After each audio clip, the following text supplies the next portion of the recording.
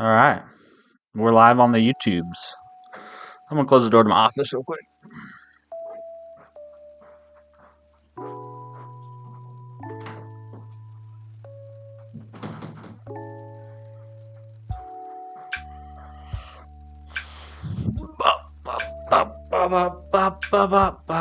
Let's check Discord. Make sure we got. Oh, I forgot to make an event for Discord actually. Hold on.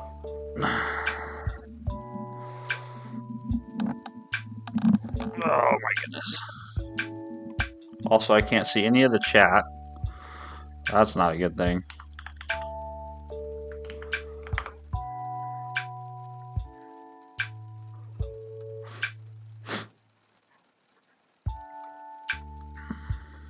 Let's see, OneDrive or yeah, Streamer.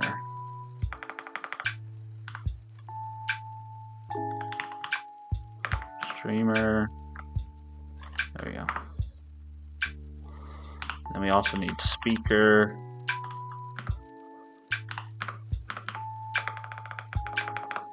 Speaker.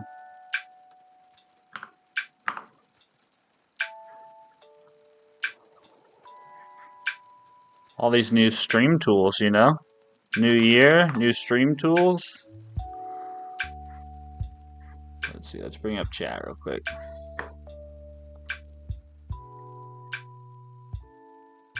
Hold on, this is from yesterday, right?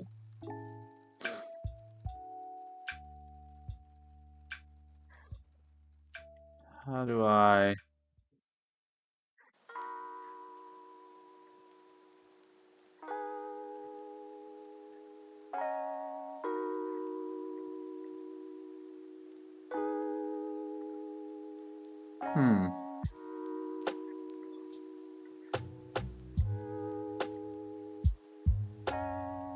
Wonder how I clear the chat.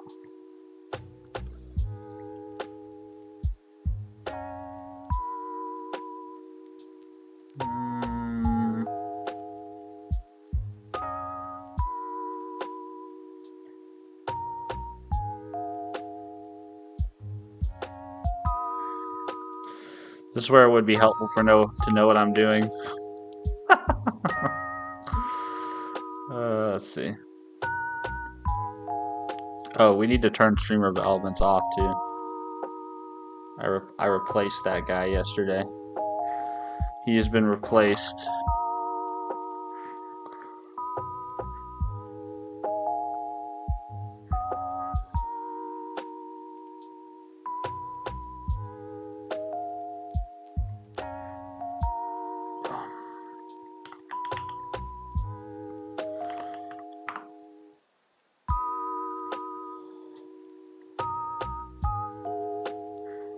Wonder how I turn him off.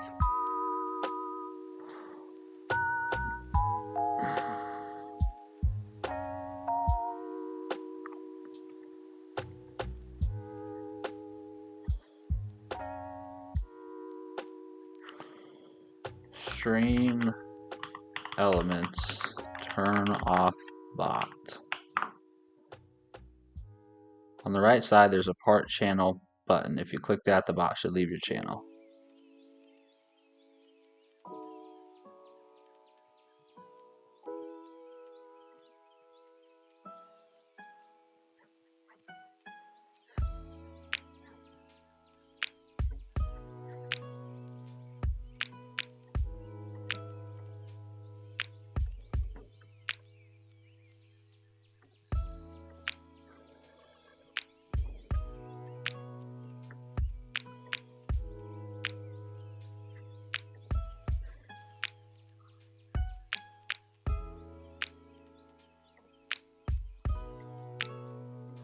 Okay, I just muted him. That chat is from last year? Yes, this chat is from last year. Yeah, for sure it is. Now I need to figure out how to clear it. Streamer, or let's see, streamer bot clear chat.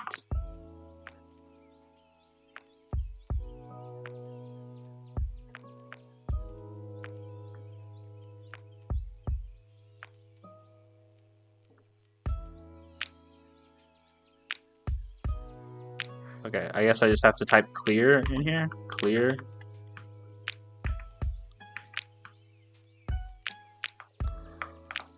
Clear chat history. There we go.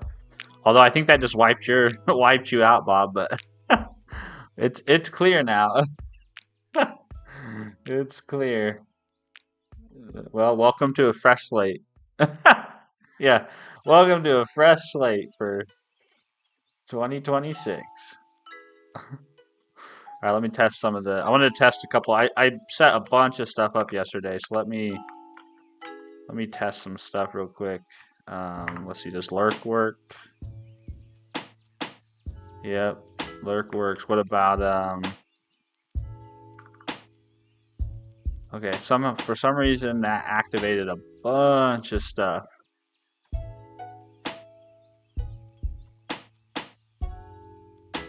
Let's see, it posted 3 times.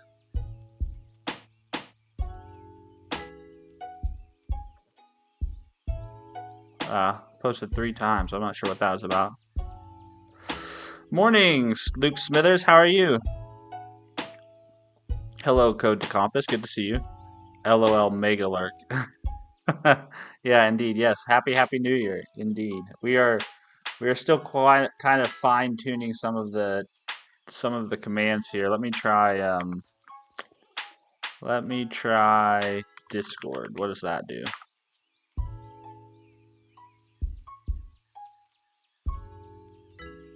You can find my blog here. Every time I type one of these commands, it's wanting to, so I must have something misconfigured. What am I planning to do today? I think today we'll work more on the Stripe integration once I get my shit figured out on all this Streamerbot stuff real quick. Let's see. Like actions.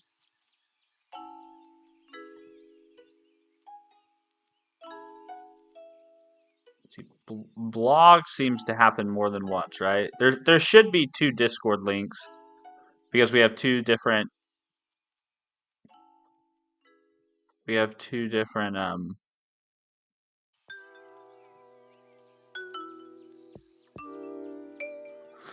what's up, Muaz? How are you?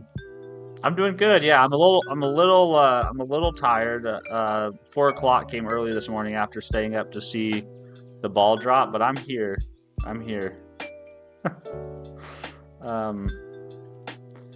But yeah, no, I can't complain, man. I can't complain at all. I'm trying to figure out why things are posting things multiple times. Oh, that would explain it.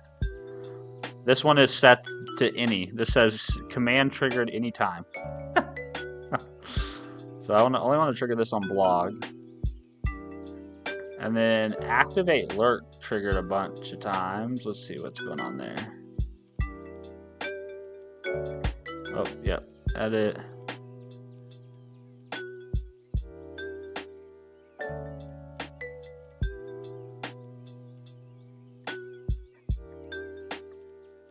Oh, yeah. I think it looks like it's sending more than it should, but I don't think it actually is.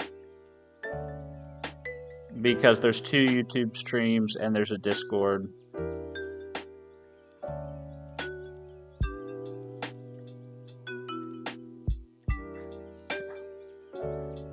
Let me try that again. Sorry, guys. I'm not meaning to spam the chat. I'm doing good, bro. Thank you for asking. Of course, dude. I hope you're doing great. I'm trying to gather some energy to prepare for my final round. Oh, dude, you're on the final interview round? That's not stressful at all. That's not stressful at all. Let's see, what's lo-fi music do? So I'm on YouTube, so we should get 2 links back.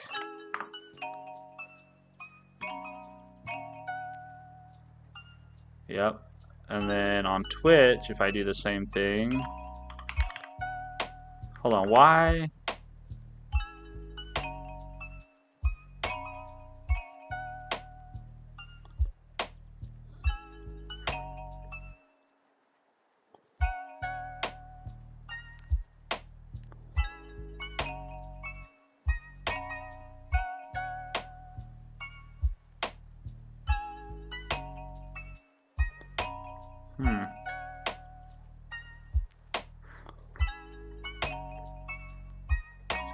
Lurk.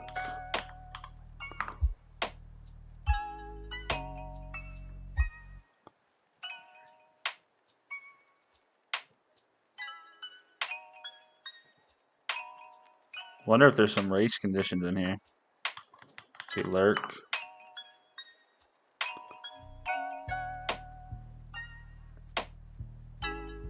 Now that worked, huh? So that all looks right now.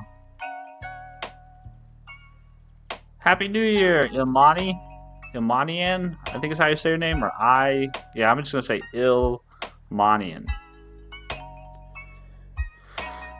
Alright, for whatever reason, it looks like Twitch responds to YouTube commands. I'm not sure why.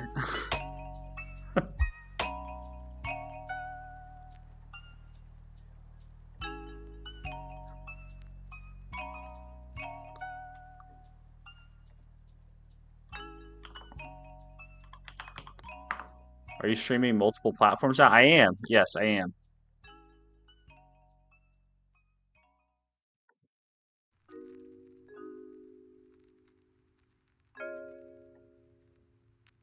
Good morning. Listening while I try to go back to sleep. Hey, Milty, what's up, dude? Hey, Streamerbot's a beast of a platform, man. Thanks again for recommending this app. Luke, nice. Which platforms? I am on Twitch and I'm on YouTube. So there's a horizontal stream now on YouTube for those people who want to be members and would like a horizontal stream. But if you want a free horizontal stream, you can go over to Twitch. So there's a horizontal stream now on Twitch and there's a horizontal stream now on YouTube. But the horizontal stream on YouTube is members only.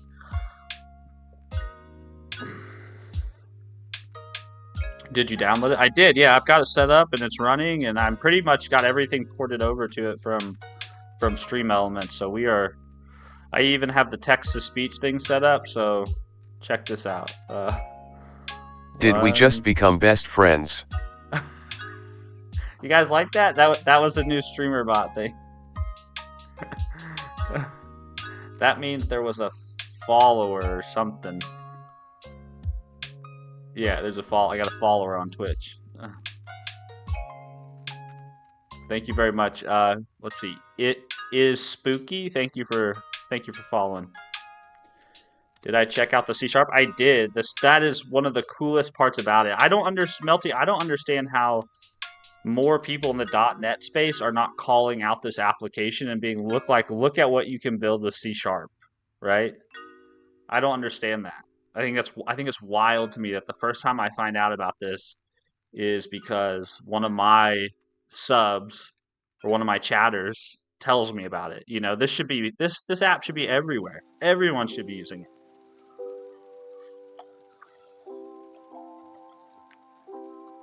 Milton, you should really check out this app.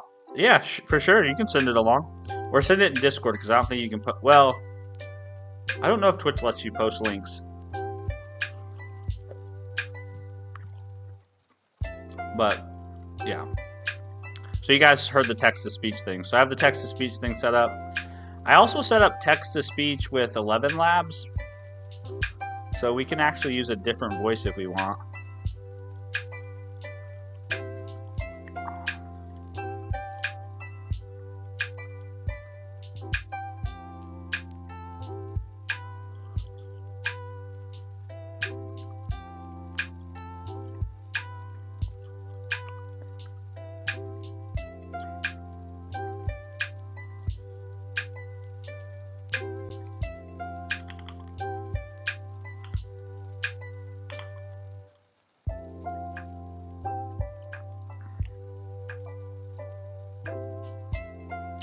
I think this is the best 11 Labs voice I have.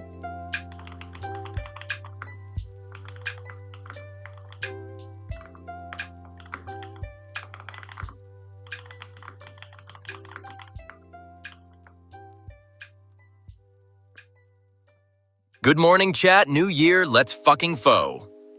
I misspelled go. Let's fucking foe. Good morning, chat. New year. Let's fucking go. Man, we get ignored over here in first class seating. Dude, I'm sorry. I didn't mean to ignore anybody. Happy New Year, Achamaha. Also, Big J's Faith, how you feeling about starting your new thing, man? How you feeling about it? Nervous?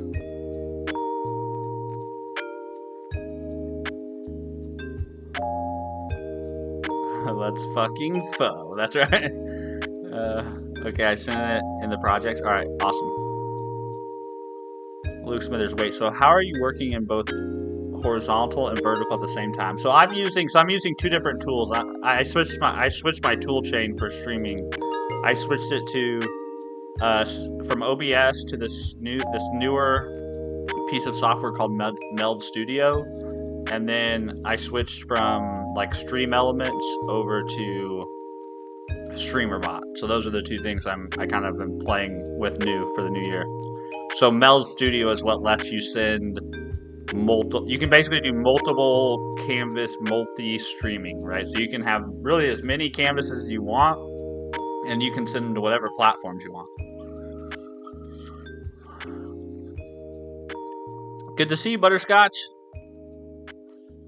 How are you doing? That's a cool setup. Yeah, it's pretty cool. It's very cool. The Streamerbot is awesome, and the Streamerbot application is awesome. The Meld Studio is awesome. So if you're interested in streaming, I would tell you to look at Meld Studio and look at Streamerbot. I think those are the only tools you probably need, and they can all run locally on your machine. It's pretty badass.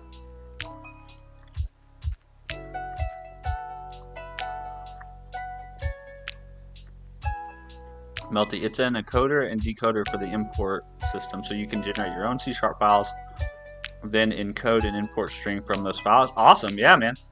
That sounds great. Good if you want to use your own editor and shit. Yeah, that makes sense. It looks like it isn't taking too much CPU. Yeah, it's not terrible. It's a little higher than what we would normally have. I think normally we idle, we'd be around like 12% or something like that, and we fluctuate as high as 25%. But I think I have enough headroom in the CPU, and I think I have enough headroom in my RAM that even if I'm doing some relatively intensive programming or something, I'll still be or at least resource intense activity, I'll still be okay without risking crashing the stream. So we'll see. And my bit rates, I can see all the bit rates of my stream here in Meld Studio, and they all look to be okay. So I'm gonna roll with this. This is gonna be the new way we're gonna stream in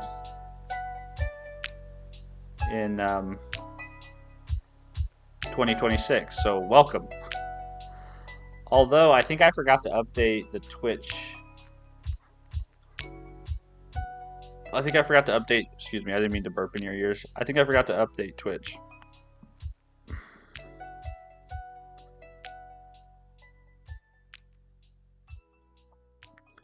I think Twitch is up. I mean, Twitch is obviously up because chat's here. But what is happening?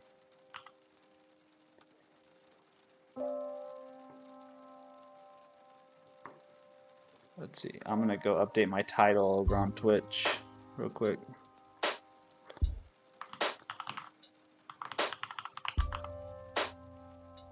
Oh, you know what? I set up MFA on my account yesterday, and I'll bet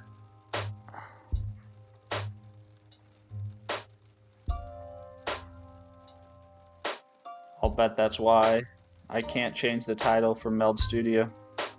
Hold on 1 second, please.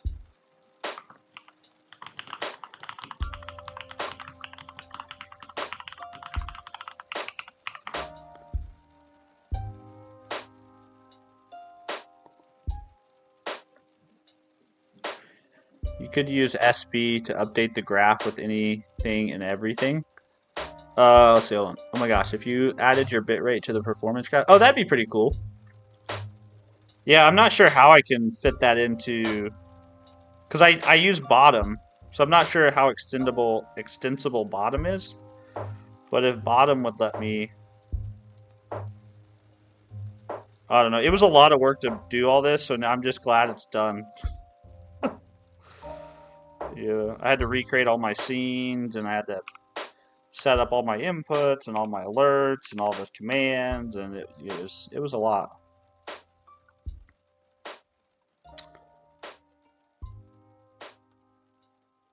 But it's done now.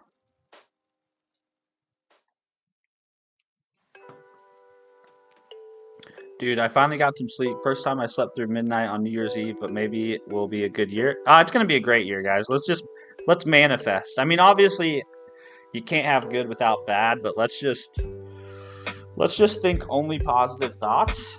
You know what I mean? Like, it's gonna be a good year. I gotta change my title here. Happy New Year. There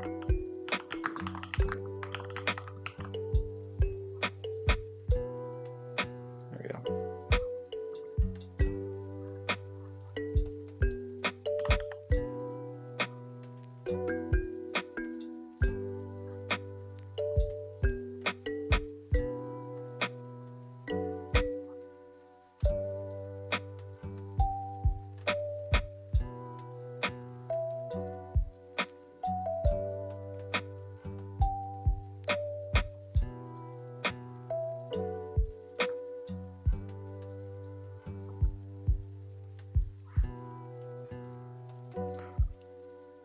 Maybe the fact that the first time I got good sleep in the last month was on New Year's Eve is a good sign for the year. Yeah, I think it's a great sign for the year, man. But I think regardless of how your sleep is, it's gonna be a good year. It's gonna be a good year for sure. Hey, what's up, Ulas? Good to see you. Thanks for being a member, Ulas. Also, Bob, thank you for being a member. Appreciate all you guys.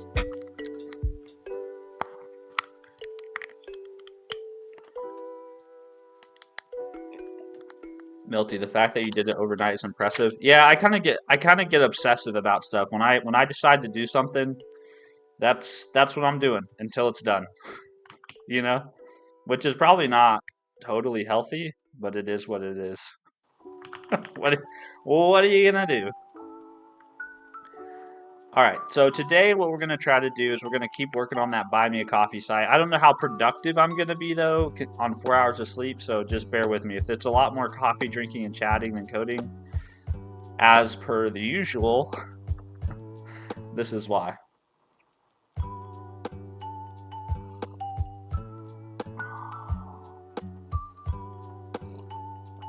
I just felt like it was really important to not sleep in this morning and to get up and do the stream and start 2026 out on a solid note. How you like your coffee? Dude, my coffee is delicious. I'm obsessed with these long blacks. I don't know I think I've told you guys about this drink. It's like a reverse Americano. I feel like I've told you guys about these drinks before. It's like a reverse Americano. Also, I think what I'm gonna do for chat, because I hate toggling it away when I don't mean to. So I'm obsessed. This is my current coffee drink of obsession. It's called a long black espresso drink. I guess it's something the New Zealanders and Australians have kind of popularized. It's a common way that they make their coffee, but basically you put your hot water in first and then you pull your shots on to the hot water. It's phenomenal. It's phenomenal. So yeah, my coffee is delicious. It's wonderful. Hey, what's up, Joe Does AI? How are you? Good to see you, man. Yeah, good to see you. All right. What I would like to do today, if you have two monitors set up, you should just move it to the other monitor and add the chat to the scene another way. That's kind of what I feel like I should do. But see, the problem is then I have to remember to toggle the chat off whenever I want to show you guys something on the right side of the screen. I don't know. Let's try that. Let's try what Milty said, because I think Milty's idea is a good idea. Milty has good ideas. Milty will forever be legendarily known in my chat for recommending Streamerbot. Joe Days I found out you diss Python. Okay, I wasn't trying to diss it. Okay, Joe, walk it back. Okay. Whoa. Before all the Pythonistas come for me. I wasn't trying to diss it. I'm just trying to say that I don't prefer it. Right? That's the subtlety. It's not that I don't like Python. It's just that I don't prefer it. Melty, easier than always working from only one half of a monitor. Yeah, but see, I kind of still like to work from one half of a monitor, Melty, because the vertical folks over on YouTube, who are really the OGs of the channel, they don't see the other half of the screen, right? So I want to keep the primary context visible to them. And if I'm afraid if I spoil myself by developing with a full monitor, I'll forget about those guys over on the vertical YouTubes, and they won't see what I'm doing. They won't be able to see everything I'm doing. So for now, I'm gonna try to keep it like this, because all those vertical YouTubers or YouTube watchers, those guys are the OGs. Luke Smithers sounds like Python. Hey, it's not Python. Guys, you guys are gonna send the Pythonistas after me. They're gonna show up in my chat, and they're gonna be angry, and they're gonna want answers, and they're gonna want to know why I was saying these horrible things. No, it's seriously though. Seriously, on a serious note, serious. Be serious, guys. Be serious. Python is a perfectly fine language. It just isn't for me. Or no, it's not for me. It's just if you give me an option, right? Okay, so if I have to do some type of data analysis, I'm gonna write Python. I'm just gonna do it. I'm gonna fire up a little notebook. I'm gonna get me my Python in there. I'm gonna run my cells. But if you say, hey, we need you to build a back-end service, a minimal API or a REST API, then I'm probably gonna reach for .NET or Hano, right? Not because Python can't do that, just because I prefer those other tool chains, right? So hopefully that settles that in a positive way. Hey, what's up, ETN? Good morning, man. Good to see you. I just got here and you talk about fist fight. It is some kind of fight club? No, this is not Fight Club. My streams might be the furthest things from Fight Club that anyone's ever seen.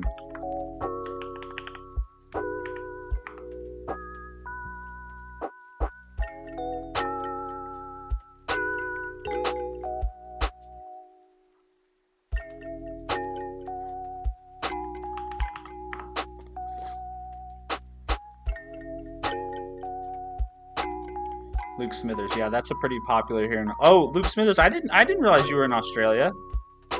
Okay, so you know all about the long blacks. Nice. I like it.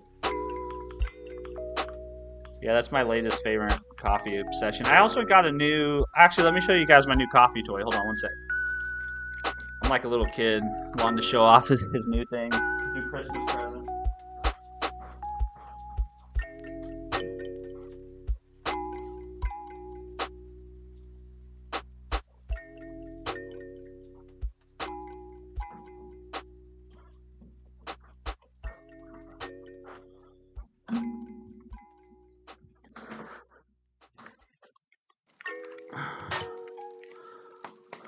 You're not. Oh, nice. I'm glad the streams work out good for you Australians, because I feel like I could get along with some Australians. I feel like I would get along with the Norwegians and the Australians pretty well. They seem like pretty chill, fun, content group of human beings. So this is my new coffee toy. This is called a Hario. Let me see if I can get this focused in the camera. This is called a Hario Switch. And if you were at any of the streams during Advents of Code, you'll know that one of my current favorite way to brew coffee is with a clever dripper. And so this thing is basically the same idea, but it sits on the top of your coffee cup. Like this. It sits on the top. And then there's a little lever. Sorry, I'm a mess right now. There's a little lever you push that makes a ball in the filter either be stuck to where liquid can't get out, or lets the ball move freely so liquid can pour out. It was only like 30 bucks, I think, but I think it's got the clever dripper beat. It's good. It's nice because it combines like a French press type of brewing with a pour over type of brewing, so you kind of get the best of both worlds. It's the current favorite now. I have a new favorite.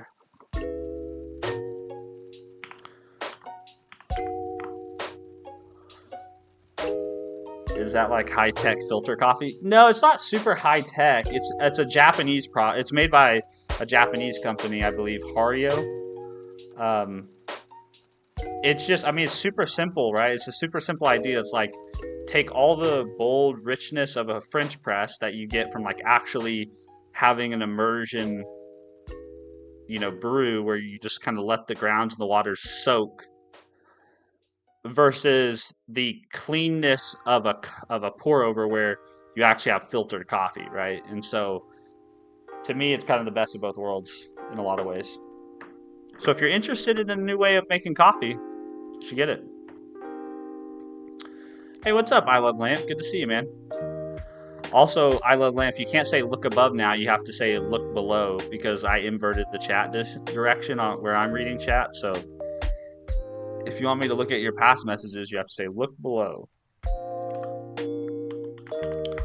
I do have an espresso machine, Luke. Yeah, I've had a couple espresso machines over the last 2 years, a couple $100 espresso machines, and then this year I decided to buy a proper like $800 Breville. I know there's still more expensive espresso machines out there, but this Breville I bought is pretty awesome. I'm happy with it so far. Steven, need to get some affiliate links for your favorite coffee gear? I guess. I don't know if anybody... How do you do it? Is that like... I guess that would be like Amazon affiliate links on Bomb, because I'm guessing Hario probably doesn't have an affiliates program. It would be nice if the companies themselves had affiliate programs. Yeah, that would probably actually be a smart business move, wouldn't it? If I'm going to recommend stuff, I should probably have some links. Some links for this stuff. I don't know. It always feels... affiliate links are... I understand why there are affiliate links, but there's a part of me that's always like, is this person selling this because... Is this person using it, talking about it because they have an affiliate link, or do they have an affiliate link because they were using it already? You know what I mean? Like, is it chicken or the egg here? I see some streams have products below the videos in YouTube. No idea how that works. Yeah, that would be really cool. That'd be really cool. I feel like I missed some chat, so let me scroll for a second here real quick. Akamai, yep. Listen to your stream when I relax after work and gym. Oh, dude, that's awesome that my stream is on during your gym time. I love going to the gym. I go gym. I gym a lot. I love gym. I'm not a good person without gym. Let's see, I missed it. Let's see. Joe does, but can we collaborate and build a library this year? Sure, what do you want to build, Joe does AI? What kind of library? I'm guessing it's Python, but what do you want it to be? I'm always happy to collaborate with you guys. If you guys want to start a project and invite me or ping me and say, hey, you want to contribute? I'd be happy to help contribute on your stuff. Good one, Milty. Good one. I leg day too little. I promise I do legs, okay? I promise. That's what the guy who doesn't do legs would say. Thunder Deer, why so many word when few do trick? Oh, an Office fan right there. What's up, Thunder Deer? How are you, man? An Office fan. That's my favorite TV show. I don't think I've talked about that ever before on stream, but that is my favorite TV show, The Office. I've seen that TV show start to finish 25 times probably. I've watched that show. It's like my comfort show. Rajad King. Hello. How are you? Good to see you. Hi from Chennai. Where is Chennai? I'm not familiar with that. I'm not familiar. Chennai. Maybe I'm saying that wrong. Chennai. India. Oh, nice. Very cool. Yeah. Hello, Rajad. How are you doing? Good to see you, man. Hope you're doing well. Thanks for stopping in and saying hello. Always nice to have a chatter from that part of the world. We've had actually my audience, when I look at my demographics, I actually have a pretty large group of people who seem to tune in or at least find my stuff from India. So very nice to have you here. Not what the missus says. Melty, I swear, okay? She doesn't think I don't do legs. She doesn't think that.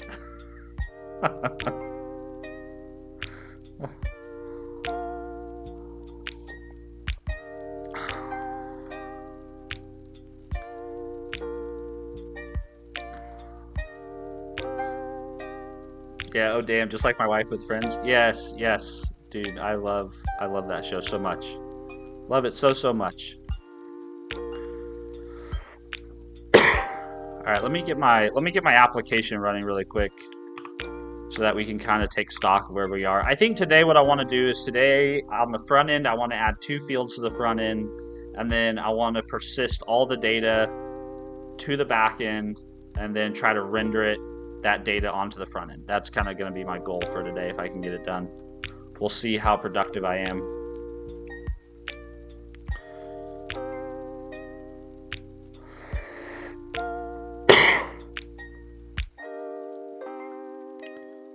Actually, speaking of the missus, my poor wife last night, we were bringing in the new year, and my poor wife is like struggling through some illness. She picked up some cold or something from somebody, and her nose has been running a lot, and I felt horrible for her that's how she had to ring in the new year, you know?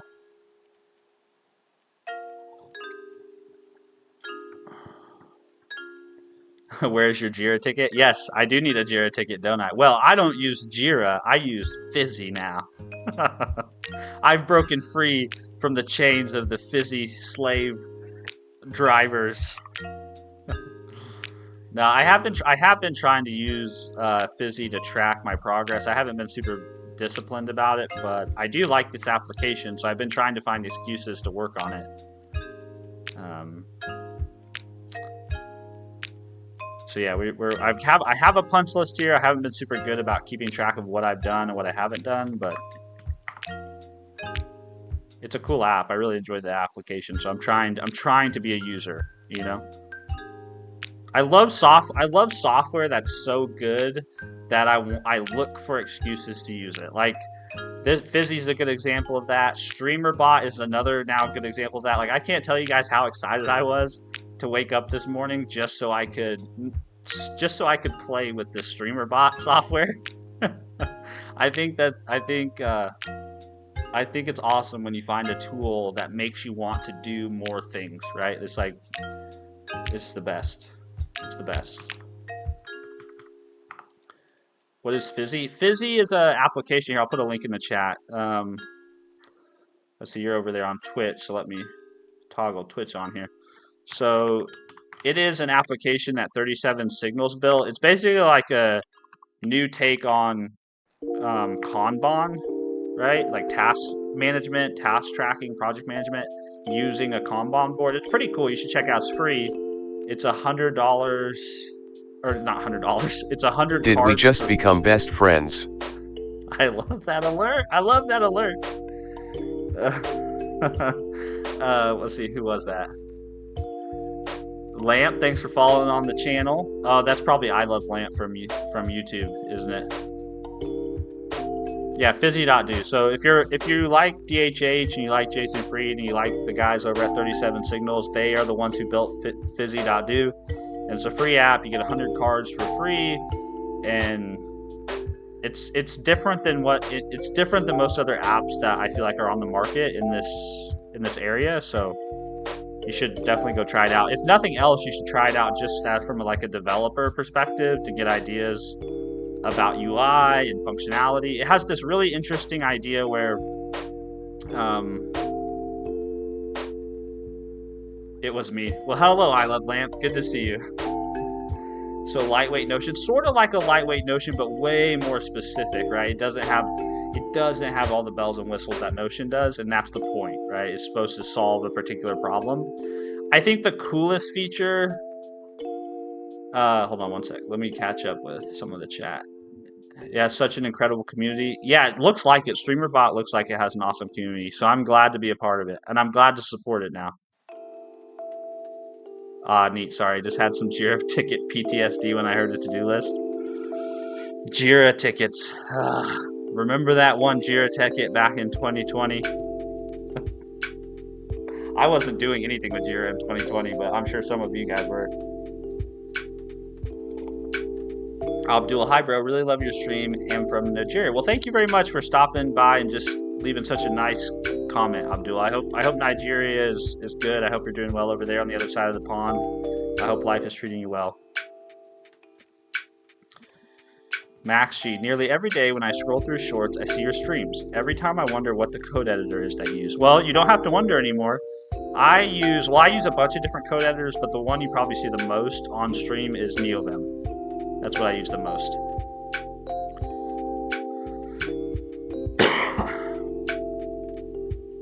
Bob, which say mini word when few do trick is like C# versus Python?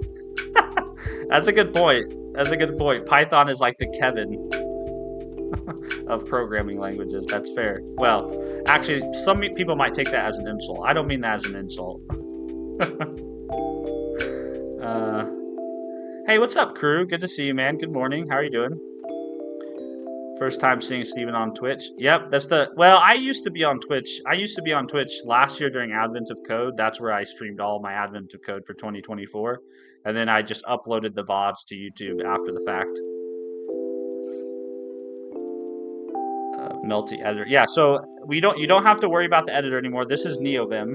And I use a couple different editors, but at the beginning of 2025, I took a side quest down the NeoVim rabbit hole. So if you want to interact with text in your terminal, you can use NeoVim.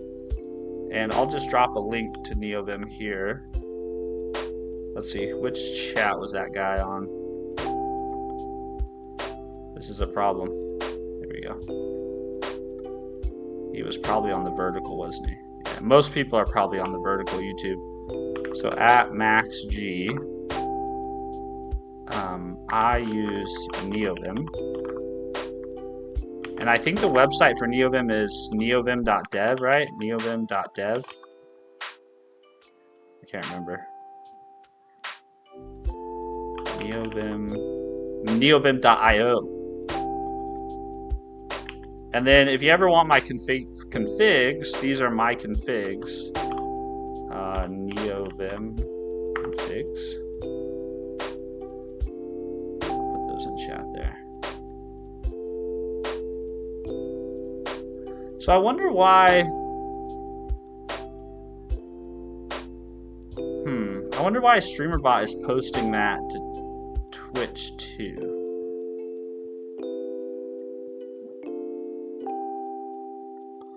Maybe I don't have my commands set up quite right.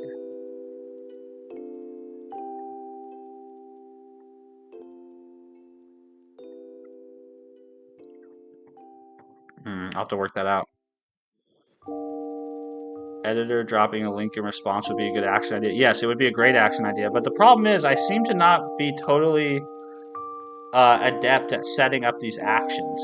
Because I seem to be not have the logic quite figured out right.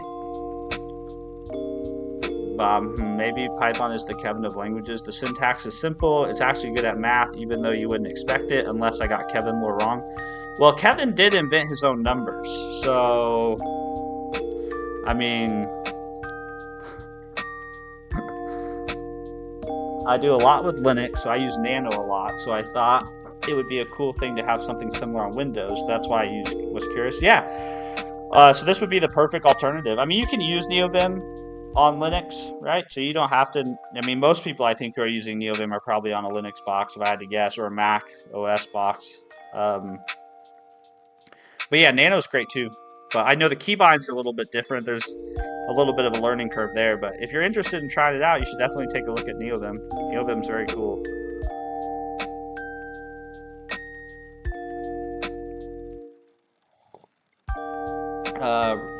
You could get with me off stream if you wanted. Oh no, yeah, I can show you in action. So let's see, let's look at the one I just posted, the NeoVim config.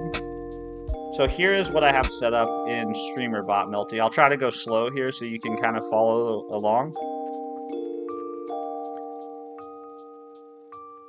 Any and all sub-actions are possible through CPH methods if you prefer C#. No, that's okay. I don't mind using the GUI.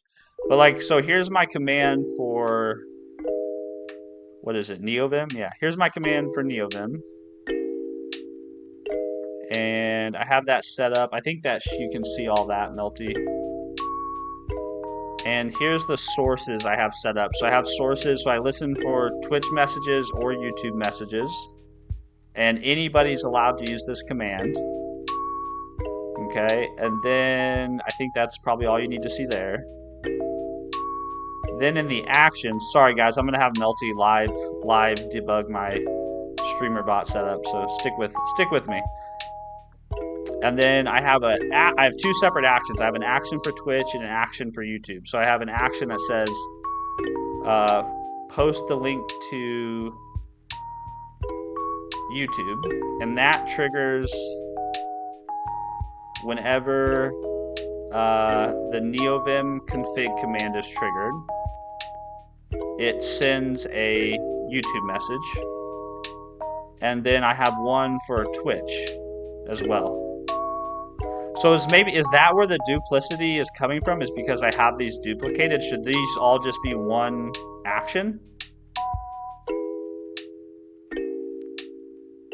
Like should I only have one action and then two sub actions? Like one action, command triggered, and then post to YouTube and post to Twitch? Personally, I'd set it up as one action with a switch. Okay, so that's where I started yesterday when I was originally setting this up, but then I was like, I don't know, this seems like it could be not right. So you're saying I need a switch. So how do I... You would do the switch in C# code? Yeah, it's working. It is working over here, but see, what's weird is... Oh, I should look at my action history. Yeah, that's a good idea. Yeah, so that's the part that's weird. You sent it on Twitch and it triggered a YouTube message. So that's the part that I want to fix.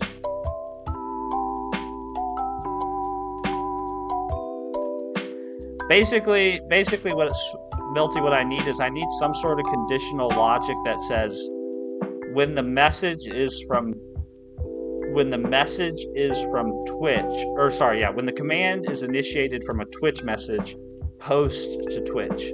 And when the command is initiated from a YouTube message, post to YouTube. So how would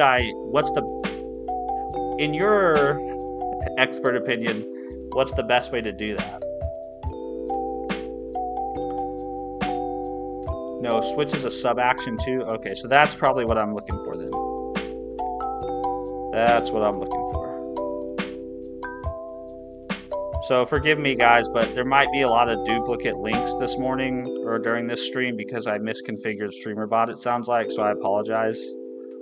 Please don't send the streamer police after me.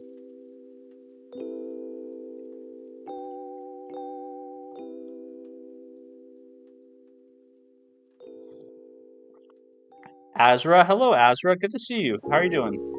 Welcome back to the stream. I get stressed anytime I accidentally open Nano. So funny enough, Nano was actually my first terminal-based text editor. That was my first introduction to editing text in the terminal was Nano, and I did not use Vim until NeoVim. NeoVim was my first experience with using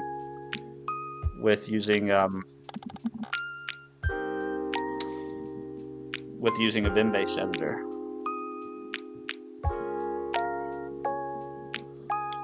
We haven't written any code yet today, just in case anybody else is keeping track.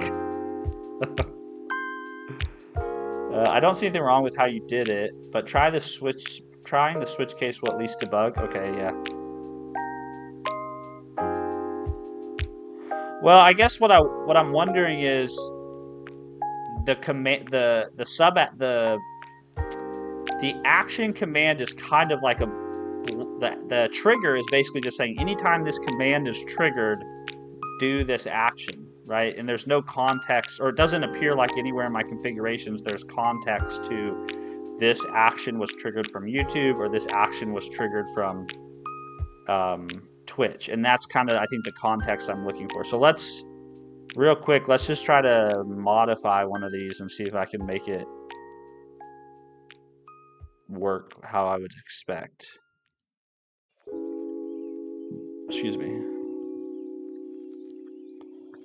See, it said there's a switch.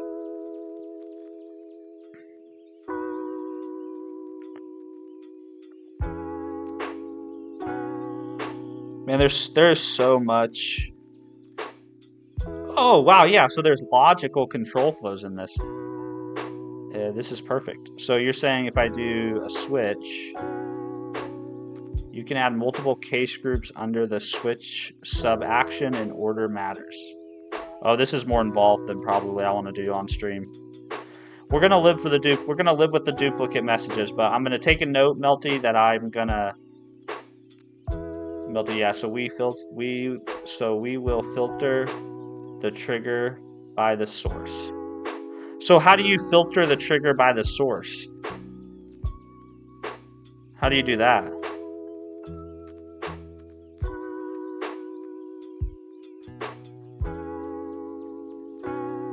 Because that's exactly what I need. Pull up the action history, I can show you. Okay. Here's the action history.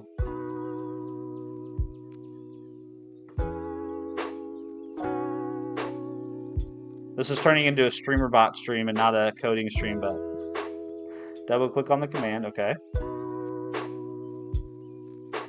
Command source, that right there. This. First time I ended up in Vim, I accidentally just got my phone and Googled how to exit Vim and then installed Nano.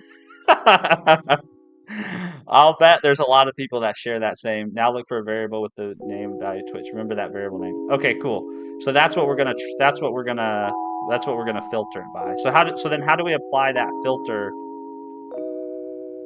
Add that into the yes. Okay, that's exactly what I was thinking. I'm gonna have to redo all these commands, dude. I'm gonna have to redo all of them. No. Damn, I took an L on this. I probably spent an hour yesterday longer than what I needed to spend on this. I didn't know there was logical control flow in the sub-actions. Damn. Steven takes another L.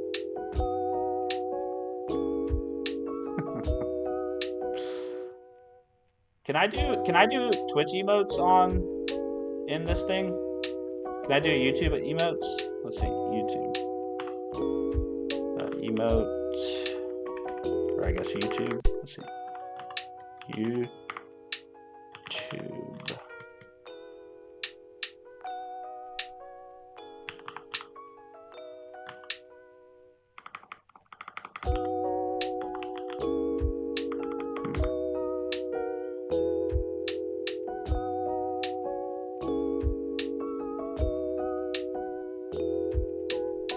I think I did. I did try to add a command for setting the topic. Let's see. What bro doing?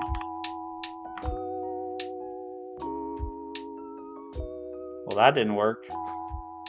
That command's busted.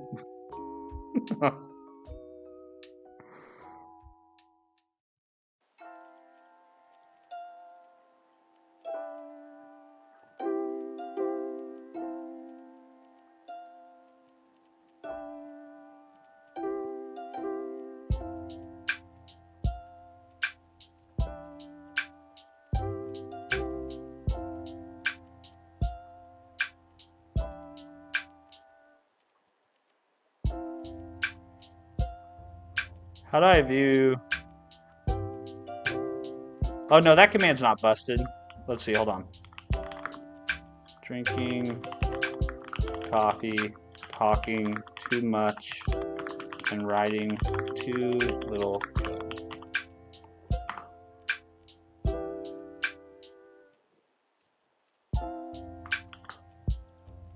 And then I think if I do what bro doing. Yeah, there you go. Cool. Look at me. I'm a real streamer. I'm using my chat to manage the state of my stream.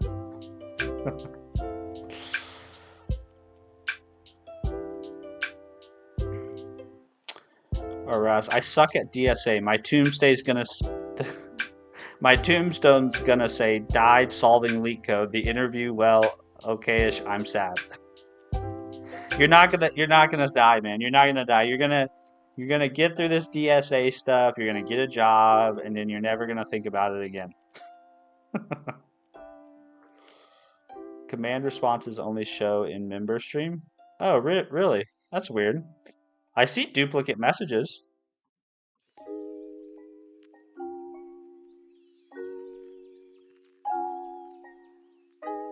Oh yeah, they only do show. So, oh, I know what that is. That's because I didn't set up. Okay, should we just... All right, give me a minute. Give me a minute, guys. I think that's because I foobarred the responses. Give me 1 sec. I need to broadcast it to all.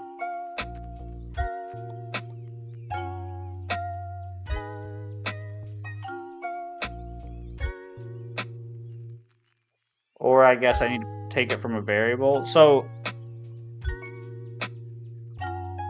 see, that's the part where I think I screwed up on these commands. Is basically what I want to happen with the commands is I only want the responses to go into the chats of the person who initiated the command, right? So I only want to send a message back to Twitch if they initiated a command. I only want to send a message back to the vertical YouTube stream if the vertical stream initiated a command. And I think yesterday when I tried to do that, I didn't know enough about Streamerbot to do it properly. So I have to redo all these, unfortunately, I think. Sounds like Melty's going to be spending some time with me at some point to work out all my kinks.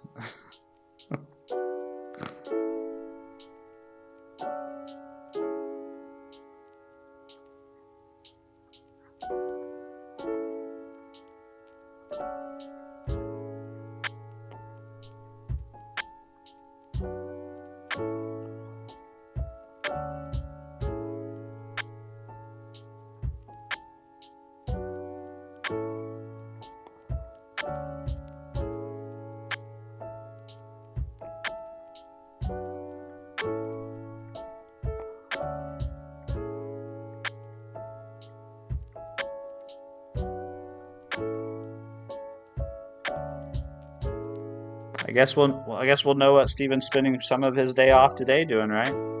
Actually, this was a ton of fun. I had so much fun setting all this up. It's like the perfect blend of the things I like. It's software and technology, but it's also content creation. It's like all my worlds coming together.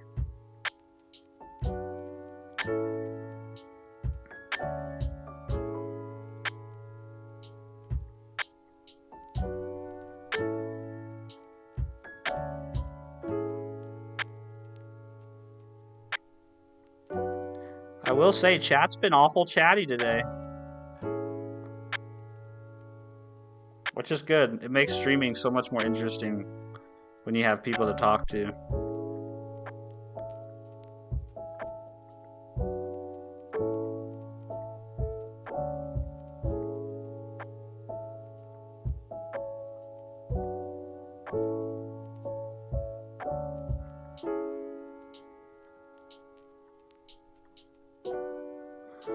Okay. You're all gonna get spammed with stuff now, and you're just gonna deal with it. So, so let's see if I do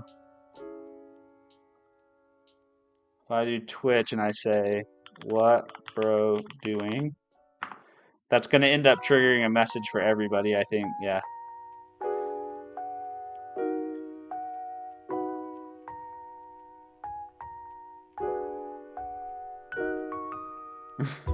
It triggers duplicate messages. Oh my goodness. Well, don't use the commands today. Use the commands today at your own risk, because they're kind of screwed up.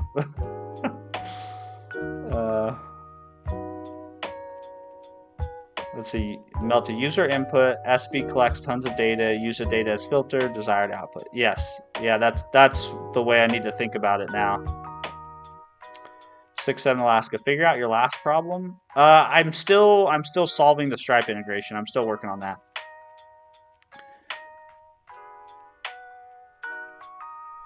Melty, it's because all the actions are using the same trigger, so they all have the same entry point. Exactly, yeah. And then I have nothing in the workflow to filter it. So that's why, which is what I thought I was doing by setting up separate actions, that somehow there would be context to know that, oh, this was triggered from Twitch or this was triggered by YouTube. I don't know why I thought that. Yesterday it was like 2 or 3 o'clock in the afternoon, and I had been working on this for a while, so I was probably just super confused. But I appreciate having you around to straighten me out.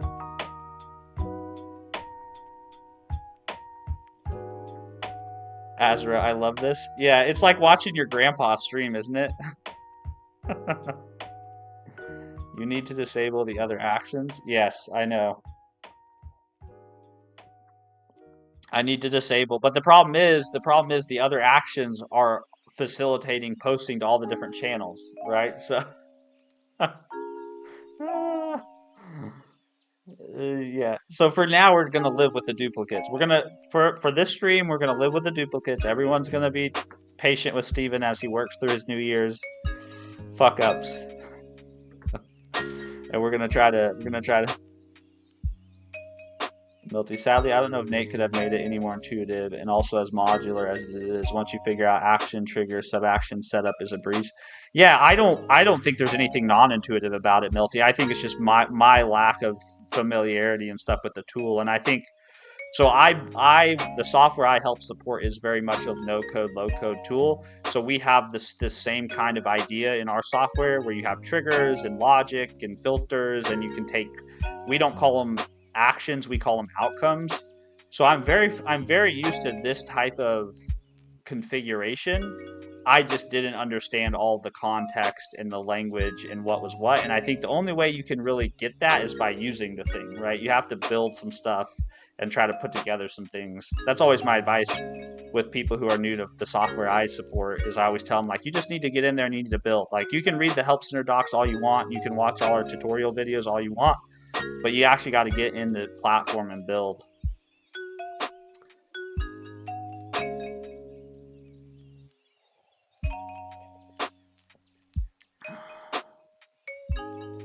Azara, I never thought coding streams could be so entertaining. This is fun. Oh, I'm glad you're getting some entertainment out of this, man. We haven't written a line of code, so I'm sure some people are thinking, does this guy actually know how to code, or does he just show his terminal and NeoVim on the screen and talk? But I'm glad you're having a good time. I'm having a good time, man. I'm glad you're here. Let's see, bits are something. Oh yeah, bits are how you cheer and how you emote on Twitch. I had to go down a big rabbit hole yesterday on that because I'm new to Twitch as well, and I was trying to set up alerts for it all. So I'm learning with you. Let's see, my new users might get them for free. Nice, very cool. Free bits, I love it.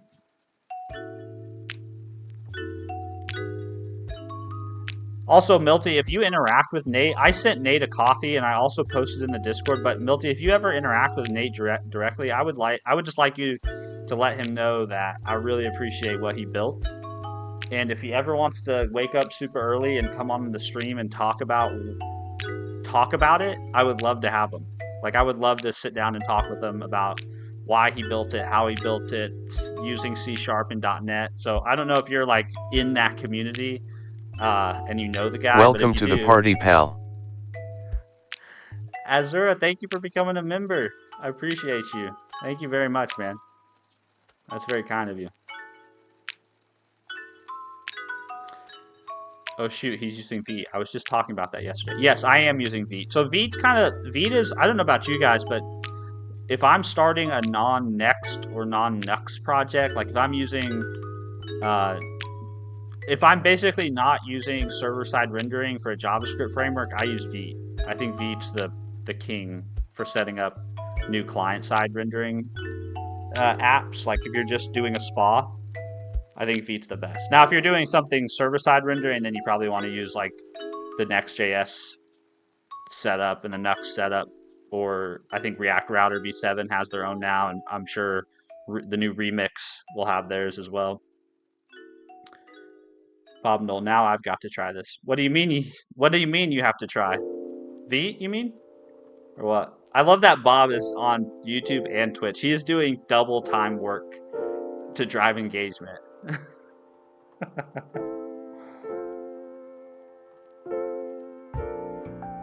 Hello, Halulon Imayam. Man, I'm sorry if I butchered your username, but hello, I see you there on YouTube. Thanks for stopping in. Bob, now I've got to try. The messages didn't show up? Which messages? Were they Twitch stuff? Oh, they're send highlighted message, redeemed Gigantify emote. I wonder what those look like on Twitch.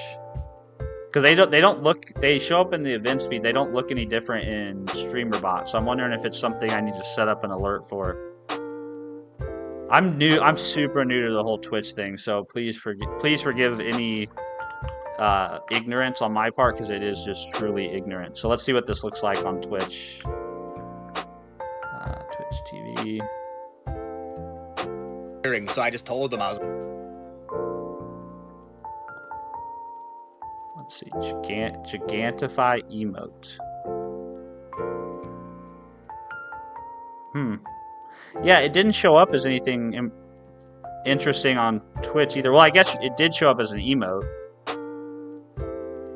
Yeah, it did show up as an emote, but other than that, the highlighted message didn't show up any different way either. Interesting. Melty, sadly, I don't talk to him. I've spoken with him once when he was trying to help me in my early days, but if you did add his Ko-fi, then I think you have access to the alpha only portion of his Discord for SB, and that seems about the best way to reach out to him. Guys like Webmage and Pawnee and those guys are pretty connected to Nate, though, and are always in the Discord. Best way to get him talking would be to ask him a high-level question over in the alpha level chat, I assume, though. Okay, cool. Yeah, I didn't know if you were, like, plugged into that world or something, but I won't bug him too much. I've bugged him a lot in the last 24 hours with just a lot of emotive thank you. Bob Noel, you're missing membership gift messages? Membership gift messages. Interesting. Is that on, which is that on, Bob? Are you on Twitch or are you on YouTube?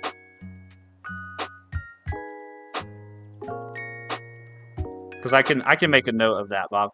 Vertical YouTube? Huh. Oh, I guess I don't have any alerts for gifted mems. Did you gift some memberships? How come those didn't show up in the events feed? There's so much going on right now.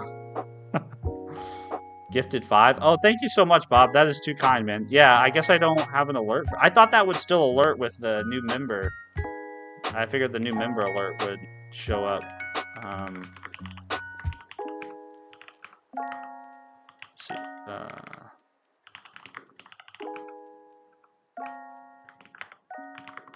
Let's see. Notepad. Stream. There we go. Stream format thoughts.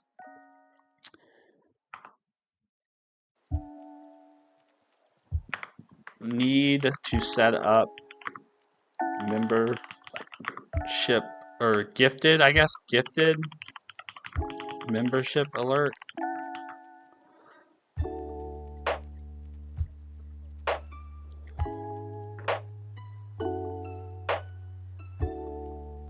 Yeah, I can set that up, Bob. I apologize that didn't come through for whatever reason, but thank you very much, man. I really appreciate the gifted memes.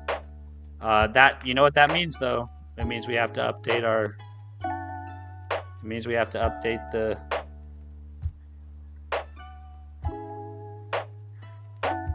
The list of members.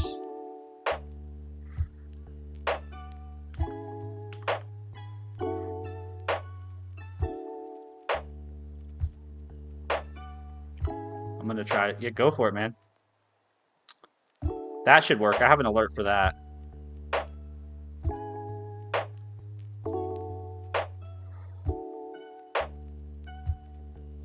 Melty, you could have SB auto update the list of members. Yeah, but I don't think I can't get programmatic access to the list of members, Melty. That's my big issue, because I would have already updated this before, and I started to. Testing TDS ha ha ha ha ha ha ha ha ha ha ha ha ha ha comma dot comma dot comma dot. That's my favorite fucking part of any stream on planet Earth is text to speech like that. That makes me laugh so much. Dude, Bob, thank you so much for the super chat, Bob. That is incredibly kind. You are awesome. You're awesome, man. Thank you very much. Command bar, Happy New Year. Hope you have a good day. I thank you very much, man. I appreciate that. That's very kind. Melty, oh, where's the list of members being held? It's just coming straight from YouTube. So we just use the members list from YouTube. So right now what I do is I pull it through their API Explorer. But if I want programmatic access outside of their API Explorer, you have to get special permission. I don't know why. I filed a bug tracker report, and I also sent multiple emails to their support without any response. But basically, you have to have a Google or YouTube representative request access on your behalf. Why that's the case, I have no idea. I don't know if it's a sensitivity thing or what, but it's a real pain in the butt. So what I do now is I go into their API documentation, I go to their API Explorer, and for whatever reason, this works. So I go to their API Explorer. I say try this. I select the method that I want to get data from. I know this is such a pain. It really is, but this is what I do every time. And then I say, okay, give me 1,000, because I only have like 100 or something like that. And then I execute the request.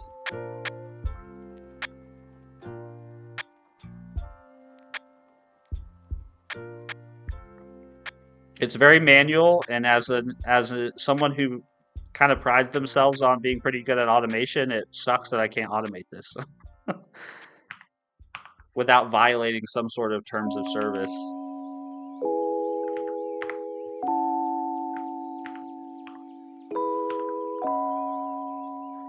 And then what I do is I go over here and I do CD membership monitor, and I run this little utility which converts that JSON file to a single line of text.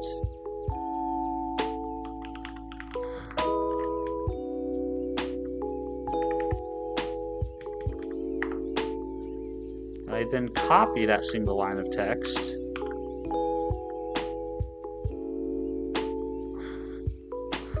This needs to be automated somehow, though. This is not sustainable. SB has that access. They have the API access. Oh, they do. Well, that's cool. So Streamerbot can get your members list from YouTube? Oh, boy. Okay. Let's go. Okay, I've got more homework. Melty showed up in the stream just to give me homework. No, he showed up in the stream to help me, and I really appreciate your help, man. Your willingness to try to educate me and just make me better, or and help me make my streams better, is very, very kind, and I'm very appreciative of it. Even though sometimes I can be a little bit of a smartass and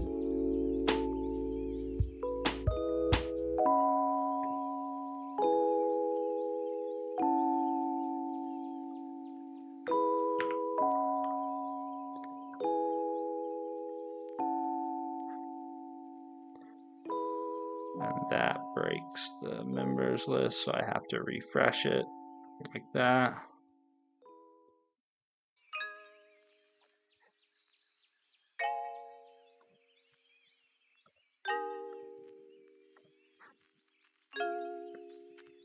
Like I said, this is where I want to take my content, so I love this. When I say hit me up whenever, I mean it. You bring me something I don't know, that's an opportunity to learn. Oh, awesome. Very cool. Yeah, man. For sure. I will definitely hit you up.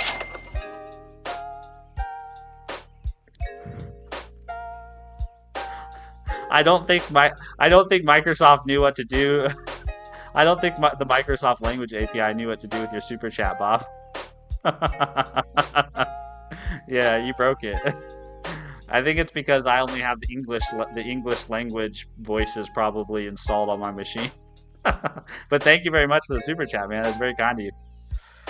Hello, Stefan. What's up, man? Stefan, I think, is our longest member on the channel. I think Brandon and Stefan are tied for longest member on the channel. So good to see you, Stefan. Hope you're doing well, man.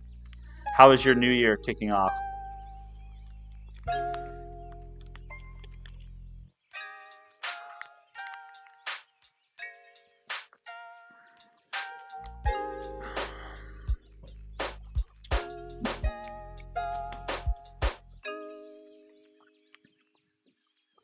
Are you also using? Yes, I'm using Speakerbot too. Yep, Melty. Yeah, I stumbled on Speakerbot while we were setting up Streamerbot yesterday. You actually were in the stream yesterday, and then you left, and then at the end of the stream, I set it all up, or I installed a lot of those tools. So yeah, so I have Speakerbot set up. That's what's doing all the text to speech stuff. I have 11 labs connected. I'm using Microsoft's the built-in SAPI voices. But I did set up 11 labs because they have a pretty generous free tier, it looked like.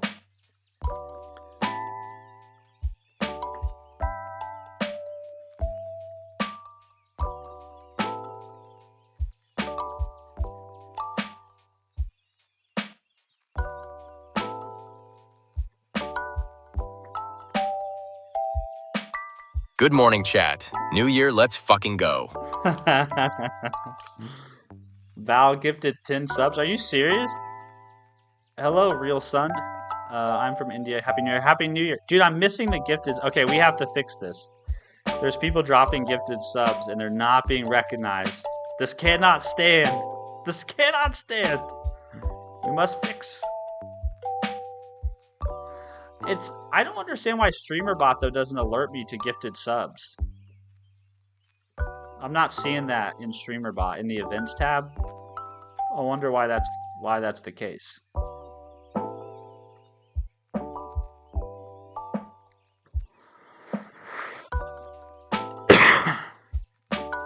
It's probably just like a gap or like an edge case or something.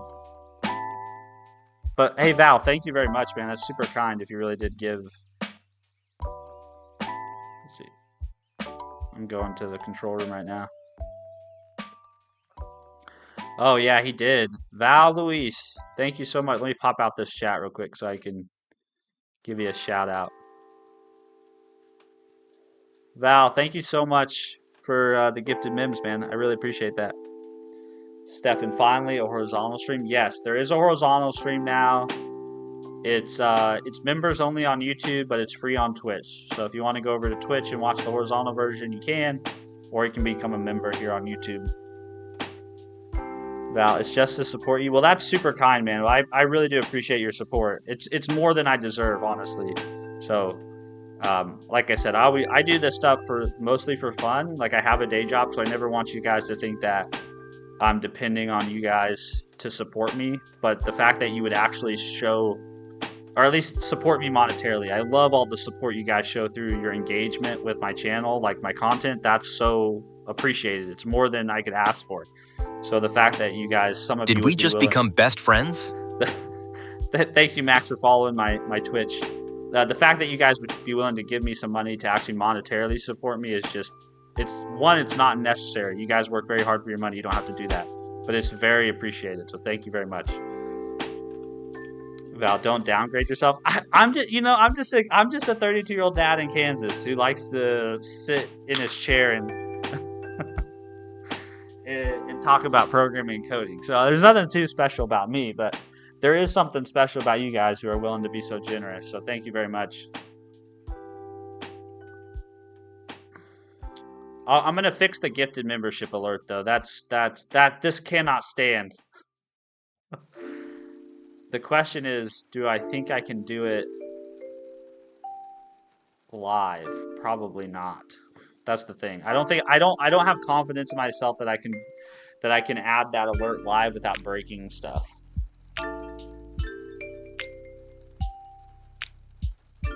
I wonder, is Milty, are you still here? Let's see. Yeah, you can. You just have to add it as an alert. Okay. I think Milty's still here, so I'm gonna try to do this. So I have a new YouTube alert, and I bet, can I just add a trigger to this?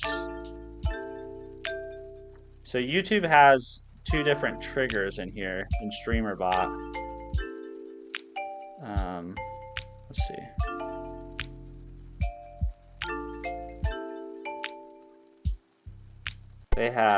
YouTube has, sorry. Oh no, sorry, I want a trigger. So we have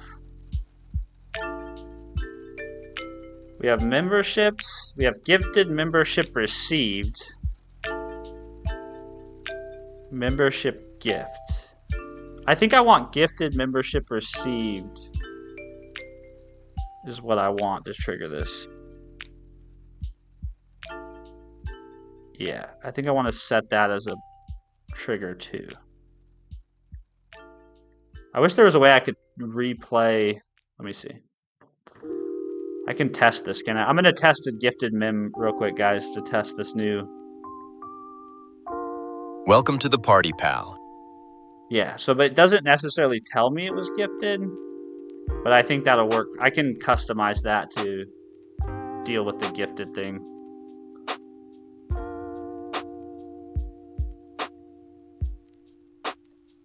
It's not so much the Streamerbot part that I don't trust myself to do live. It's the scene. It's like setting up those those visual alerts in Meld Studio. I don't trust myself to do that live without really screwing up all my scenes and stuff.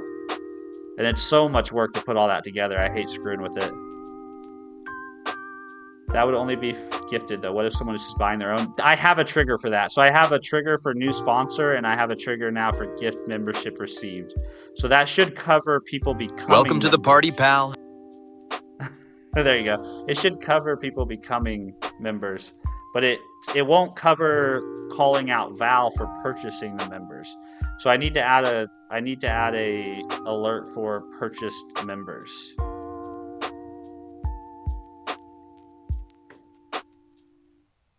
But I need a separate scene for that. And that's what I don't want to do live. I don't want to do a separate alert scene while I'm live because I'm afraid I'll screw everything up.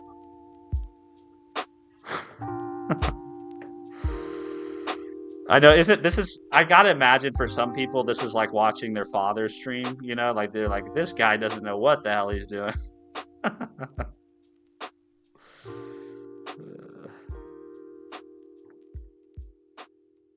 If Meld has a studio mode, that's how you do it. I don't know if they do.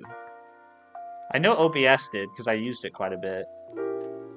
I don't think Meld does though. There doesn't look like there's a way in their UI to do that. Meld studio mode. I will say I prefer Meld to OBS though. So if you are someone who's interested in streaming, I would encourage you to look at Meld.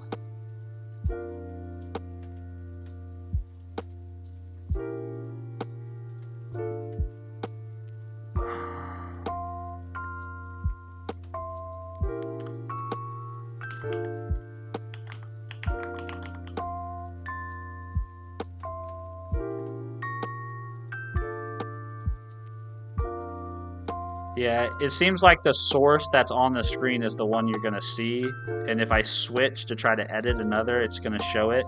So you guys would just be staring at a blank screen while I set it up. So I'm just not going to do that on stream. I'll do it off stream.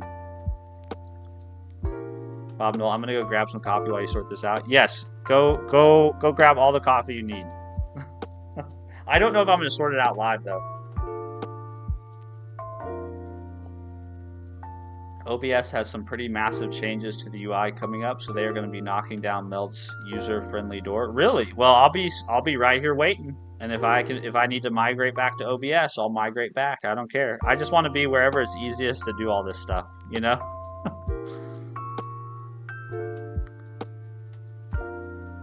My dad would be worse at streaming. Actually, I don't know if he would figure out how to set it up without my help.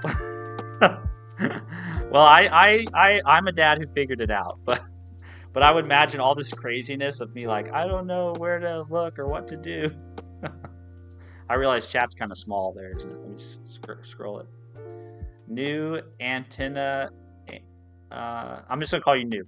Hi, Steven. Love your content. Just dropping in to say Happy New Year. Well, Happy New Year to you too, man. And that's very kind of you. I appreciate all of you who just stop by to say nice, kind, generous things.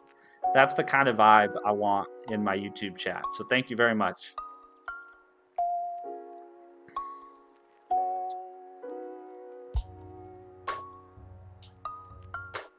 6-7, it worked. It says whom gets gifts, but you have to code your own who gifted. Yes, exactly. That's the part I need to figure out.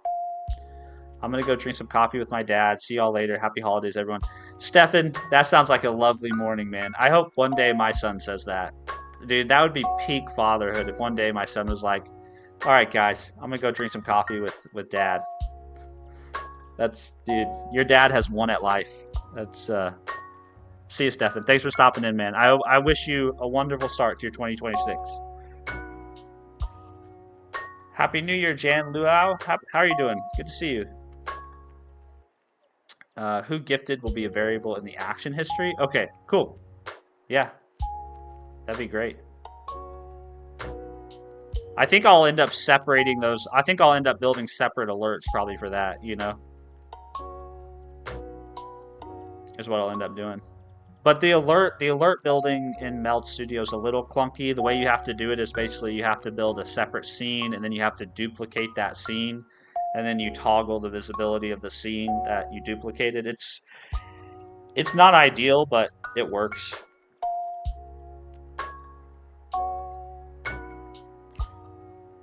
But I just don't want to do it live because I don't want to screw up the scenes that are working. You know, I don't want to screw up the scenes or the alerts that are working currently. John Lu, I'm gonna make myself something to munch. Okay, man. Grab the snacks. Grab all the snacks. C# question. What's the fewest number of fewest number of files and lines you need to print Hello World to standard out? Bob, the answer to that question as of .NET 10 is 1 file and 1 line of code.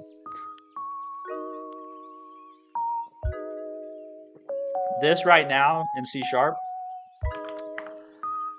I don't know, Bob, you might already know this. You might just be trying to get me on my hobby horse, but right now in C# you can literally do notepad index.cs.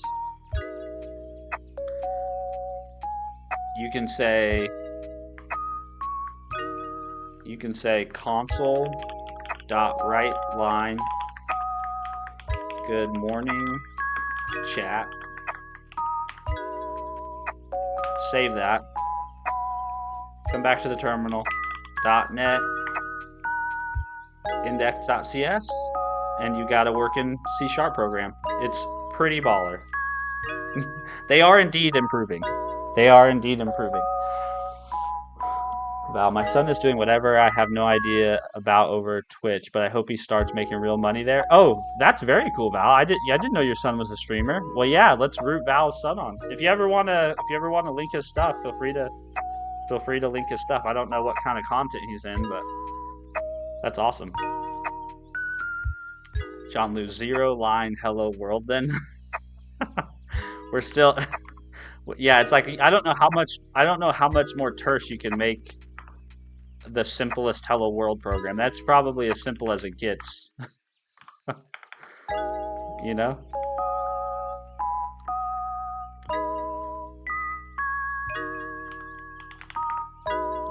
Can you compile that to an exe? Yes, you can. Oh, I just deleted it. Gosh dang it.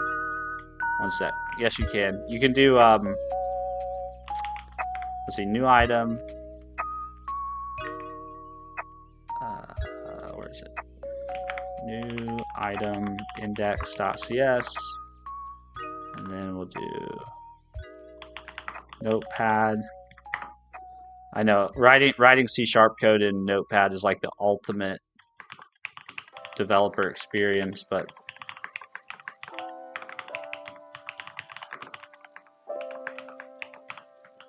do that. Then I'm pretty sure you can say .NET build index.cs,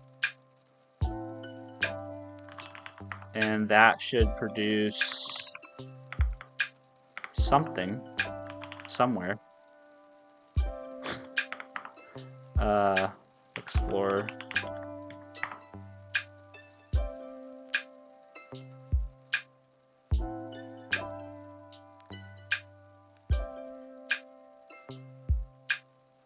Oh no, I think I have to do publish, don't I? Not build. I need to do .NET publish. Let's see, Copilot. What is the command to publish a .NET console app as a standalone executable? It's something like publish a single file or something. I don't remember the switches off the top of my head. Melty, only negative of SB C# is that it uses .NET 8. Well, I figured it probably did because it's a native app on Windows, right? So you're sort of kind of, that's the nature of the beast.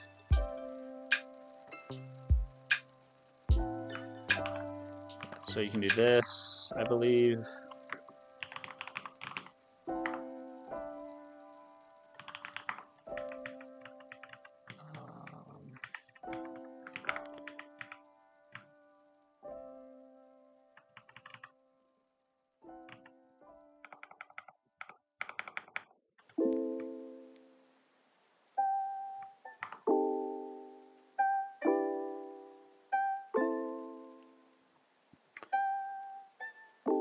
Platform linker not found. Ensure you have all the required prerequisites for native AOT.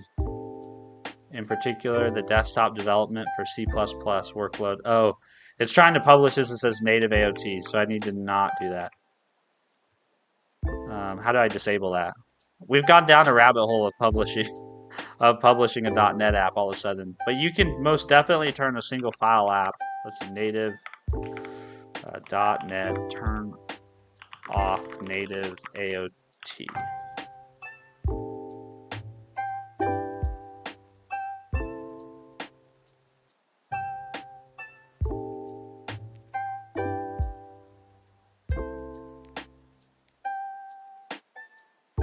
Let's see, add publish to your project.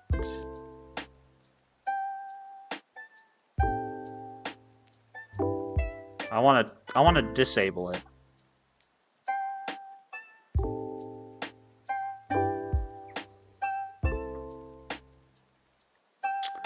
Disabling publishing as native AOT.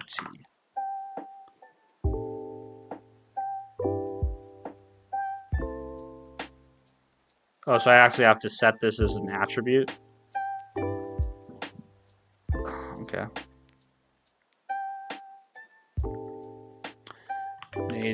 Let's see, single file app, project property.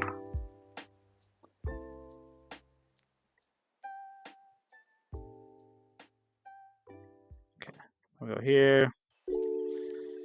We'll open Notepad again, and then at the top of this we can do hashtag. Oops.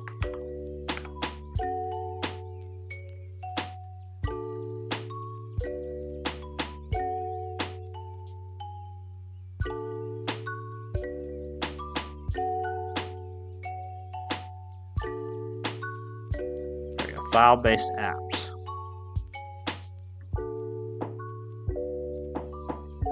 That's the one I want right there. Publish AOT false. Now let's come back to the terminal. Let's try running that command again. Build succeeded.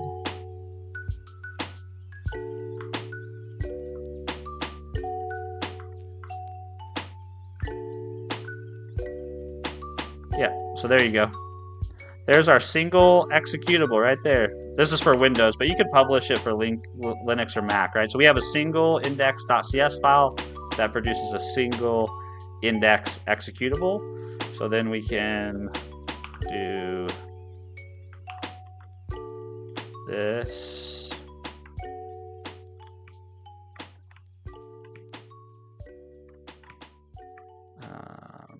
Oops, sorry.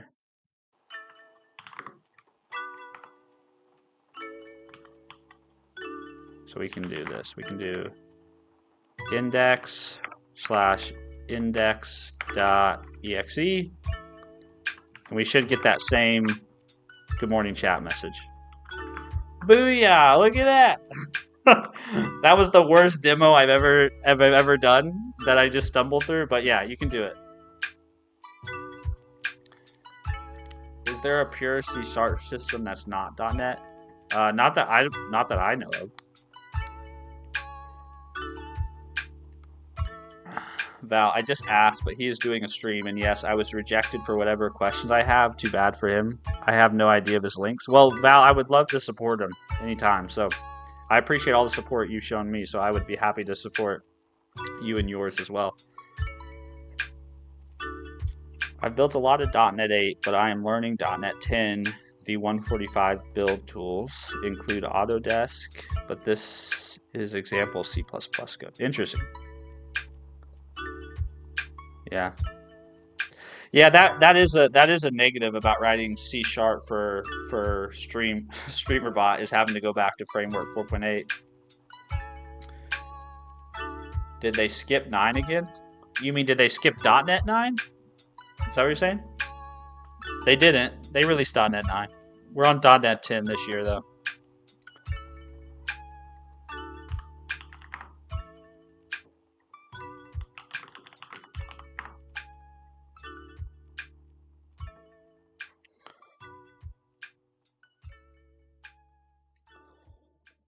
All right, let's try to. Should we try to add some code? we're like 2 hours into the stream and we're just now writing code for the first time. This has been fun though. I'm happy so far with the way multi-streaming and the dual formats working so far. I am sorry. I do apologize to you guys that I screwed up the Streamerbot commands and the alerts, but I'll have that fixed tomorrow. So my apologies. That's a me problem. Get that fixed.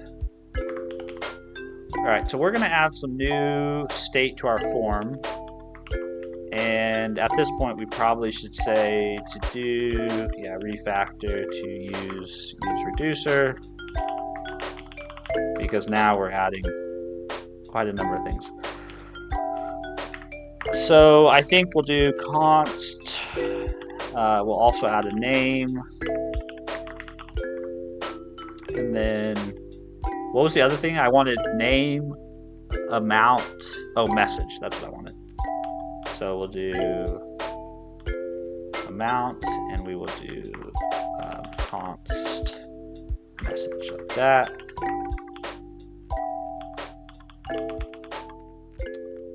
Thought maybe it was like Win 8 to Win 10. No, they did .NET 8, .NET 9, .NET 10. So the .NET team is currently, the C# team and the .NET team are currently on a yearly... Welcome to the party, pal. Thank you very much for... Welcome to the party, pal. Oh my goodness, what is happening? Welcome to the party, pal. I think someone just gifted. Welcome to the party, pal. Oh my goodness, did Val just gifts? Welcome to the party, pal. Okay, maybe the sound Welcome is to a the little party, annoying. I'll turn the Welcome to the party, I kind of pal. like it, but if you guys find the sound annoying, I will turn it off. Welcome to the party, pal. Welcome to the party, pal. Val, it does work. It does work. Welcome to the party, pal.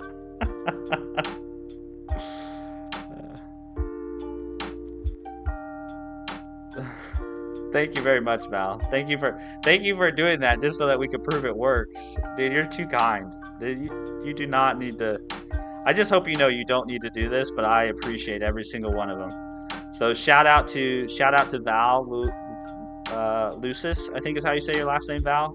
I'm confident I know how to say your first name. So thank you very much, man. That is super, super kind. Thank you. I'll get these alerts worked out so we can give you proper credit for the gifted memes. Thank you very much. John Lou, I don't mind the sound. Oh, cool. I hope if you guys ever don't, if anything is too like, I'm very sensitive myself to sensory experiences, particularly sound. So if anything bothers you guys, just let me know. I'll be happy to tweak it to make it less annoying. 10 gifted is crazy. 10 gifted is crazy. But get this, Val has gifted like 50 members before, I think. I think he gifted 50 or 100 members at one point. So he has whole other levels of crazy.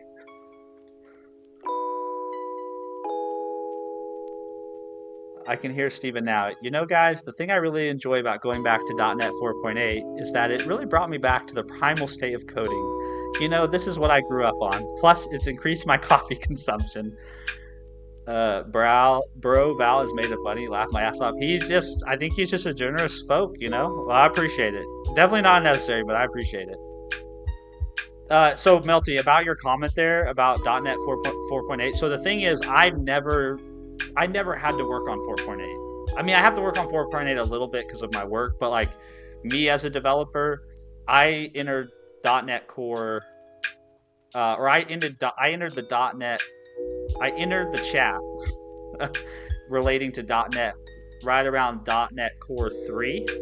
So I sort of missed all the pain that occurred going from framework to core and then the first couple versions of core. I really missed all of that pain. So I try to be super empathetic with people when I bring up .NET. I know there's a lot of people who have a really bad taste in their mouth because of all that experience, and I just don't carry those scars with me. And I hate rehashing the past. So when people bring up like, well, .NET 4.8 is shitty and the early versions of .NET Core were really fragile and yada yada yada, it's like I'm guessing all that was true. I wasn't around for it, but modern .NET, new .NET is kick ass. So let's just do the kick ass thing. Milty, now you get to learn the pain. Well, if Streamerbot requires me to go write .NET 4.8 code, I might just write my own .NET Core code and just call Streamerbot API externally or something. Sensitive to sensory, are you by chance on the spectrum? I don't think I'm on the spectrum. I think that's something like a doctor definitely has to diagnose, right? I don't want to self-diagnose myself. But I will say, since I've had kids, and maybe there are some parents in the chat that can vouch for me on this, but since having kids, I've become very aware that noise is very, very stimulating to my nervous system for whatever reason. And so I try to be super mindful about like how loud the space I'm in is, and I try to always make sure I have a pair of headphones with me because I understand my tolerance for things isn't the same as everybody else's. But I know as a father, I've become a more patient, kind, and gentle father the more that I've tried to protect myself from becoming overstimulated because a lot of noise is coming in. I know that sounds really weird, but that's something I've picked up on in the last, I don't know, 5 or 6 years. I didn't really notice it before kids, but since having kids, I noticed it. Bob Noel, I've noticed the same thing around my friends' kids. I have to leave the room sometimes. yeah, dude. It's not really, and it's not their problem. They're kids. That's how they're supposed to be, right? Kids are supposed to be loud, rambunctious, like that's what we want our young humans doing, right? Within reason, obviously.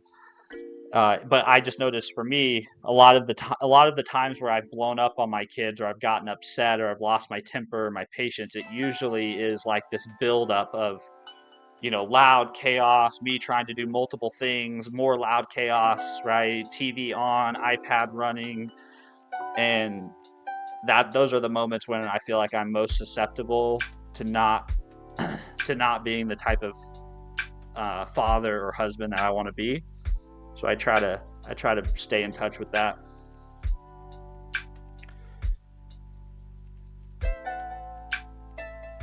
John Lou. For school, I still have to use Visual Basic 2010, which I think is .NET 4. It's a pain.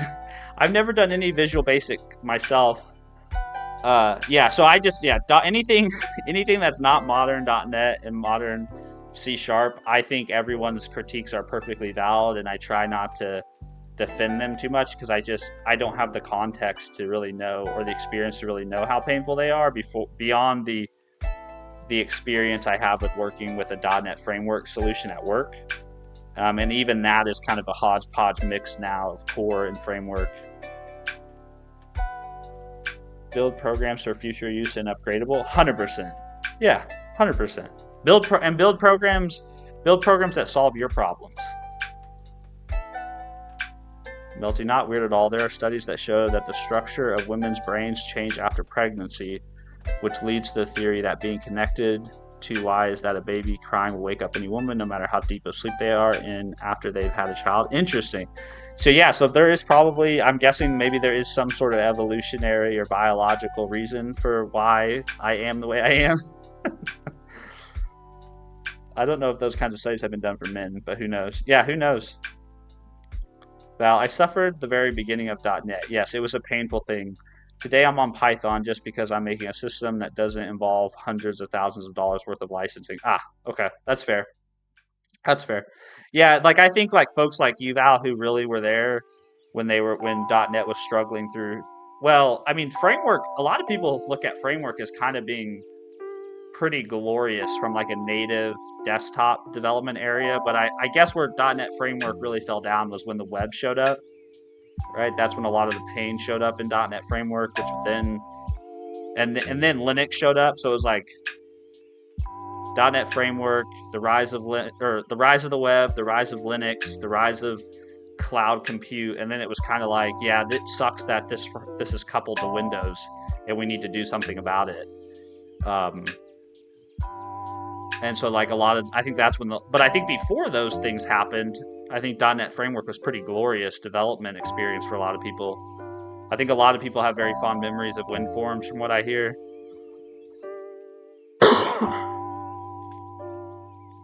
Yay, Linux. Yeah, Linux. I think Linux had a bigger impact on multiple communities than what people give it credit for, you know? I think Linux had a huge fuck WinForms. I think Linux had a huge impact on Microsoft in general, just as an organization, as a company. You know, Windows was the thing, and then the web showed up, and then Linux showed up, and then everybody wanted to build for the web and not for the desktop. And then it was kind of, Microsoft was kind of like, oh shit, we need to figure this out, right? And those forces really pushed Microsoft to become what it is today, especially on the developer side of the house. Open source, cross-platform. Yeah, without Linux and the web, you might not have .NET Core, right? We might not have it.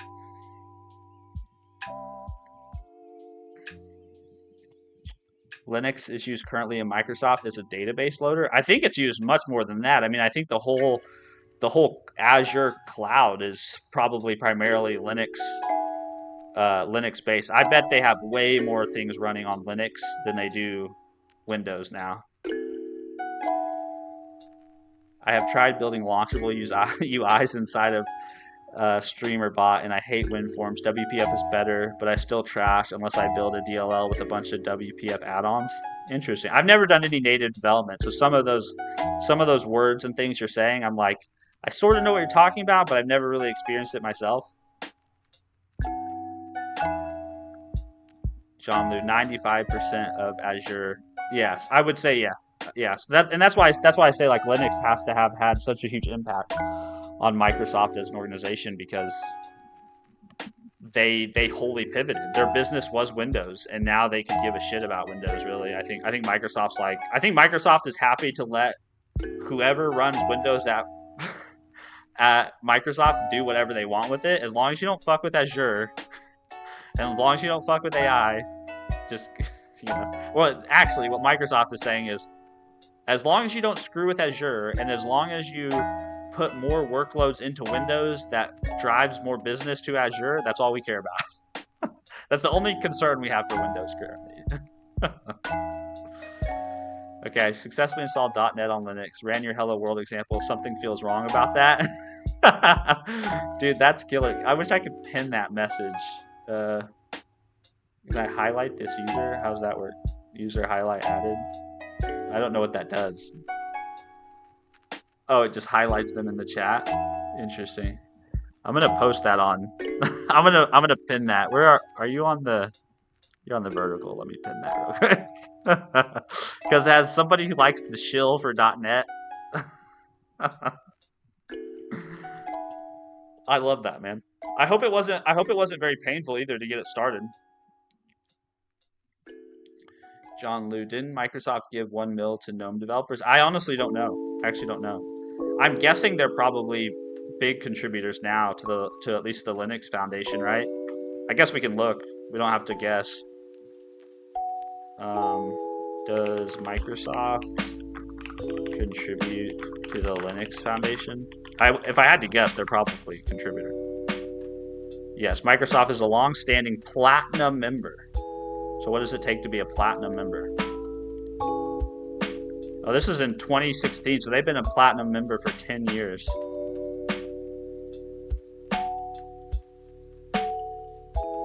So there you go.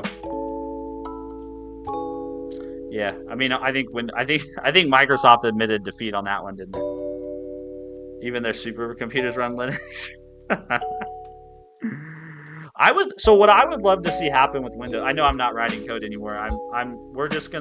Okay, this is not gonna be a productive stream. So if you're here for a super productive stream, it's probably not gonna happen because chat is chatting and I'm enjoying it. So I just want to say what I would like to happen for Windows is I would like to see Linuxy things come into the Windows ecosystem. Now, I think the problem with that is Windows has such a commitment to backwards compatibility. It has such a firm commitment to backwards compatibility that some of that I don't think is doable. But what I would love to see is I would love to see Windows move closer to Linux in terms of configurability, right? In terms of customizability, in terms of being able to strip things out that you don't want, right?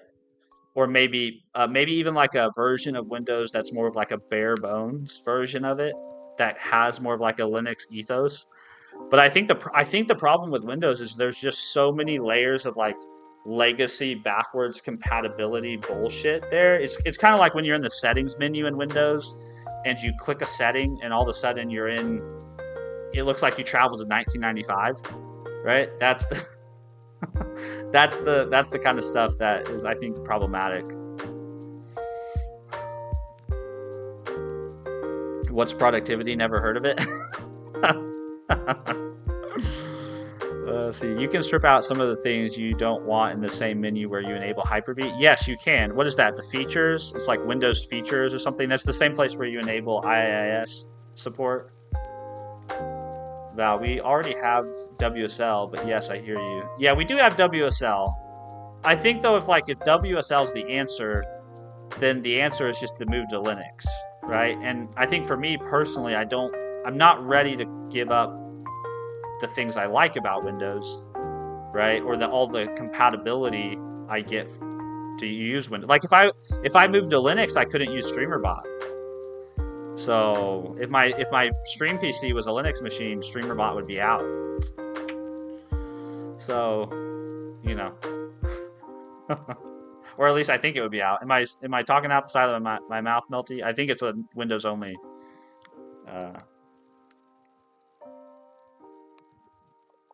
Jordan, the data guy. Highly recommend checking out Omarchi, Arch Under the Hood. It was built by DHH. Well, I like me some DHH. I like Jason Fried and DHH a lot. I've read all their books. I keep up with them. So I've heard of Omarchi. I've actually watched the 2 demo videos. I think he has 2 demo videos now that he's done on his YouTube channel. And every time I see it, I think, now that's aesthetic, right? That's an aesthetic. And I think the next laptop I get, this is what I've told chat in the past, Jordan, the next laptop I get is going to be a Linux computer for sure, and it'll probably start with Omarchi because I want something that's opinionated to start and that I can configure after the fact. Instead of WSL, we should get Linux subsystem for Windows. Yes, I mean that's kind of what I'm talking about, right? It's like that's my idea. Is like, could we get a version of Windows that's more like Linux, right, or embraces more of that Linuxy ethos?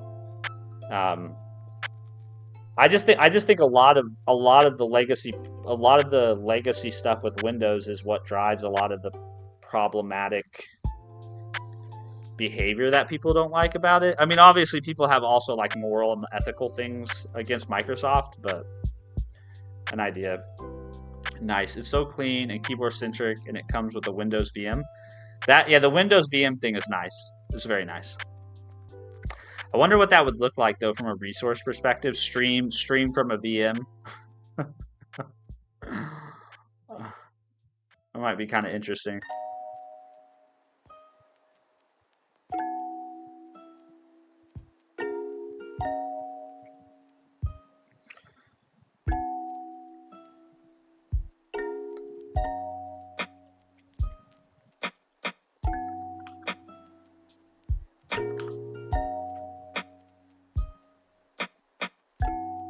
I just noticed the font was different in Streamerbot. There we go. That's much more on brand. You are correct, other than using workarounds like Win something or other, but you could always do dual PC streaming. I don't want another computer in my house to keep track of. I have more computers in my home than I do people that live here. I don't want to add another one.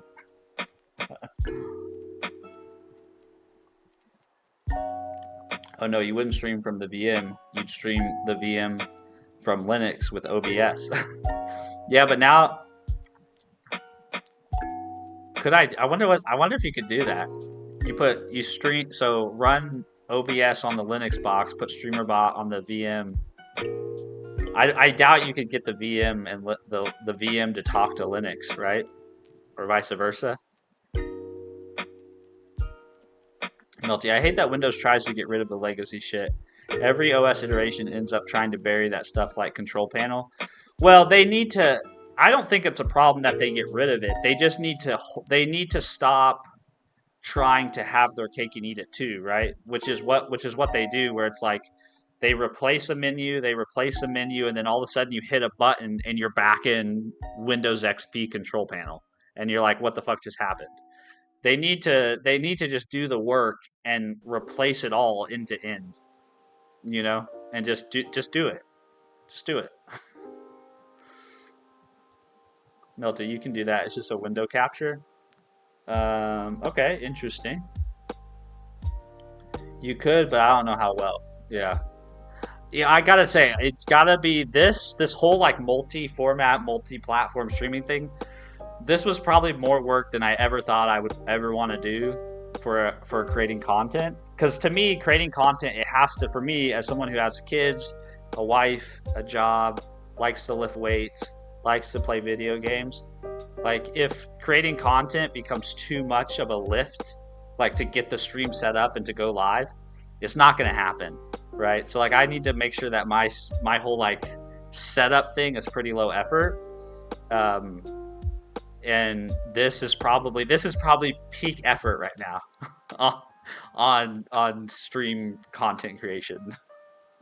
I'm sure if any of you guys have watched any of my videos are just, I turn the camera on, I click record, and I just go.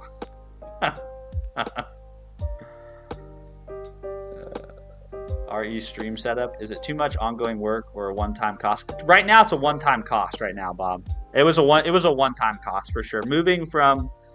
Moving my setup from OBS to Meld Studio and moving all of my stuff from Stream Elements into Streamerbot, that was the biggest lift. But once it's done, it's kind of a one-time thing, and then you just tweak it and change it as you want to. But it was a lot of effort to begin with. I sunk a few hours into it. Lifting weights just lift your computers, I guess. Nah, man, you gotta have a proper garage gym.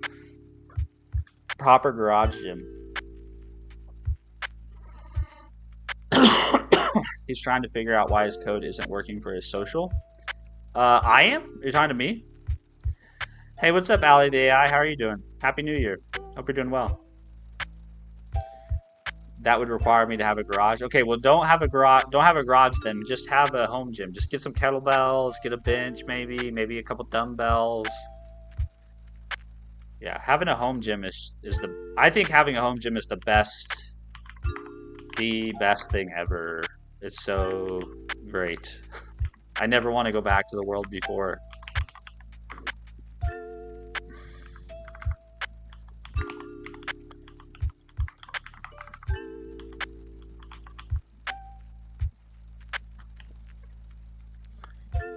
And now we need to add these to our form. So let's do amount, let's do name.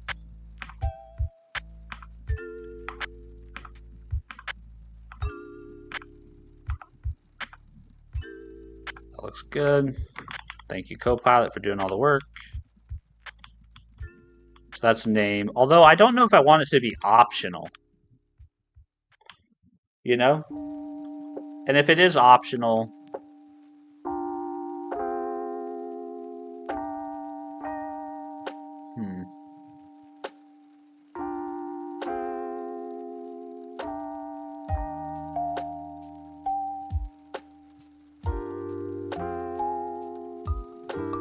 don't want it to be optional. I guess I could automatically set it myself to anonymous, but I think I'm going to make it required.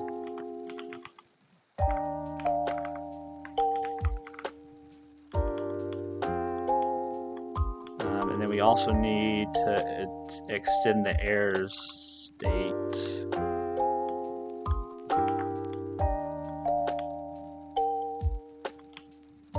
This is all going to get refactored at some point.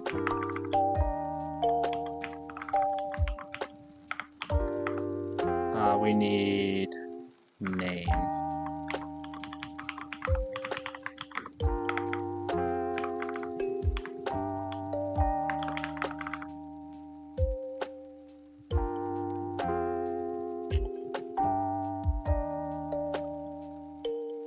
There's enough times where Copilot just did stuff that doesn't make the slightest sense. You could add a checkbox like click to make sure you're live, and Copilot will add optional. Like, what do you mean?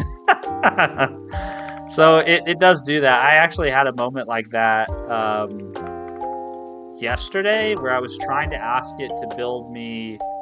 It was some sort of CSS thing that I was doing with relative and absolute positioning, and Copilot swore it was the right thing to do.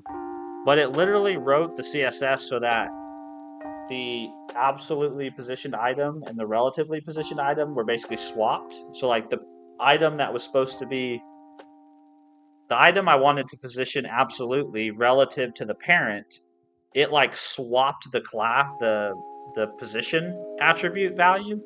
And I kept telling it like, no, that's wrong. And it was like, no, this is why it's right. But it's not always, the thing is like, it's not always like that. Sometimes Copilot hits every time, right? And then it's just like at some point, sometimes it falls off a cliff and I'm not really sure what I've done. I don't know if I've like polluted its context window or something. And normally I just start a new chat where I close the editor and reopen it. But yeah, Copilot has its limitations. It's great for a lot of things, but it has its limitations.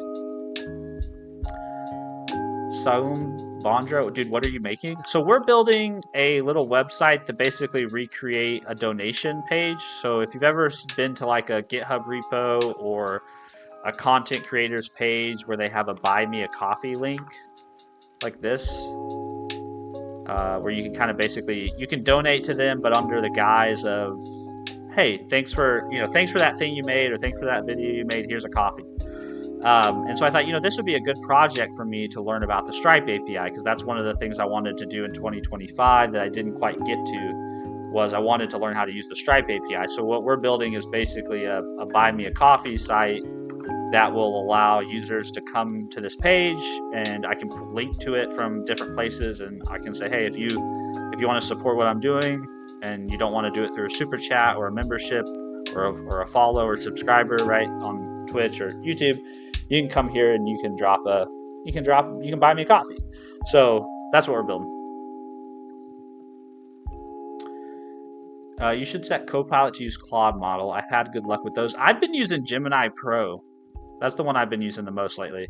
I use Gemini Pro 3 when I want it to really think. And then for like day-to-day tasks, I use Haiku 4.5 is what I use because it's like the cheapest.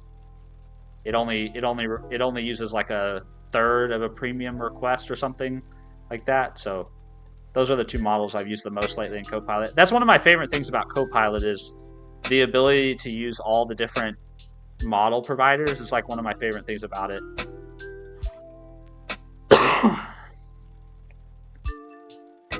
Like I pay for a Copilot subscription, I pay for a Gemini subscription, but through my Copilot subscription, I basically get access to a lot of the other models, which is nice. Claude is legit the only one worth a damn. Gemini is okay, but once you try Sonnet or Opus, you won't go back. So I think I have access now in Copilot. Let's see, GitHub. I think I have access now in GitHub to Opus, I think. Let me see. Copilot. I think I can do... I haven't used it yet, but I think I have access. Yeah. Opus, is it Opus 4.5? Is that the latest one? Melty? I'll have to give that a try. I haven't used it at all. I think I just enabled access to it the other day. But I'll have to give that a shot. I use Gemini Pro 10 and ChatGPT 8. Well, I didn't know there was such a thing as Pro 10 and 8, and I didn't know they were versioned that way, 6.7 Alaska, but I'm glad to hear you've got some AI subscriptions too. Instead of coffee, make it beers. I don't drink though. That's the thing. I don't drink. I don't have a problem with anybody who drinks. I don't have a problem with people who like to imbibe. I've never been a consumer of alcohol. It's just not my cup of tea. That's like last night on New Year's Eve, me and my brother-in-law and my son, we played Arc Raiders till about midnight. That's how we rung in the New Year's. That's much more my speed.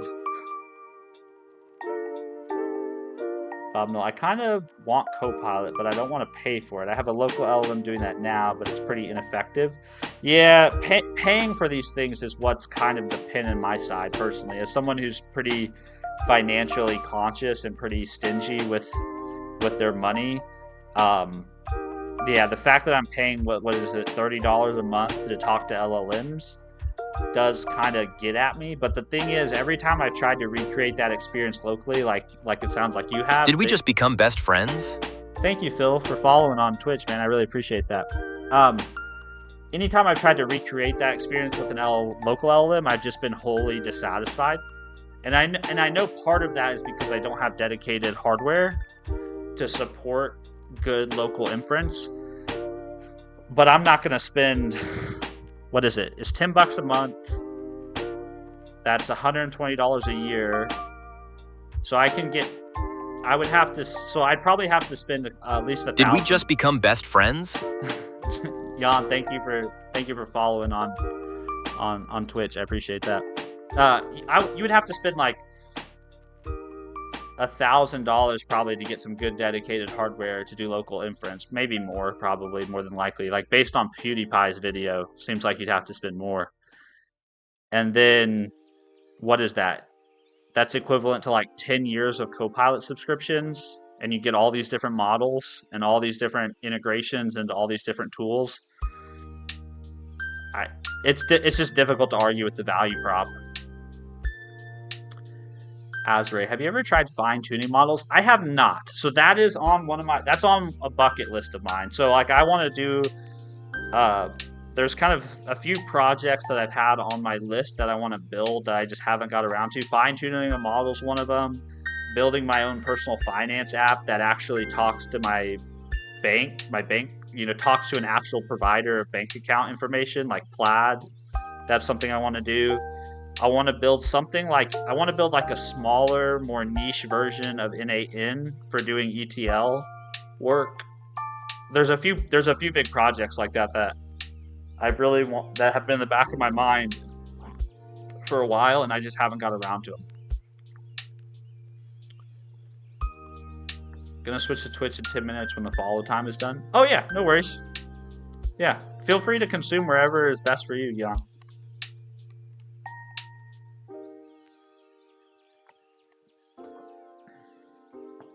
Can you do that live? Always wanted to learn. For sure, I can bring you along. Yeah, man. Let's do it together. We can all learn together. I'm learning like you guys every day, so I think I think that would be an awesome on-stream project to do. I'm guessing we have to pay some money, so I need to figure out what's involved, right? Because I think I would need to actually buy some compute. I don't have the local compute I think required to do the fine tuning, so I think I'd either have to use like a Google Notebook and hook a GPU up to it, or I guess buy some actual compute on on somebody's cloud, or be willing to let the training run for a very long time. Maybe, I don't know. But I think that would be an awesome project. Let's put it on the list. We have an ever-growing list of things to do on stream. When I say ever-growing, it only grows. It only goes in one direction. Let's see. We'll add fine-tune a model. I think we should put one restriction on this. I think we should say fine-tune. I don't know what the right word is. Open source? I don't think that's really the right word, but an open source model. So one that we don't have to pay someone for. Like, I don't want to do fine tuning on the OpenAI API, you know.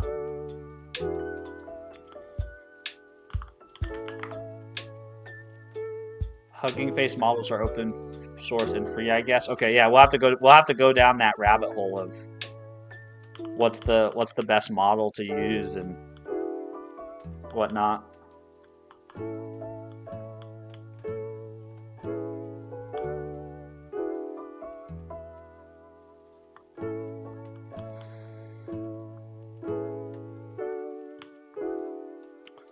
So we have our message.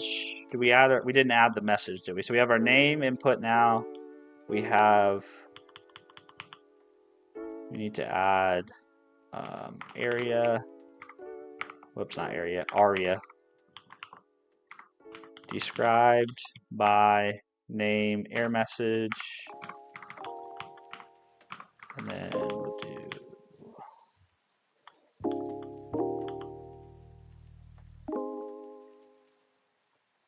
I just realized I don't think I have IDs.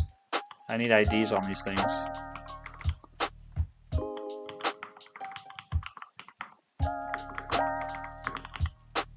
That's a bug. So we have ID, email error message, we have amount error message, we need the name error message now. Hey, what's up, Inuvate? Hi, how are you? Happy New Year. I'm doing well. How are you doing? Also, Happy New Year to you as well. I hope you're doing well, man. I hope 2026 is everything you hope it to be and want it to be.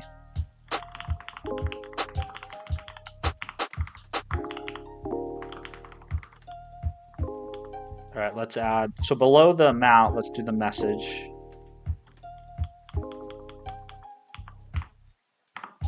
I'm a big fan of just vertical forms.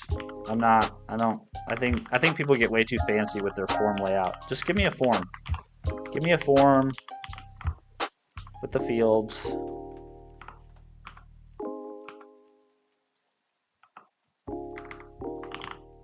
Now we don't need an error message for this though, because this is always going to be optional.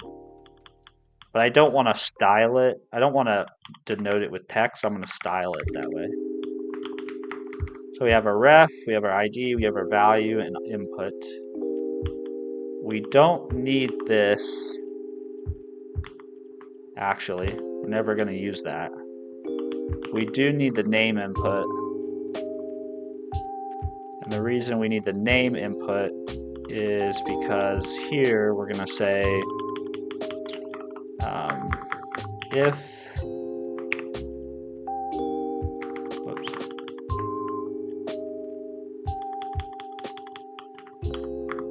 we need a, what do we need? We need a message? No, not a message, a name. we're going to say if name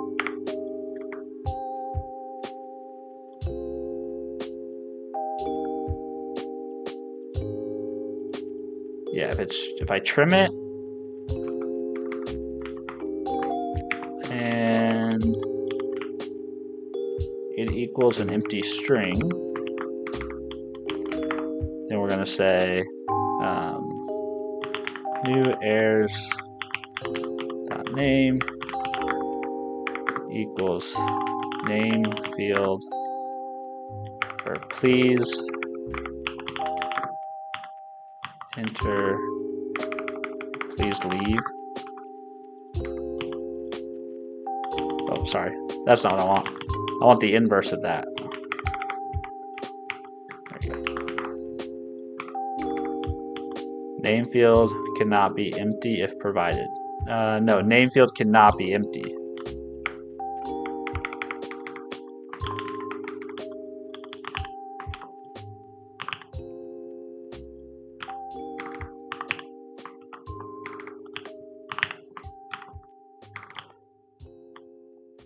VI, there we go. Please provide your name.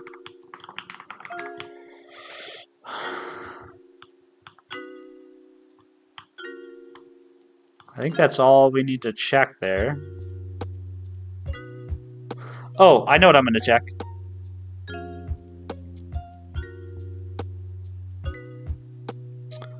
I want to check. So I'm going to say min, no, max. I want a max length. Does it have a max length? Yeah, max length. What's a good max length for messages? Maybe 500 characters? Maybe 250? Let's see. Let's see what the Buy Me a Coffee website does. I'll just do whatever they do. Buy me a coffee.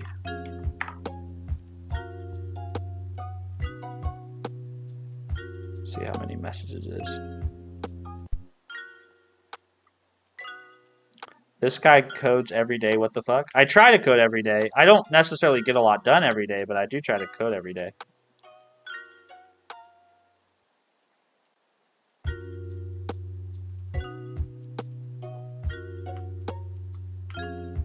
I wonder if they say how much their max.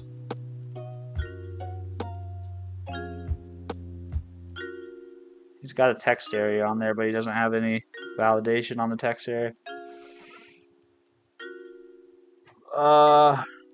Okay, well, maybe they don't have a limit. Good limit for messages. I think Twitch or YouTube messages are like 200 characters.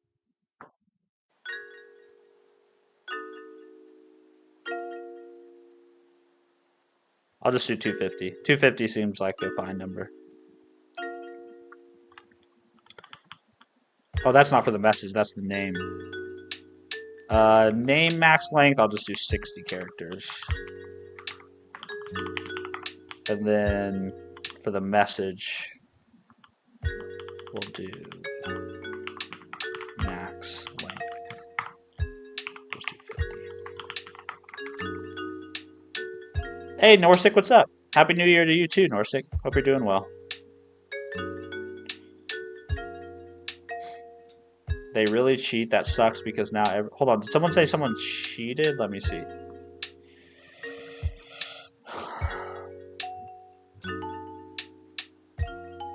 $199. Used Git for the first time, and GitHub uploaded my first simple but personal project. That's awesome, dude. Congratulations. I need a soundboard. Let's clap it up for $199. Let's get a sound effect in here. Clap sound effect.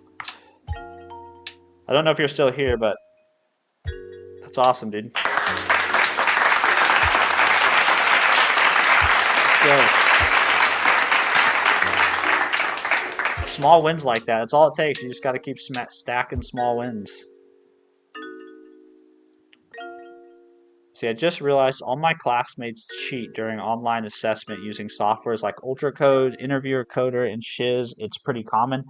Well, that sucks. They're not cheating anybody but themselves, man. They're not cheating anyone but themselves. So just let them do their thing and you do your thing and you'll be better for it.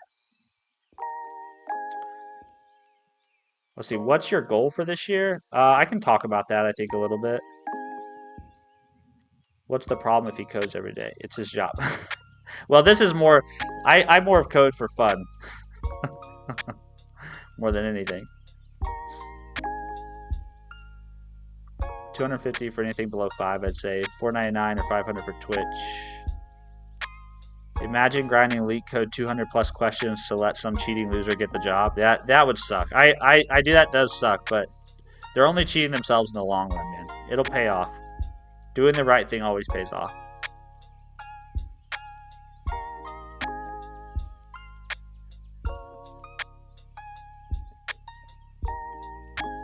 I think it depends on how you want to store to DB is not the case. I'm just going to store it as a string. So I'll just do the validation client side and server side. But 250 characters is well within what you can store in the database. So I'll be fine. I'm just using SQLite as the database. What about the people whose name is 2,253 words long? Well, them fuckers are shit out of luck. I've fallen really behind on chat. I'm trying to catch up. Good morning, Filthy Potato. Good to see you. Message doesn't have an end.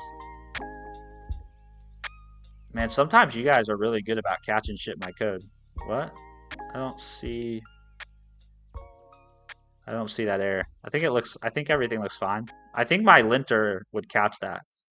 I think the LSP would catch that if I had misspelled it.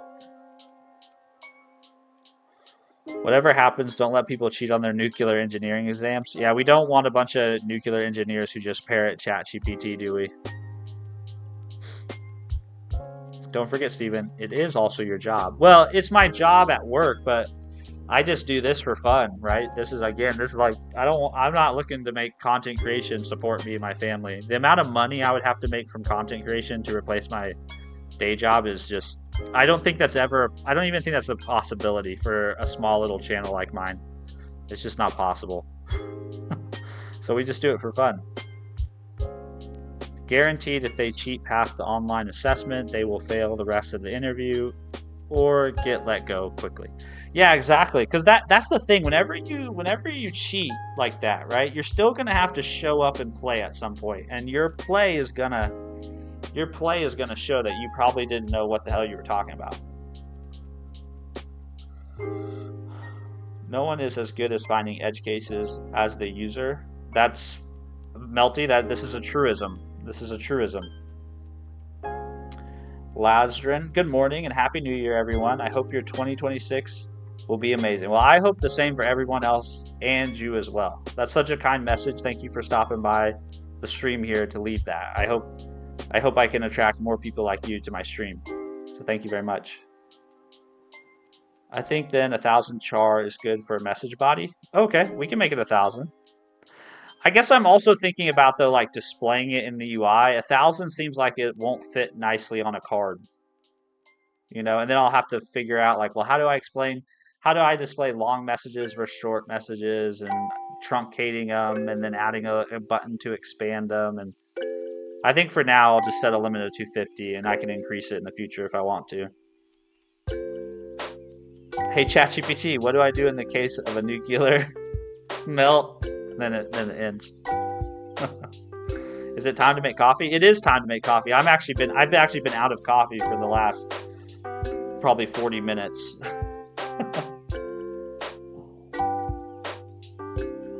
$60K a year for tech support on top of your current job. I wish. If I could make an extra, my goal has always been, and it's still a goal of mine, going back to like our 2026 goals. Somebody asked about my goals for 2026.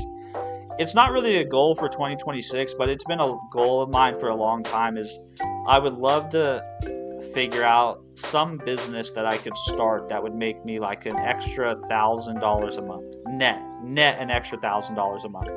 I would love to either make some sort of micro SaaS or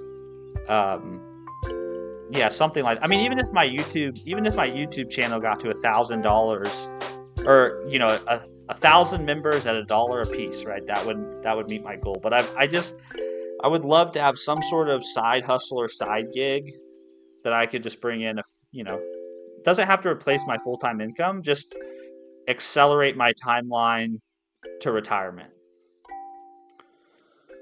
Drop shipping, yeah, drop shipping I think would be cool. I looked into drop shipping coffee at some point in time, and then I kind of stalled on that idea. But I think that would be a fun business, is figuring out how to have a kind of like a coffee business. I think that would be fun. I don't know. It's all these ideas I kick around. Make some coffee? Yes, we should make some coffee. For sure we should. Norsec, well, if you make a website, let me penetration test. Okay. That'd be pretty cool. 140 characters like old Twitter. There we go. Throwback. Melty, what are you building right now? A chat overlay? No, I'm not building a chat overlay right now. I do need to build. What I do want to build is, Melty, I want to build this scrolly text that you see for the members. I want to build a widget in Streamerbot to replace that. Right now, that's still coming from Stream Elements, but I want to create some sort of widget, some sort of browser source widget that I can use to replace that in Streamerbot. Which, if you say that Streamerbot has access to the members list, that might actually be what I work on today in my off time.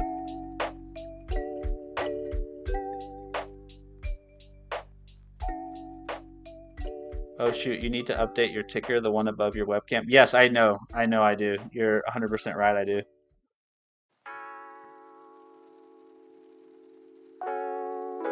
How about developer job in future? Will AI replace or will it help? I think AI for the time being is gonna help. I don't think it's quite there on the replacement front. It's definitely on. The AI is definitely going to be used by business people to justify reduction in workforce. That's how they're going to claim efficiencies. So there is going to be some replacement, just like reducing the number of people it takes to do stuff. But I don't think AI is going to wholesale replace software engineering. I'm in the middle, right? Like, I don't think AI is the end of the world. I also don't think AI is the second coming, right? So I'm more of a middle of the road person. Norsec, you're up 85 viewers. Very nice. When I was watching you had like max 15 viewers. You've come a long way. Well, thank you, Norsec. I appreciate that. I appreciate you being here for so long. Hop on Fiverr and sell your coding genius. Do you think you can make money on Fiverr? I have a Fiverr profile. I don't think my profile is particularly good, but like the question is, how do you get that ball rolling? If anybody here has freelance experience, I would love to hear your freelance advice. I would love to learn from you. Why not do bug bounties? Because bug bounties seem like you have to do a lot of work with no guaranteed offer of payout. Like, it seems like people spend a lot of time hunting bugs, and there's not really a guarantee you're going to get paid because you may not find a bug. So it doesn't seem like a good use of time.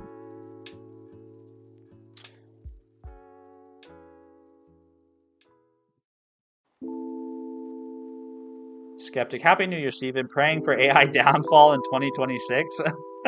Well, Happy New Year to you too, Skeptic. And I hope the AI downfall is not so much as a downfall as more as like a slow sliding or slow cranking down of the AI hype. Like, just turn the AI hype down, like turn it down like 3 or 4 notches on the volume scale, and I'd be happy.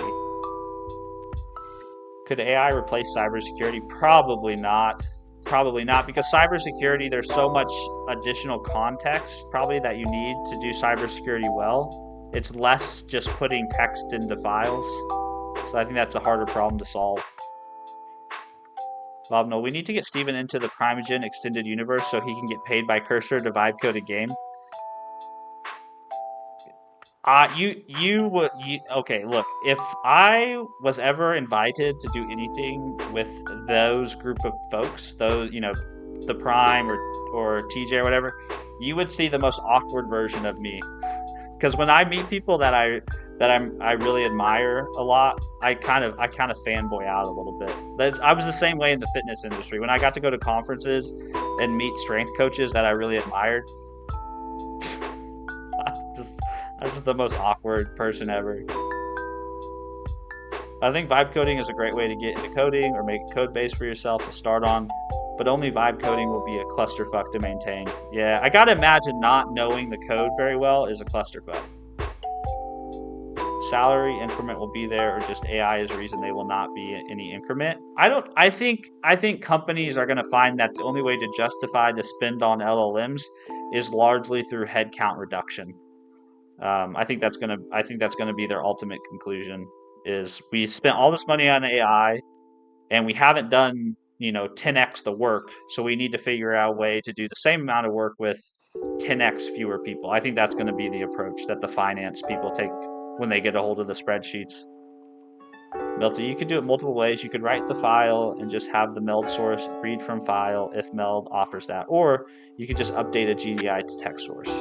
Okay, I'll explore that. Fiverr is great, but I think for what you do, you would do better on Upwork. Okay, I'll have to check out Upwork. I think I have an Upwork profile too.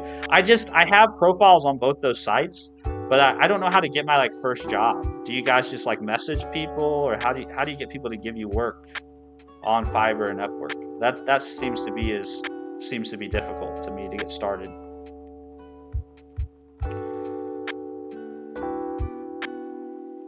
AI can find edge cases. Cybersecurity seems to be heavily focused on exploiting these weird combinations of things. Cybersecurity too seems very heavily skewing now towards governance, risk, and compliance. Like, a lot of cybersecurity work is about satisfying government regulations and requirements. Do hackathons? They probably have a lot of money pool. I don't know. I don't know about the competition thing. The competing for money thing, it just seems like a bad approach to earning a consistent income. I never asked your favorite video game. My favorite video game right now is probably still Call of Duty, but I started playing Arc Raiders last night, and I had a lot of fun with that, so I'm probably going to continue playing Arc Raiders. I've been watching a lot of the streamers I watch, Tim the Tapman, Nick Merckx, all those guys play Arc Raiders, and so I've been kind of watching them. But Call of Duty is probably still my favorite video game. I play a lot of first-person shooters. The AI hype is biggest. Warriors are management business types. Yeah. There's a lot of the AI hype is largely driven by people, I think, that aren't really technical folk. There are people who think that AI has enabled them to be technical folk. So they think they can get rid of all the technical folk. The one thing AI will never replace is the testers, because no AI will click on the back button 5 times. This is true. This is why it's good to be in quality engineering. You just get paid to figure out ways to break shit. All I do is vibe code. It is a clusterfuck. I have made some good headway with creating workflows and files specific for saving memories, and then ensuring that the AI both reads those memories before it does things and updates them after it does things. That's interesting. Yeah, very cool.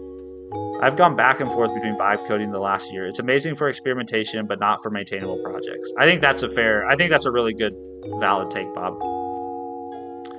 But I am learning, I promise, just really, really slowly. Well, dude, the only race you're running is your own. So you're fine, man.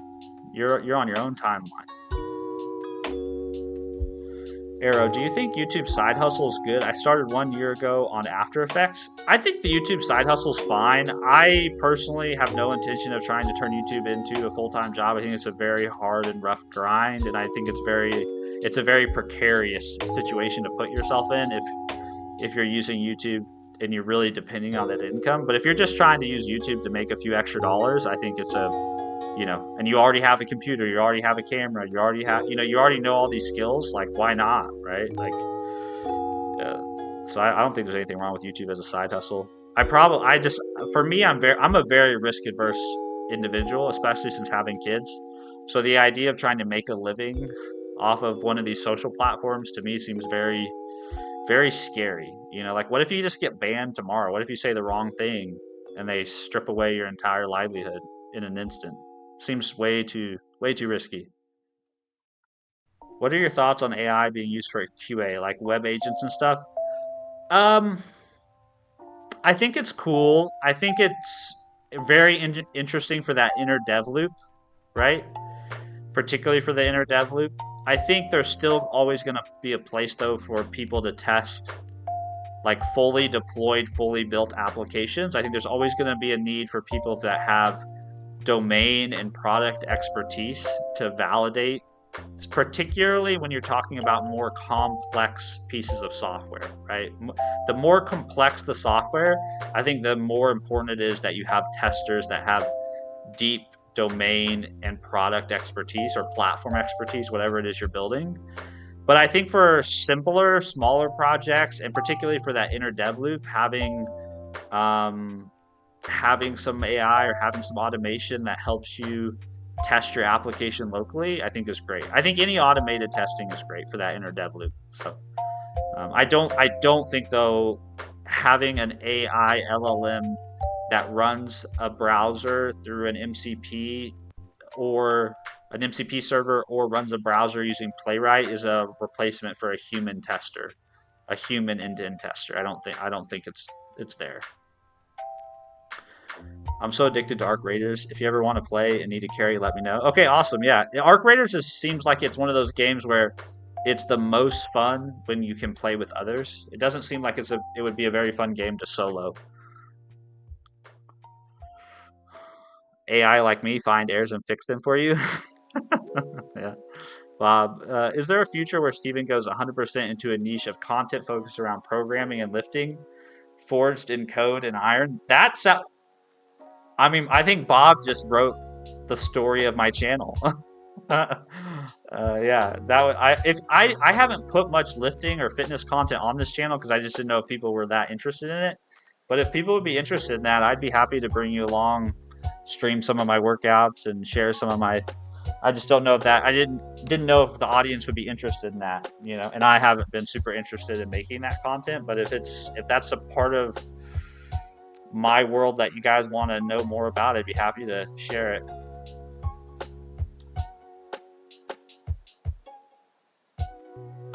Let's see. As a learner right now, I avoid AI wherever I can. I think that's probably the right choice, 199. I think whenever you're in a learning context, you need to be very, very intentional about the way you use AI, for sure. Warframe. I've never played Warframe, but Rampless swears by Warframe. We should have gaming night on Discord. I think that'd be a blast. Yeah, I think that'd be a blast. There is a gaming channel too. There's a gaming channel too in there. AI has led to a decline in mental capability. I'm afraid people may forget how to think. I think this is a valid thing. So as someone who's used Copilot a lot to code for weeks on end, when I got to the end of those weeks, I lost something. There was something that was missing. There was something that I was very productive, but there was definitely, when I turned Copilot off, it wasn't that I had forgotten anything, but it was definitely that I was not as quick to recall things as I was previously, which I don't terribly like how that feels a whole lot. Yeah, you don't want your brain turned into mush, that's for sure. I play a lot of Minecraft. Nice. Nothing wrong with some Minecraft. 6-7 Alaska, I really appreciate you're here, and you've been such a generous and kind chatter, over the last couple months, but your messages still stump me, man. I'm sorry. They're still stump me. Filthy Potato, my chat isn't working. Only I appear, LOL. So are you you might be in vertical, you might be in the horizontal chat. So the vertical and the horizontal chat on the actual YouTube platform don't link up. So they don't, and the same thing with the Twitch chat. Twitch chat, the only way Twitch chat can see YouTube chat is through my screen. And the only way horizontal YouTube can see vertical chat is through my screen. But vertical YouTube can't see anything that's going on Twitch and horizontal YouTube. So if you're over there on horizontal, or if you're over there on vertical YouTube, maybe that's why.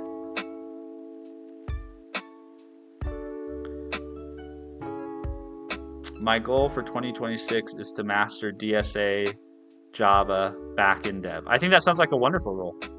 I think that sounds like, I don't know if, I think mastering might be putting a big expectation on yourself, but I think getting better at it, getting good at it, right? Maybe that's a better metric to use.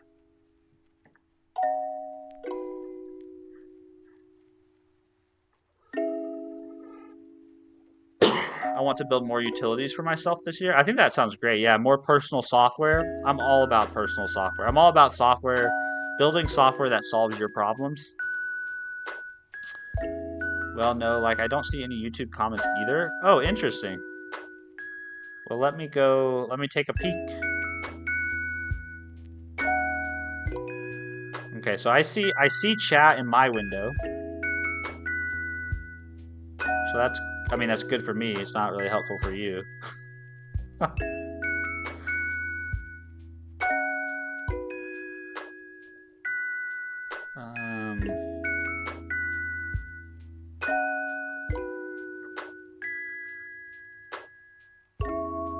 Yeah, so Filthy Potato, you're in the horizontal feed and there's nobody else commenting in there but you. So you won't see any of the chat that you see on my screen. None of that chat will show up where you are, because a lot of that chat is coming from the vertical stream on YouTube.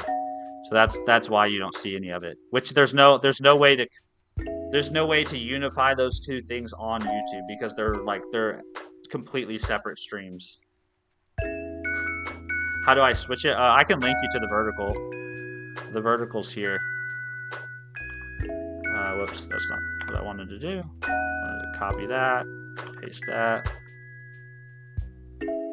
One sec. I'll get you the link. Yeah, this is a problem with the current setup, but I'm not sure.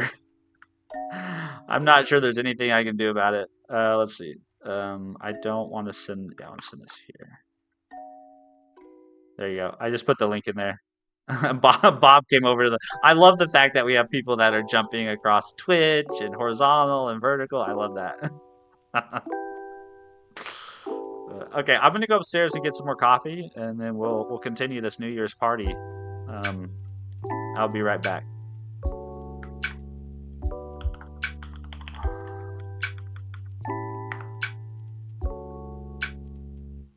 I don't know how I messed that up. Laughed my ass off. I made it. Oh, you made it. You made it. Great. You made it. Wonderful. If you're gonna hang around here, that's awesome. Maybe this would be a good time for you to go get yourself a hot beverage too. If you're gonna leave because I'm gonna be out of my chair for a couple minutes, I totally get it. I don't expect you to stare at an empty chair. But if you are gonna stick around, I will be right back in like 2 minutes. So I'm gonna mute myself. When I come back, if I start talking and I'm muted, just let me know. I'll be right back.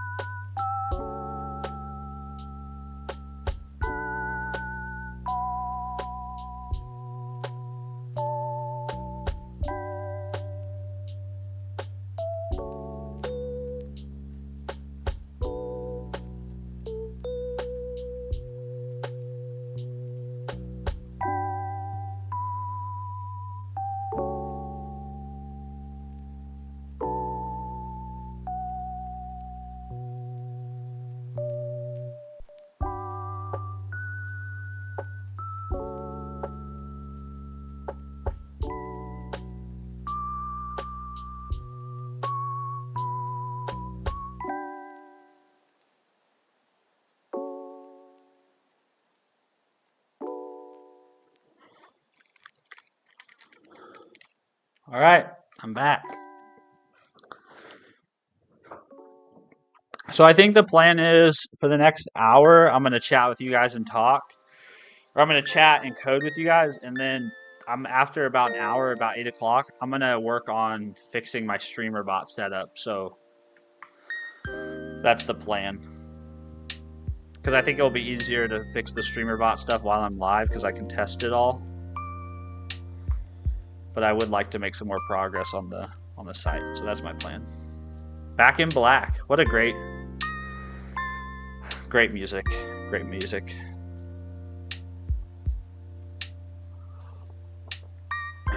The BRB screen is kind of cool, by the way. Oh, thank you very much. Yeah, that was a... I think chat came up with that idea. I implemented it, but I'm pretty sure chat came up with the idea. I try to do as much things as I can do in the terminal. Like I built a, if anybody's seen my latest YouTube video, I built a tier list creator in the terminal that I'm super proud of. I've been showing it off to everybody who will stop and look at it. I just feel like my brand on my channel has largely became me working on stuff in the terminal. So I feel like I need to stick to that. Yeah. I'm ranking the social media platform. D tier. Let's see. Social ranks.json. And then you can restore that same state. You can say open social ranks.json. Pretty cool, right? He knows where FB belongs, good man. Dude, Facebook has turned into a very weird platform. At least my Facebook feed has become a very weird place. It's like intermixed with these really great posts of my family and friends, and then there's like influencer stuff in there, and then ads from spammy looking companies. It's a weird place to be now. I only open it occasionally to get an update on one of my friends having a kid from high school or getting married or stuff like that. But it's a weird place. I don't even use social media anymore for 3 years now. Wow, you gone cold turkey, huh? Impressive.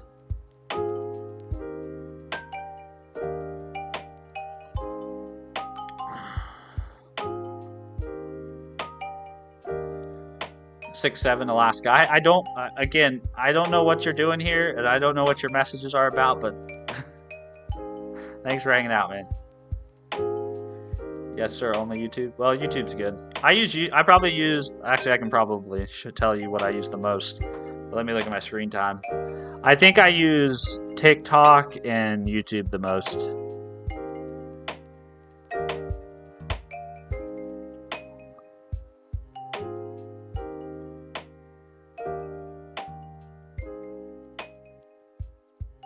Yeah. Here's my screen time. I don't know if you guys can see that. Let me see if I can get it to focus. Will it pull focus? I don't know. Yeah, I don't know if you said it's YouTube and TikTok are the top two, followed by Netflix. But YouTube is like 2x TikTok. I spent 6 hours on YouTube this week, and TikTok I've only spent 3. I don't want to see my desktop screen time. I'm at my PC all day.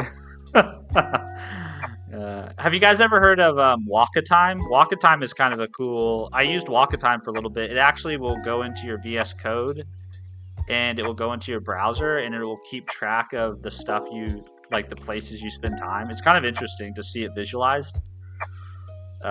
It's supposed to be... They bill it as a product for developers to see like what projects and stuff they're working on the most.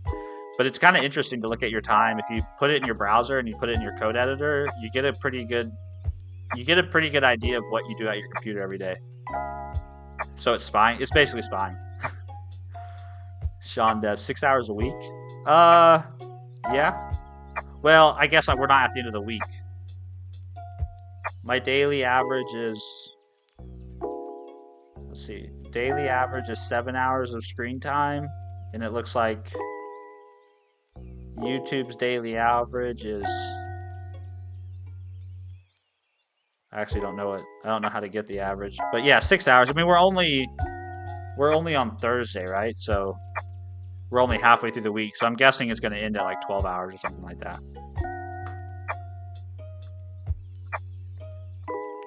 I think 6'7" Alaska is typing in the wrong chat.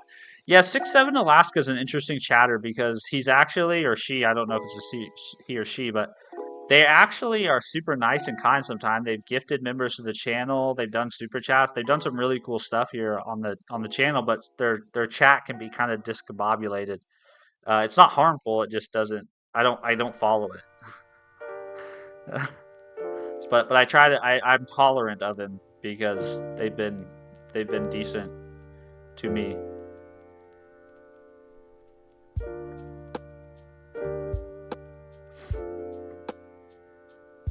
All right, looks like we're reaching a lull in chat, so we can do a little bit of dev work. I do try to I hope you guys know that I do. It's not that I don't want to be productive. I just try to prioritize interaction over the productivity, because I feel like if productivity was the goal, I probably shouldn't code and stream at the same time. I think I've said that before, and I'm sure some of you know that, but.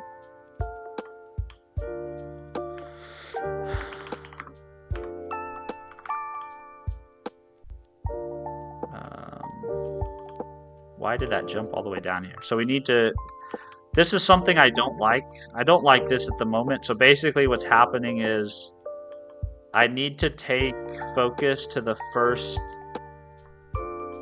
thing with an error based on order it appears in the form. So name appears before amount. So this should actually become else if, yeah, it should become this. And this is just good accessibility. This is like, according to, what is it, WCAG or World Consortium, based on their guidelines, you're supposed to take, whenever something errors on a form, you're supposed to take focus to the first input in the form that has an error, is what you're supposed to do. So that's why I have to have a ref for each of them. So name, amount, and then email. Yeah.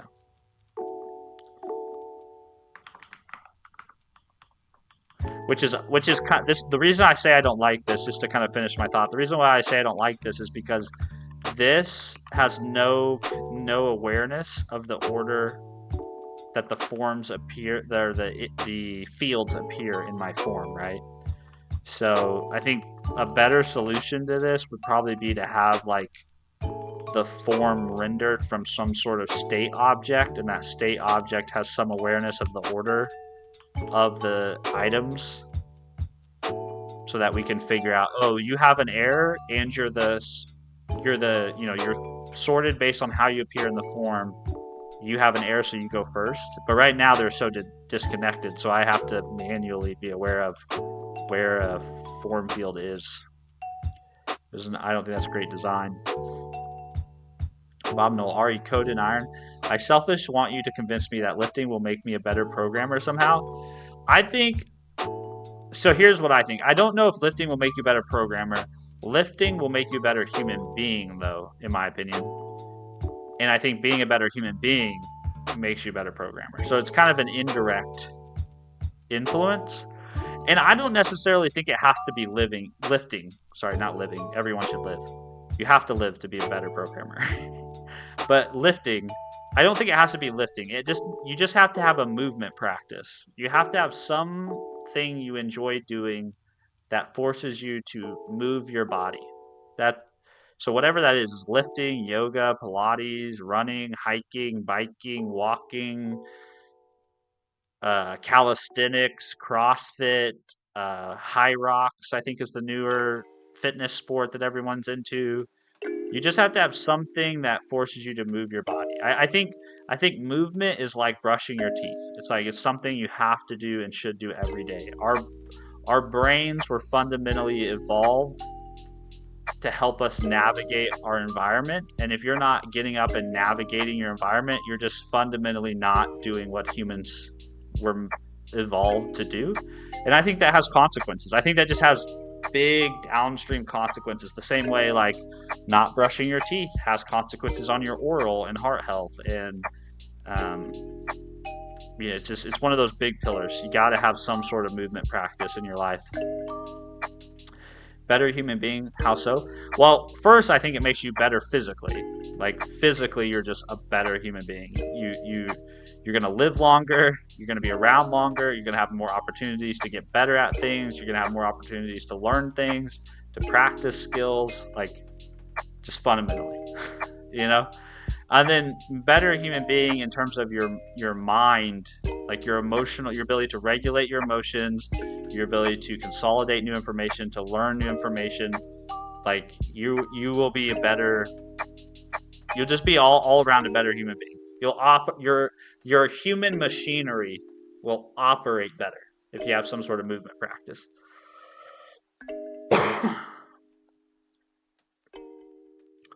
12-ounce curls with my water. Hey, whatever. Hey, look, I'm not going to judge what you do for your movement practice, but you got to have one. So if lifting your water bottles is what you pick, you know, so be it.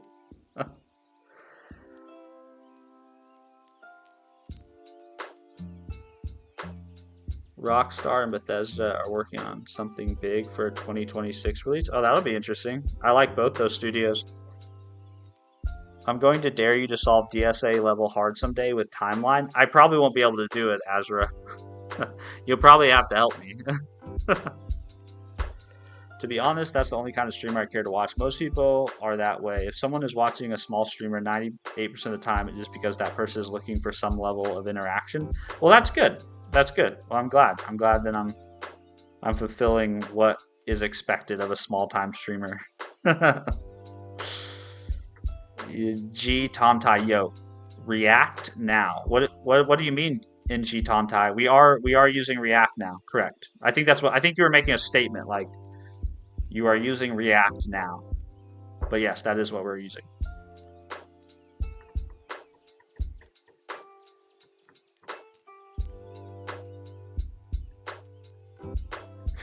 What stream are you watching? I have no idea what stream he's watching, but he's here, so.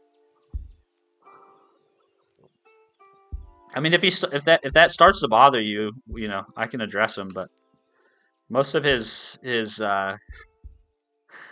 stuff doesn't seem harmful, so I just kind of let him spam on.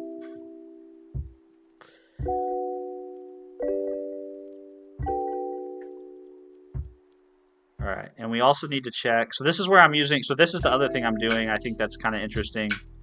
Is I'm using the built-in form validity API to do the validation. So I have a max length here. I have a min length here.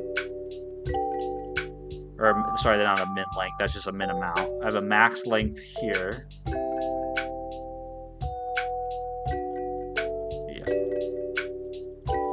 Which means Did we just become best friends? Thanks, Filthy Potato, for following me on Twitch, man. That's super kind of you. Thank you for following me in both places.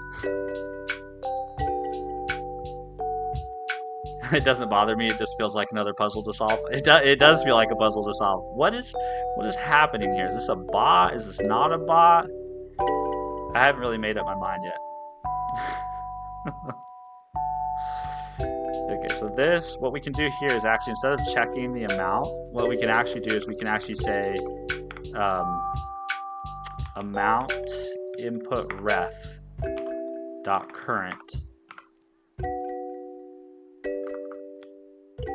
and we can do this. Range underflow. Is that the right property? The read-only underflow property of the validity interface indicates that the value of an input after having been edited by the user does not conform to the constraints set by the element's min attribute. Yes, that is exactly what I want to check. And then up here we can do the same thing for Milty. So I mentioned something to you yesterday. My understanding of it is that it's just a different formatting style for 3.js with different syntax, and basically cuts the number of lines of your code in half. I believe that this is not the only thing in the industry like this. Like, I think there's other languages that have forks like this. What is this type of thing referred to? Does it have a name? Is the name just fork? Milty, I'm not that. So for whatever reason, that word that you said, where you said, so I mentioned something to you yesterday, for whatever reason, that got censored. Let me see what it says on Twitch here.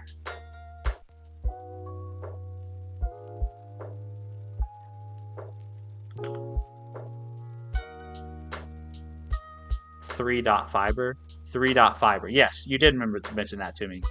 I don't know what you would call that. I don't know what the term of art would be. That I've seen similar stuff like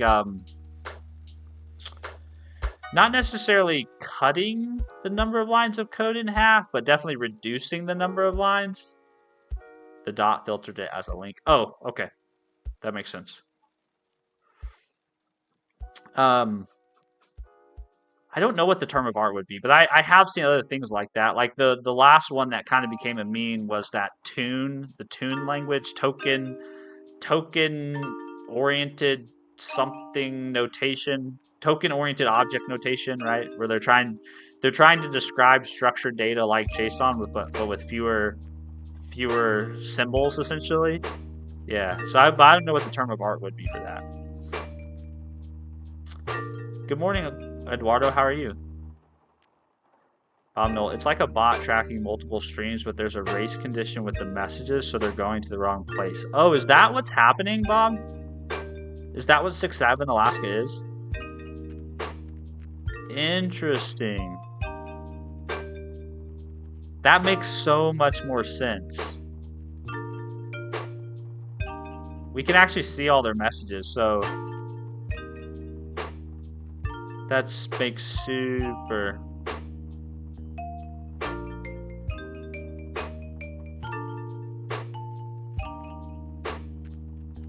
Huh.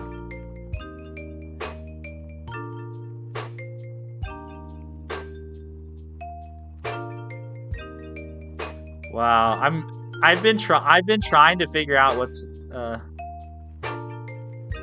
I'm a bot, Sean Deb, then I might have to ask question to me to prove I'm not a bot. Yeah, there's something off. There's definitely, like I said, there's definitely something off with 6.7 Alaska. I'm not sure what it is, but they've been a pretty kind and generous interactor on my channel, so I've just kind of let them be. But Yanlu, I got my tea. Nice, I got my coffee. So we're loaded up, ready to go. He's not a bot. The mystery continues. All Johnny, low your background music. You want me to lower it, or do you mean you love it?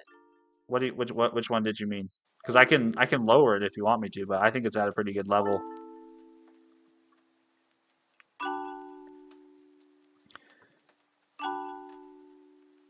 Should we make an encryption algorithm to decrypt Alaska's chat? Yeah, maybe.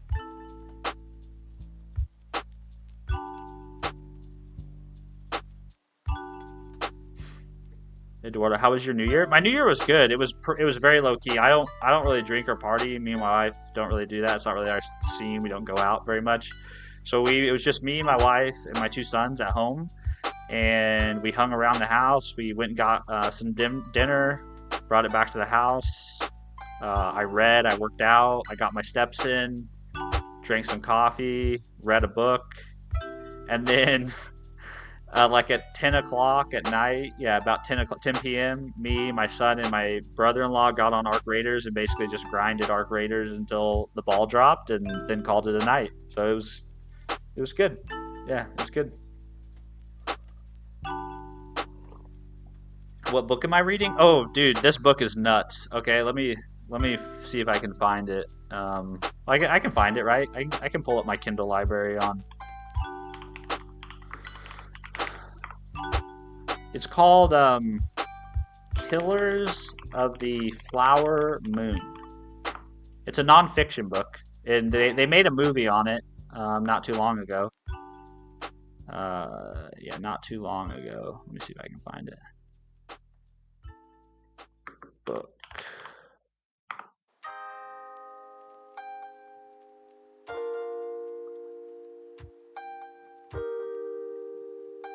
This guy.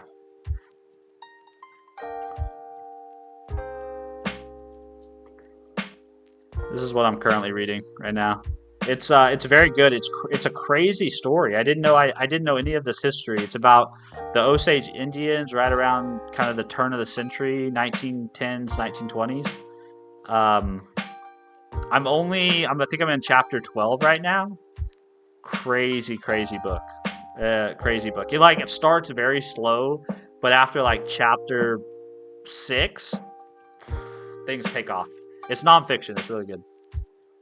Yeah, it's like a nonfiction book. I'm not really sure what the full story is about. It has something to do with the Osage and with murders that happened around the Osage Indian Reservation in Oklahoma right around the 1920s. And somehow it intersects with the FBI and Hoover and all that stuff. So it's kind of more centered around kind of an American history and whatnot. So it might not be super interesting if you're not American, but it's good. I actually have 3 books going right now. So I'm reading that one. I'm reading The Thinking Machine, which is about the founding of NVIDIA, which is really good.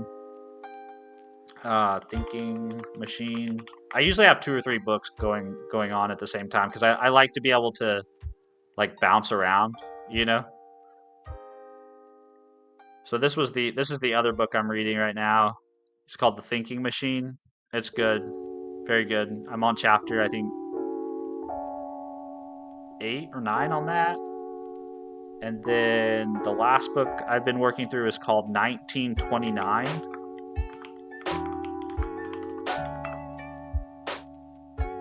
It's by Andrew Ross Sorkin. It's about the U.S. stock market crash, about basically the kind of the story and the people around the first U.S. stock market crash that led to the Great Depression, or kind of cascaded into the Great Depression. All very good books. I would recommend all of them. I always like to have kind of multiple reads going on at the same time.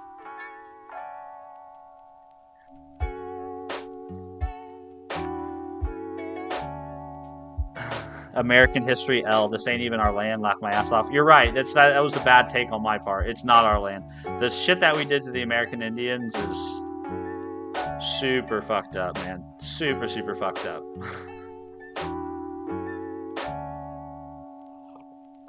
Steven, I've never learned about blockchain tech. I have a member, his name's Ulas, that hangs out here in my stream sometimes, and he is very much encouraging me to. So I'm implementing a website right now for taking donations through the Stripe API. And Ulas says that I should learn about blockchain, and I think he's probably right. I probably need to fill in that gap in my knowledge. And so he said a great way to learn about that would be to try to integrate some sort of like crypto or like blockchain-based payment in this website that I'm building. So that might be something we do at some point. But I don't have any experience or background in that world. CPU programming discussion from yesterday. Yeah, there's GPU programming and apparently there's CPU programming. Completely different things, and one pays better than the other. Sidal Lisadil. Hello. I don't know if I said your username right, but hello. Thanks for coming to my chat for the first time. It's kind of cool that Streamerbot highlights first-time chatters, which is pretty cool. So I can actually see like people that are here for the first time versus people who are not chatting for the first time. Filthy potato. I smoked the devil's lettuce and passed out before midnight. My youngest son did not make it to midnight. My oldest son did, but my youngest son did not make it to midnight.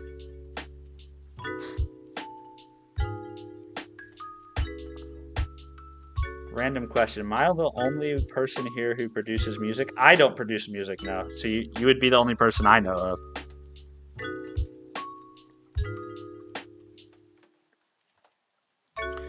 Alright. Code? Maybe? It's just Sid. That's odd. I'm pretty sure I asked you before and you answered me. Oh, well, it probably says your first words because I'm using Streamerbot. That's probably why. Sid. So it's probably not your first time, but it's your first time here since I switched over to Streamerbot. And I think Streamerbot keeps track of the users, the first time users, like in a separate, must be a separate database or something here locally on my machine. That's probably why.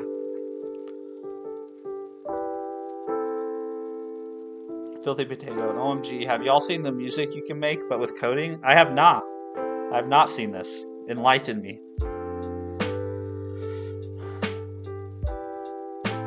For Twitch, it probably uses the API, but for YouTube, it has its own tracking. Interesting. So that's something Twitch keeps track of, but YouTube doesn't. I think that's a cool thing to keep track of from a content creator perspective. It's nice to see who's recurring and who's new.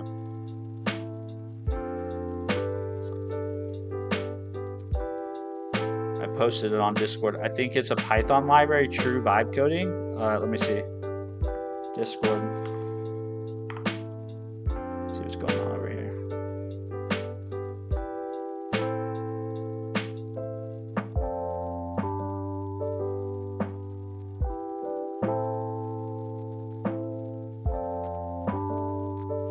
Oh, we got a bunch of new Discord members. We have 3 new people that applied to be in the Discords. I'm gonna let those guys in real quick. All right, where'd you put it in projects?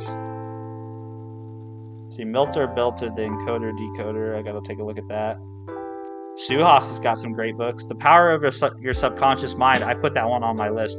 Suhas, How to Win Friends and Influence People. Well, Suhas isn't here, is he? He's just posting books in Discord. Never mind. I'm talking to nobody.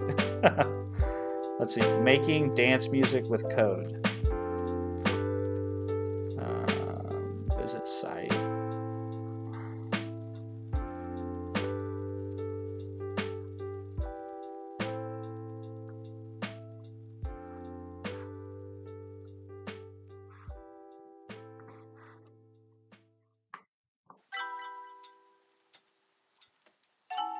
Wow, that is really cool.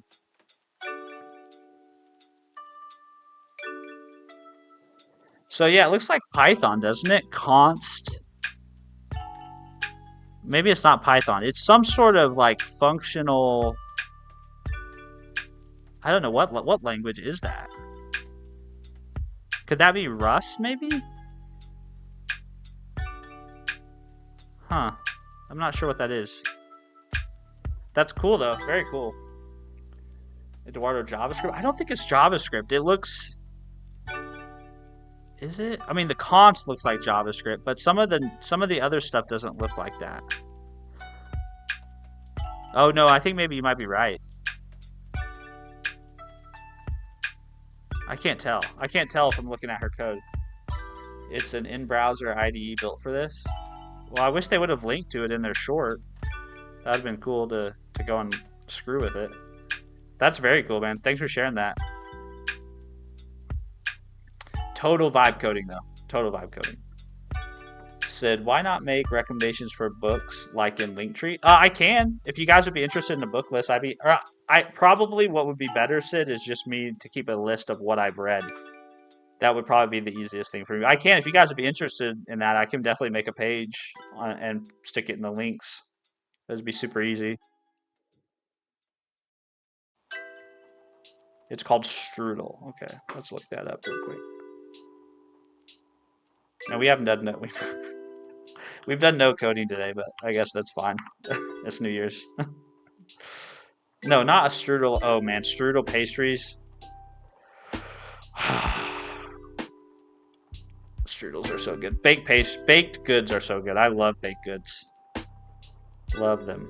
Strudel, music, coding. Strudel REPL.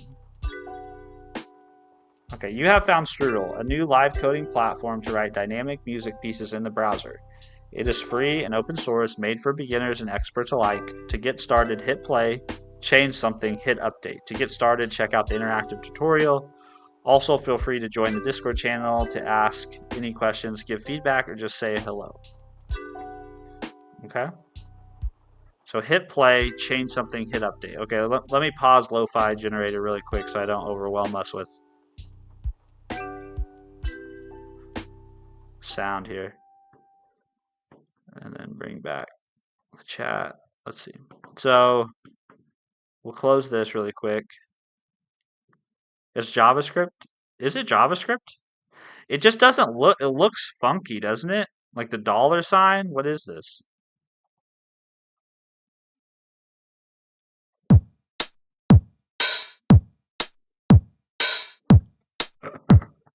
That's a vibe. So what's happening here? I have no idea. I know DJ Steven. So so I don't understand really what's happening. What are all these? I mean, obviously, I think I need to go read the documentation.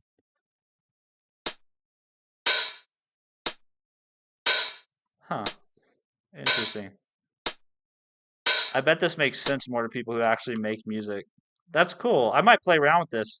I wonder if we could ask ChatGPT, like, hey, make me a sound with this code. Let's see. Check out the showcase for some videos on how people use strudels. This would be kind of cool to make my own tracks for like my stream, you know, something that's different than just playing lo-fi music all the time. I looked at using that AI tool, Suno, or there was some AI tool, the Primeagen and TJ were using that when I was watching their streams. I was like, hey, maybe I can use that.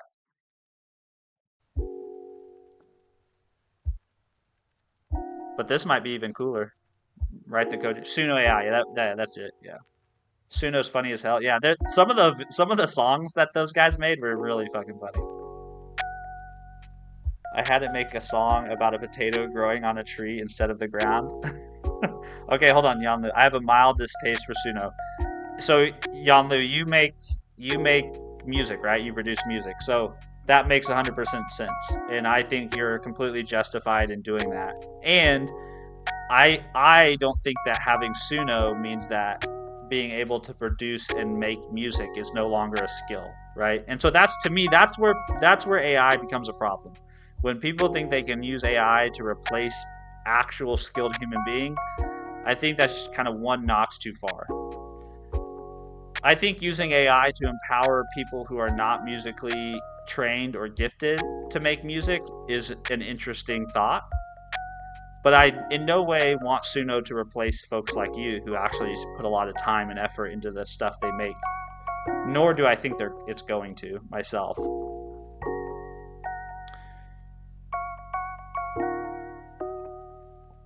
Exact 199. You said exactly what I was gonna. I'm gonna pin your message because you said what I've wanted to say for the last 6 months in many fewer words and much more elegantly than than I've wanted to say it. To be fair, it's less so me having an issue with Suno and more with the people using it, because some people think they're the next Beethoven when they're just a Reddit mod. Exactly. So those are the people I take an issue with too, Jan, especially in like the vibe coding space or like the software engineering space. I feel the same way. I feel the same exact way you feel. It's like it's fine to use these tools to empower you as an individual to be creative and do things that you otherwise wouldn't have been able to do. But to think that because you can vibe code a small little application means you can now replace the guy who keeps Cloudflare running with AI. Yeah, I think that's where these two things are different. These two are similar, but not same. Same, but different. Yeah, for sure. We already know what happened when that guy got access to Cloudflare. Yeah, that didn't go so well, did it? Same, but different, but still same. Okay, that needs to go in the text-to-speech thing, right? That needs to be a text-to-speech thing. Hold on one sec. We're gonna use Speakerbot. Shout out Speakerbot. But still same, but different, but still same. That's from a movie, right? Same, but different, but still same. What's it sound like when David says it? This is the Microsoft guy.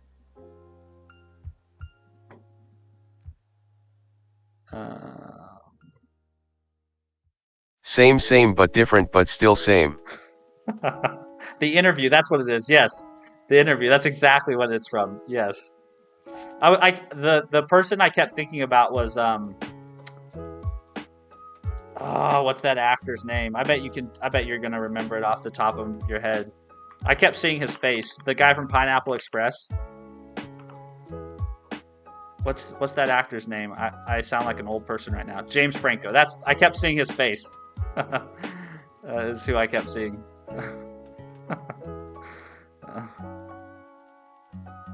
6-7 is Alaska's a bot, right? We're pretty sure, Dira WJ, we're pretty sure 6-7 is Alaska is a bot, but at times it doesn't seem like a bot. It's also super chatted me a significant amount of money, and it's also gifted subs before, which doesn't seem like bot behavior. So I'm very confused about the whole thing. I'm very conflicted about it.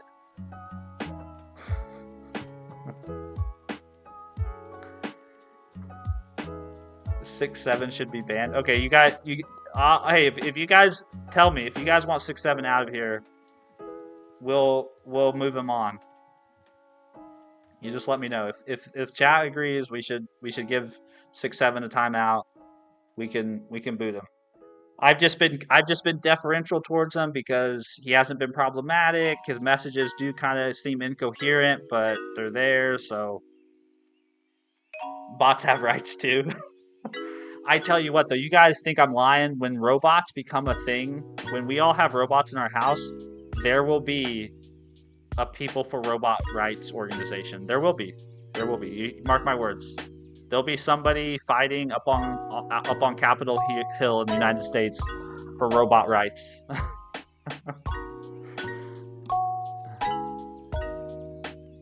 It might be a person using some other tool to chat through, and this might be a bug in that app. Yeah, maybe. Because that's what Bob had the best thought. He was saying that he thought it was a bot that was having a race condition between messages it was sending to streams, but then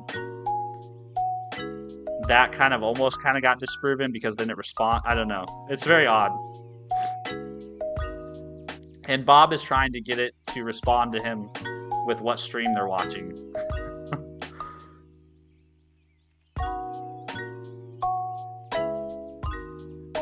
I do not mind if you want to ban a person who has more knowledge, but at least I made you pursue education. Huh. Yeah, that seems it seems to be consistently talking about the same stream. Yeah, I would agree with that. 6-7 is actually Steven's son. I'm being trolled.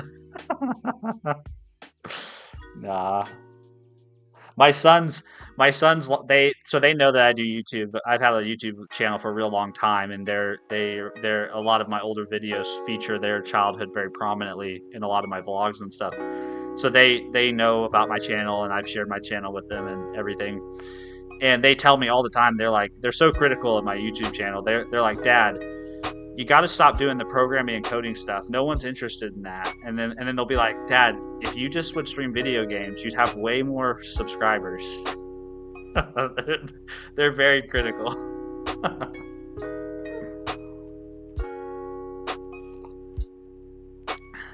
John Lou, hey, your kids aren't wrong. You can make bank by streaming games. I have no idea how people make bank doing that stuff, but I get a kick out of it because I just, I love them, and I love hearing their thoughts about the world and their perception on things. And it's funny to me that they have this awareness that, like, the thing that Dad streams is kind of odd and not really mainstream.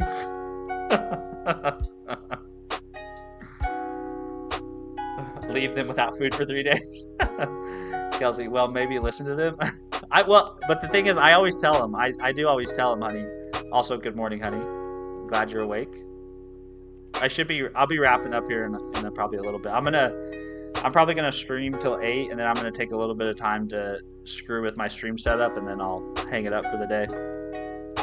But good morning. Yeah, the thing is, though, the thing I tell my boys when they tell me that stuff is, it's important that my content be reflective of what I'm really interested in. And so if I'm not interested in playing a game and I force myself to play a game on stream, that's going to come through, right?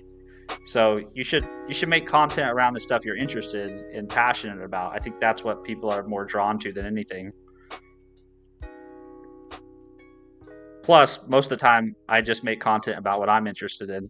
I'm a very selfish content creator in that way.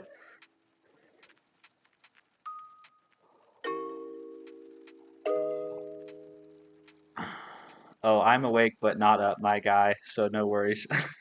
Okay. Well, thanks for hanging out here with us, honey. Good to see you.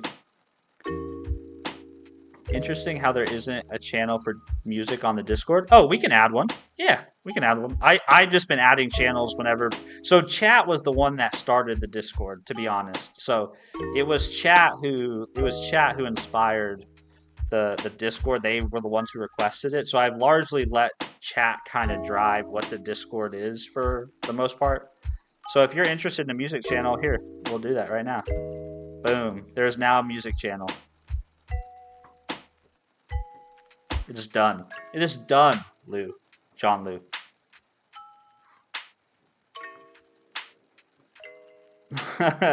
Somebody was like racing to be the first one to post in the channel. She's not a member, tis tis. Yeah, we could gift her a mem, couldn't we? I think I could gift her a membership. Eduardo, it was me. Oh, nice. You were first, Eduardo. I definitely didn't just put my own song in there.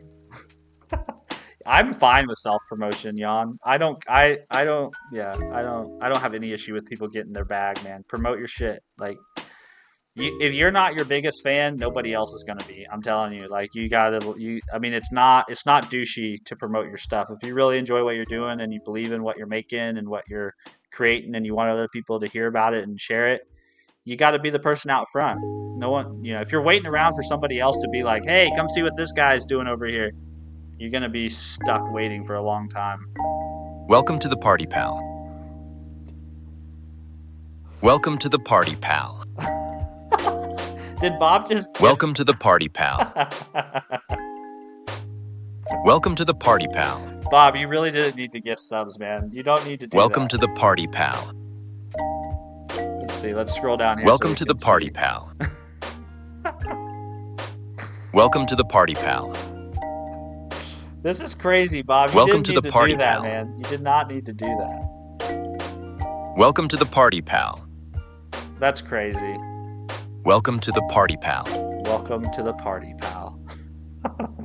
Thank you very much, Bob, for that super. That is just too... That's absolutely too kind, man. I guess Kelsey didn't get one of them. Bob said, hold my beer, bot. He did say that. Eduardo, I can't receive it. Oh, man, I'm sorry about that. I would love to give direct gifted members to only people here in the chat right now. I don't think YouTube does that. But thank you very much, Bob. I gotta fix up a gifted membership alert. That's something we're gonna do here in about 10 minutes. We're gonna tinker with Streamerbot.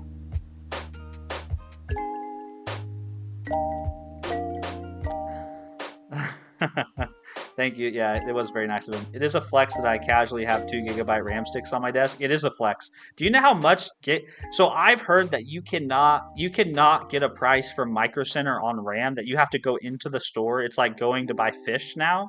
You have to walk into the store and ask them what the price of the RAM is for the day. Is that a real thing? That's crazy. See you, Eduardo. Thanks for hanging out with us, man. Sorry you couldn't get a gifted mem, but please come back. It was great having you here. Can you link to the YouTube stream? Oh yeah, for sure. Here you go. One sec. I'm coming. I'm bringing the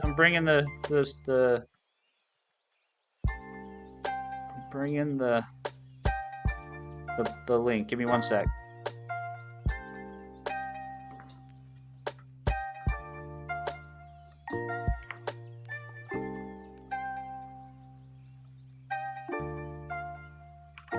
YT stream.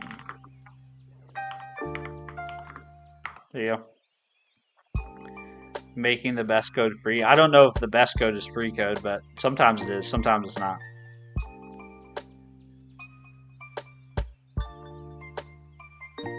It changes daily. It's like going to buy a car. We don't put prices on cars because AI makes the prices. What a shitty way to buy something. Just absolutely shitty way to buy something. Oh, well, thank you, John. Thank you for putting that, trying to link that for him. I really appreciate you trying to help out like that. Melty, remember to hit me up for Discord to help on the Streamerbot after you stream. No need to try and figure it out on your own. Oh, I'm gonna try to. I think I can get, because after you told me what I did wrong, I have a clear understanding, I think, of what I'm gonna do. But I want to do it live because I think it'll be easier to test what I'm doing live. Specifically fixing the commands. That's what I want to do, is I want to fix all the commands so they stop posting multiple times across all the different channels.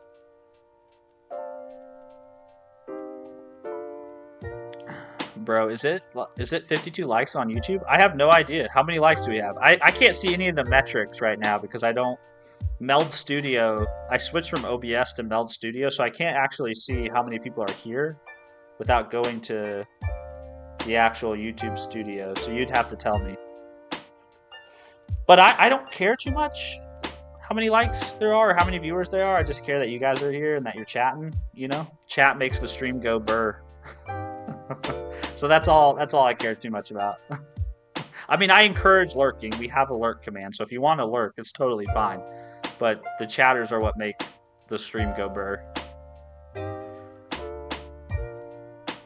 Well, if you're gonna be live, then I'll be here. Well, okay, cool. Yeah, hang out, Melty. Well, I think we're just gonna try to do the commands live, and then if I run into any issues with setting up additional alerts, I'll hit you up. But I set up the alerts were pretty straightforward. The commands were what I got screwed up on. For what?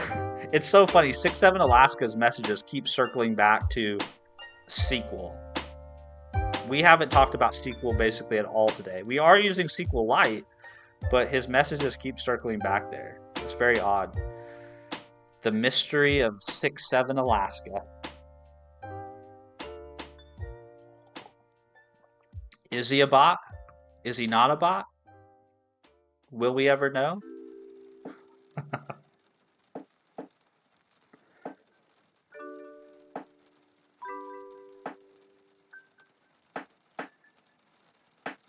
If you can't vibe to your own song, you're doing it wrong. Yeah, I think so. Jan, if you're still here, Kelsey, bold of you to assume it's a dude. Well, it might not be a dude. It could be a girl. It could, him, her. I don't know. I just always default to bro and dude, and that's probably a bad habit, but it's where I'm at. You're here. Okay, so Jan, going back to the whole thing about like creating my own music for my stream, because I like lo-fi generator. That's what I use for my music most days. But like, if I was gonna want to create my own music for background purposes, do you have any recommendations on tools or things that would be good to use? I mean, I guess Filthy Potato showed me that thing I can use code to make music with, and I can use Suno. But is there stuff that you, as somebody who produces music, is like, this is the tool that I fuck with for people who aren't really producers of music but want to kind of make their own stuff? Is he a GPU programmer or a quantum programmer? He's whichever one makes the most money, Ulas. That's what he is. Pro Tools, go old school. Go old style. BandLab is a free digital audio workstation that's pretty easy to use and also good. So does okay, this is the problem with the music though. Does BandLab help you figure out like what to put where and how to put it together so it sounds good? That's the part with music for me that's like, I can hear a guitar, I can hear a drum, but I'm not sure how to stitch them all together to make something that I'd actually want to sit and listen to, which I guess is the skill. I'm such an idiot. Like, I'm describing like, yeah, you can't make music unless you are good at making music. That's the neat part. You just fuck around until you like what you hear. Okay. All right. Yeah. Okay. I can do that. I have no rhythm. I don't either, but the thing is, I think that's a skill. I think it's a skill, and it's something I haven't worked at. And so I think it's kind of a cop-out sometimes when I say, because I say that same thing about dance. Like, I watch people dance sometimes, and I'm like, man, I wish I could dance like that, you know? And I think that the problem is in my mind, I've made up this story where it's like, well, I'm not a good dancer, or I don't have rhythm, or I don't know how to make music because I don't have a good beat or a good ear. But I think there's some, I mean, and there is talent, right? But some of it's a skill, right? Some of it's a skill. Bro wants to salsa. I would definitely salsa. I watch people who like do hip hop dancing, and I always think, man, it looks so fun. It looks fun. Like, it looks like a good time.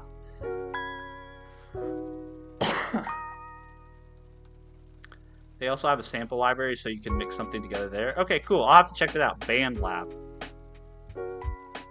No twerking is his dream. Okay, no, I don't want to twerk. Okay, I don't want to twerk. But I would like to be a better dancer, and I just need to put in the work. LOL, twerk stream win. Never, never. If you find me twerking on a stream, something has gone horribly wrong in my life. Like, I've taken a very wrong turn somewhere, and I need somebody to come find me and help me. It's a cry for help. It's not because I want to do it. He's on the good drugs again. Damn it. He's on the good drugs again. Damn it. Gotta go pick him up.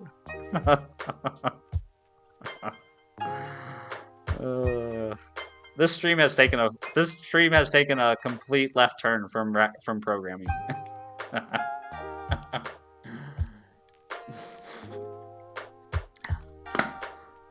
Oh, my Gatorade's gone. All right. Well, you kind of inspired me to create some kind of content, streaming videos. Oh, you should do it, man. You should do it. And do it because you want to do it, and stop when you don't want to do it. I mean, I don't think you should necessarily pursue content creation out of a sense of, like, obligation. I think you should do it because it's something you enjoy and want to share. And I think the key is to just start, you know? Because I think in the back of your mind, you always have an idea of, like, what you want to make and how you want to make it. But then when you sit down to do it, it's never going to be exactly like what you want. So if you feel motivated to do it, like, just do it. Turn the camera on, right? Let her rip. I've been producing music for decades. I have no qualms with Suno. I can generate a few lo-fi hip-hop tracks and put them in Discord if you want. Yeah, that'd be great. Share them. I don't have qualms with Suno either. I have qualms with people trying to use Suno to replace people like John Liu, but if you would want to share some of your Suno tracks, I'd be happy to start to build a library. You allowed chaos in, so what did you think was going to happen? I enjoy your chaos, honey. I enjoy your chaos. For people that don't know, Kelsey Freeborn, I'm guessing you can kind of tell by her username, but Kelsey Freeborn is my wife, if you guys didn't know that. Yeah, I am the same. Want to do a bit of content creation. I like the short setup you have for streaming on shorts. Go for it, man. I say go for it. Like, I think everyone should give it a shot. If you like it, great, keep doing it. If you don't like it, don't do it. You know what I mean? Like, it's not like getting married. You don't have to be committed to this thing for life, right? Do it while it's fun. Stop when it's not fun.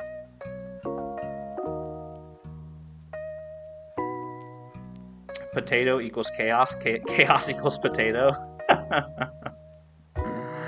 I created educational content, just not for myself. Oh, nice. Very cool, Ulas. Yeah, I'd say create some content for yourself then. You know, take a different cut at it, right? I don't have much interest in creating educational content for other people. I like to explain to people what I've learned, right, or what I've built. I like to make content around that kind of stuff, but I'm not super, like, inspired by creating a tutorial on Playwright or something like that. You know, that doesn't interest me as much as other people, I'm sure. Like, Web Dev Simplified is somebody I always think of. I don't know if you guys have ever watched his content, but he was super helpful. His name's Kyle. I think he's actually based in Nebraska, so he's another Midwestern kid like me.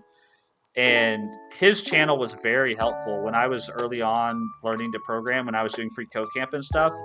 his channel was super helpful, and to me, he is much more like he must really enjoy, or I'm assuming he enjoys creating courses and creating tutorials, because that's basically all his content is. It's just him teaching you stuff and explaining things, and so he must really get a lot of joy from that, I would assume, or I'd hope so. But yeah, I don't really have a desire to do similar content like that, you know? I just want to kind of I just want I just want to screw around with technology and programming and coding, and I want to talk to other people who enjoy that stuff too. Web Dev Simplified is GOAT. He is GOAT. He is GOAT, and he's from the Midwest, and so I will proudly claim him as one of ours. It is super comprehensive. It is super comprehensive. His courses are great. He was super helpful. Like I said, it's not, his stuff doesn't show up as much in my history as it used to, but I will forever, if I ever meet him in real life, I owe him so many coffees. So many coffees, so many dinners. Somebody made a tutorial on how to breathe. Well, you know, there are anxious people in the world. Django was created in Kansas, I think. Good Python web framework. Was it really? I didn't realize that. So which is the one that was created by the there's a guy in Europe that created one of them. I think that might be Flask, huh? Yeah, Armin. Armin, this is the guy who went to war with uh the thing I always remember about the Flask creator is he went to war with the Python community when Python 2 migrated to Python 3. I think that's what it was. He basically like he went to, I think he kind of went to war with Guido over that version change. So Django create. I didn't realize that was made in Kansas.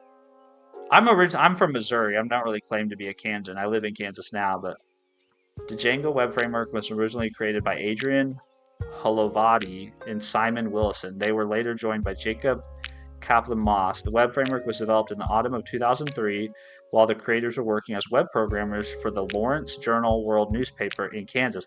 That's so cool because, you know, Svelte, which is Rich Harris's creation, he created that, I think, largely.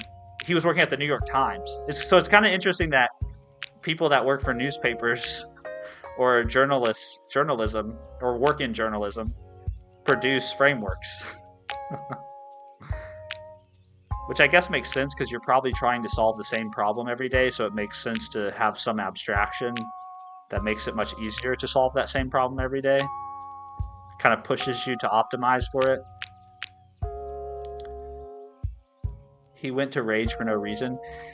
From what I understand, that was a very contentious time in the Python ecosystem. I wasn't there for it, but I just heard about the story after the fact, and it stuck in my mind that the guy who built Flask was willing to basically go against the creator of Python, which seems like a bold move. I prefer Flask. Yeah, I've never used Flask or Django. I haven't used any of. I know of those frameworks. I've never used any of them to build anything. All right, it's 8, guys. So do you? I hope you guys don't mind, but I'm gonna say this is kind of where we're gonna. I know we really haven't done much programming at all, anyways. But I think the next little bit I'm gonna spend experimenting with my stream setup. So this is gonna kind of turn into like a meta stream where we're streaming while talking about the stream. So if you don't want to hang around for that, I totally get it. But if you want to stay and keep chatting and hanging out, I would love to have you. There will probably just be a little bit of trial and error here. So I'm using this tool called Streamerbot to do all this stuff with. This is brand new to me, and Milty has been helping me figure this out. And so I set up all these actions yesterday, but I've set them up wrong. So what I basically need to do is I need to consolidate these into individual actions that then filter based on where the message was sent from, is what I need to do. So I'm going to start with the lurker command. Yeah, we're meta streaming right now. Stream cinematic. Yeah, we're meta streaming at the moment. So let's set the, let's see, doing.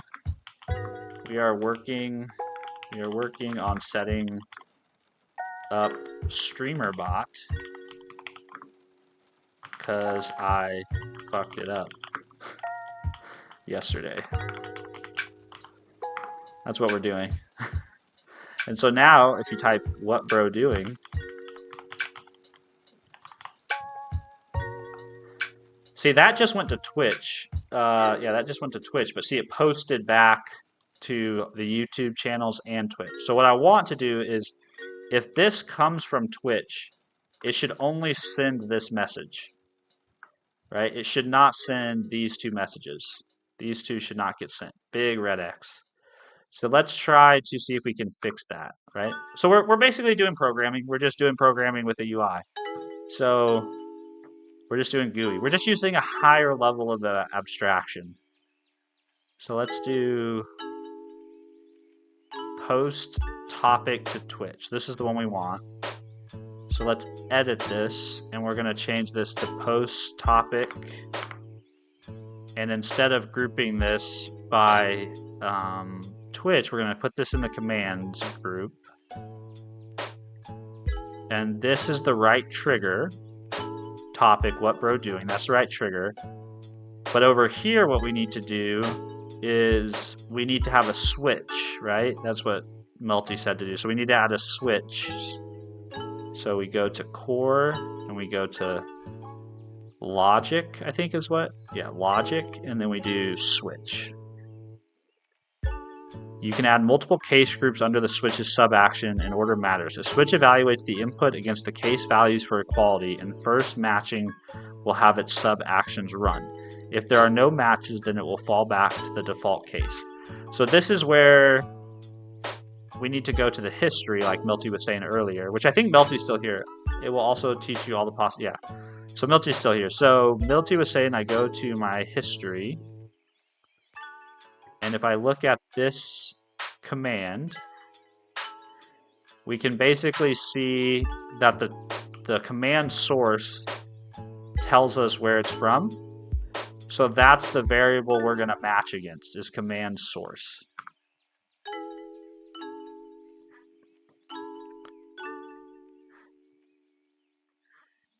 I probably shouldn't put those over the top of chat, because then you guys can't read chat if you're on other platforms.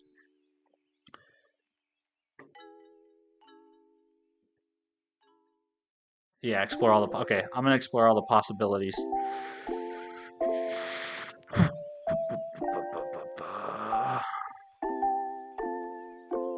Okay. I also want to try this. Bear with me, chat, because I'm probably going to be spamming. We're working on commands, so I'm probably going to be spamming some commands from time to time into the chat. So let's see. What bro doing? So now we have...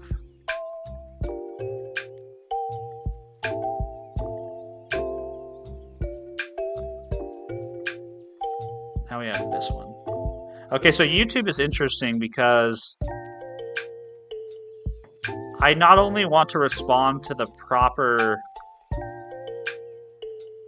Okay, so Melty, help me out here. This one's an interesting case. I want to see what your thought is on this. So what I want to do is whenever I get a YouTube message, I don't just want to respond... I don't just want to respond to both YouTubes. I want to respond to the one the message came from. Right? So I want to switch based on command source, but then I also want to say, like, I also want to make sure I send it to the right broadcast, I guess, is what I'm trying to say. Does that make sense? Because I have two YouTube streams.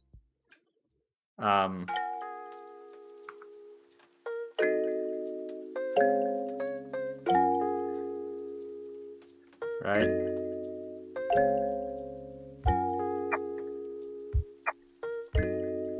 Hold up, well, sorry, man. I didn't mean to. You don't have to. Don't worry. You don't have to. I hope you don't feel like I have an expectation that you're gonna hold my hand, because that's not my expectation at all. So if you're doing other things, just feel free to be like, Steven, I'll help you. If you want my help, just get me when you're not live. Okay, so just don't feel like you need to plug in. What I was asking is, since I have 2 YouTube streams, right, that can generate the command, I also need to switch on something other than just command source when it comes to YouTube. So it's kind of like I need nested switches where I need to say, okay, if it's YouTube, send a message to this. If it's YouTube and it's this broadcast ID or this broadcast title, right? That's kind of what I'm looking for. That way I don't send a message to the vertical or to the horizontal stream that came from the vertical stream. I don't send a message to the vertical that came from the horizontal. I don't know if I said that right. I think I got my words confused, but I think you get what I'm driving at. Or I hope you get what I'm driving at. So you have to add a switch here. So we'll say add. Oh, I know what you're saying. So that's the one thing I don't know. Nah, I'm here to hold your hand. I'm just doing other things too. Bad ADHD. What I would suggest is to send a command to both YouTube streams, then look to see if there's a differentiating variable in either of those action histories. Okay.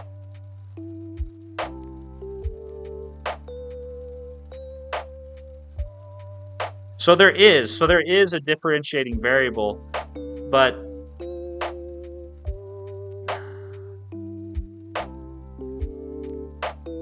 from variable. What does this mean?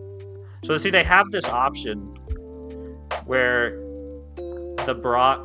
so this is, I think, how I do it. I think I have to set the broadcast to a variable and then use that to identify who I send the message to. I don't know what the variable is. I think it's either ID, it's probably ID or title. I think I need to look at the documentation. We need to read the documentation. Can you believe that? Can you believe that, chat? We have to read the documentation? Who reads the documentation? Let's see. What are we doing? This is so much fun. This is like my favorite. This is like my favorite worlds combining. It's like logic and programming and like building automation stuff, but also like creating and making content and shit like that. It's so fun. Let's see. What are we trying to do? We're trying to go to streamer.bot. We're trying to go to the docs. Whoops, that's not the right page. Streamerbot docs. The action history will tell you what you need. However, Nate does a beautiful job with the documentation. He does do a good job. I really like the documentation. I guess what I want to understand with that action is how I send a message to a particular broadcast. So when I say send to a broadcast based on a from variable, how do I know what variable to set, right?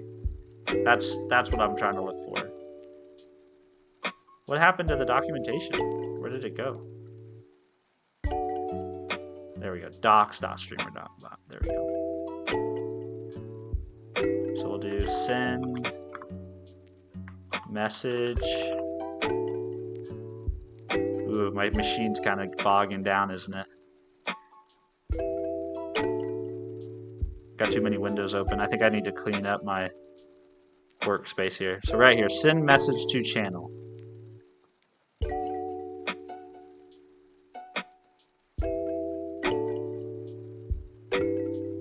So I wonder if this is what I have to set. Broadcast ID, maybe? Maybe that's what I need to set. Yeah. I think that's what I have to use. But I'm not sure what variable to pass in. I guess we can just try, right? We just test. If we're not sure, we can test. So let's add YouTube, because all it has me do here is it just says select from variable.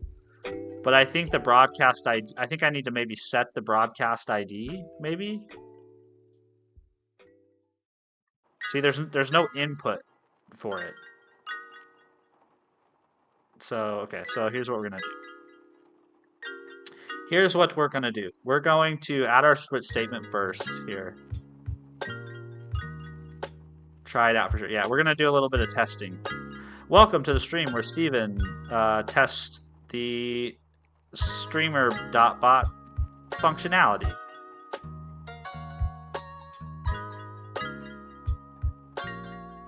So we're gonna add a switch statement. Logic switch, yeah, switch, and then we're gonna do. Is it just? Do I just type the name of the variable, or do I have to do percent here? I think it's just name, isn't it? Command source. Command source. Okay. Now the default case is, I think, do nothing. So how do I add another case here? Add case. This case value is going to be Twitch.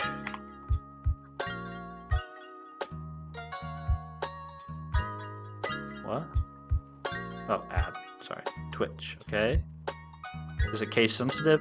Sure. Let's make it case sensitive. Then we also need to add a case for. See, guys, this is we're still programming. I don't care. I take back what I said earlier. This is still a programming in coding. It's not coding, but it is programming. It's just using different tools to do the programming. So I'll add this.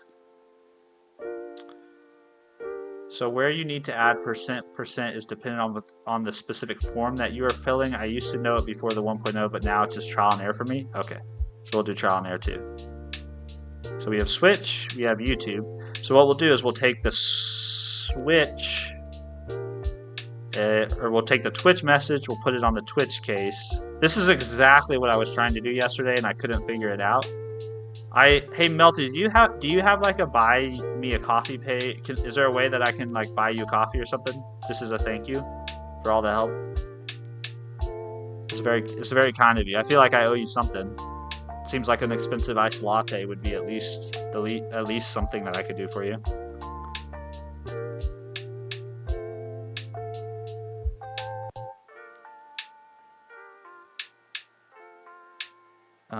Okay, so this is where we're going to do from variable,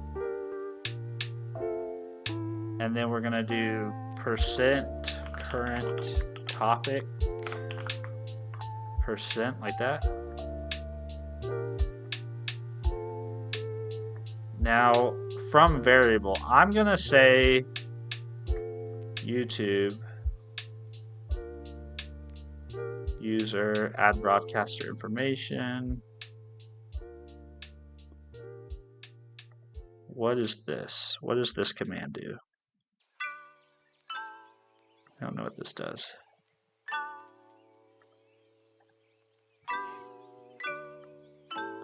What does add broadcaster information do? Anybody know?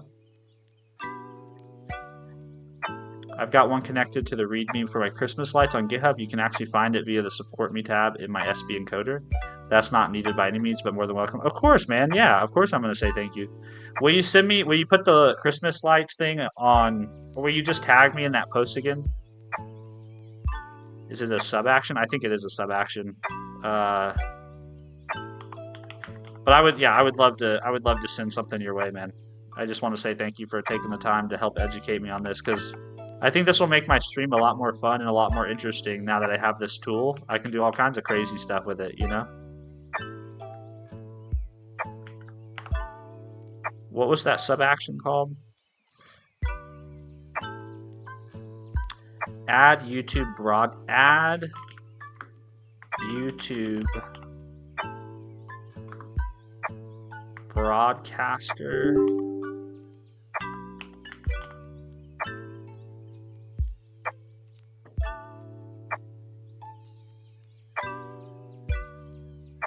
YouTube get broadcaster. Yeah, I'm not sure what it does, but it seems like maybe that would be the way I get the variable filled in. Uh-oh. Looky there. Fatal UI exception encountered. Oh no. Application will now exit in an unusable state. Oh goodness, what have I done? I broke Streamerbot. I broke the software I love. Okay, I think you guys are going to go bye-bye, and then I'm going to bring the chat back up.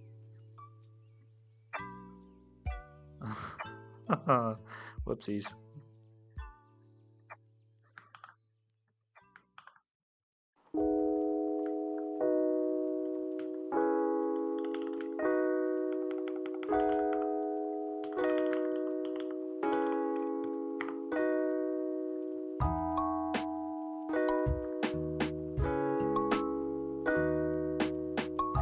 I can't believe I crashed Streamerbot.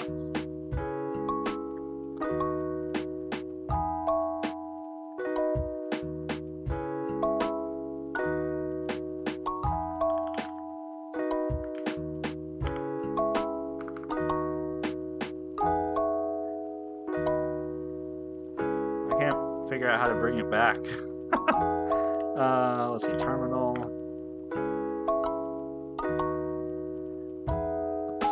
We have too many things going on. Let's clean up our space a little bit here. Let's dump this, dump that, dump this one. Dump this one. We'll do streamer. Yep.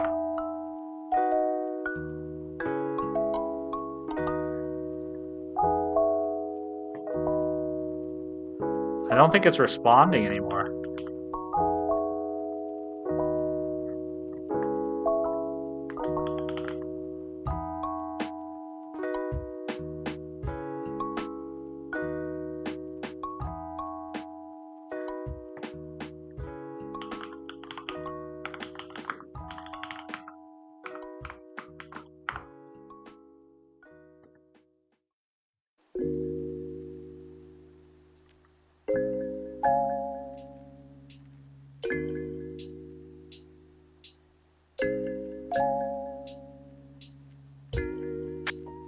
Oh man, I like broke it somehow.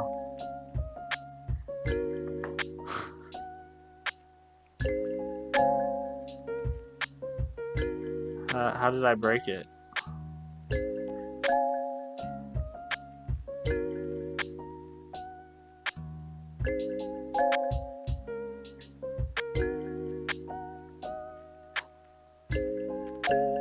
Huh.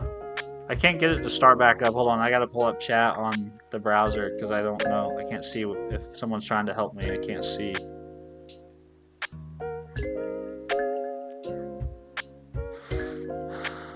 Let's see, that's 6x9, and this is the...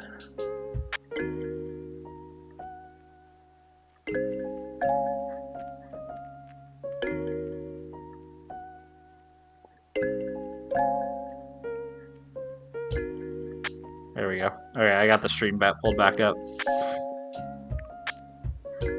I wonder if 6.7 Alaska's training models on your stream. Maybe.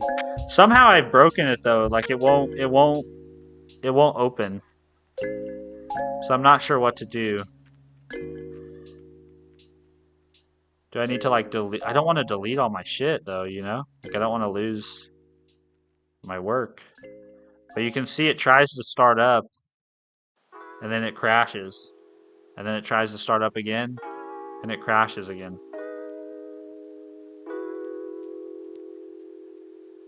I guess let me try exiting Speakerbot maybe.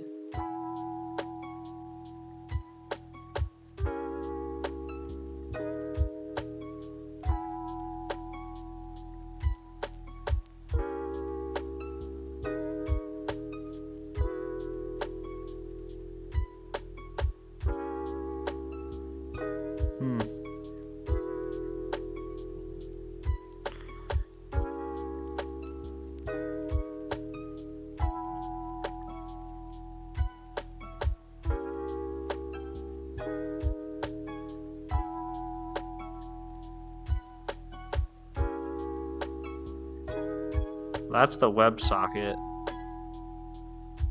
connection. I think there's an extra copy running in the background. Worst case scenario, you can fix this by reverting to one of the backups. So how do I do that? Do I need to like restart my application or something? Or how do I I mean, if it doesn't show up in Task Manager, how would I find it?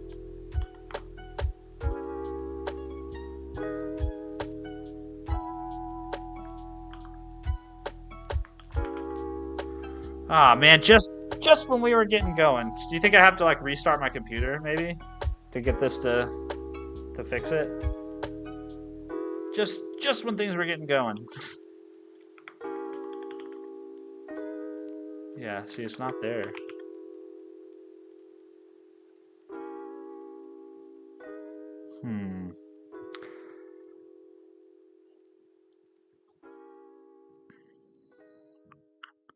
broke it.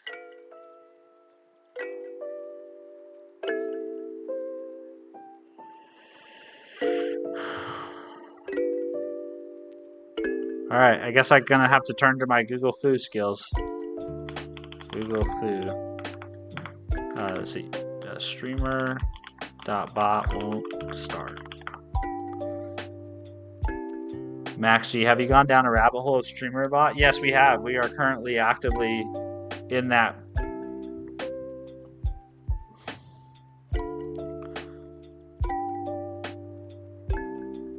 Restoring a backup. So how do I restore a backup? I thought I heard my kid say my name.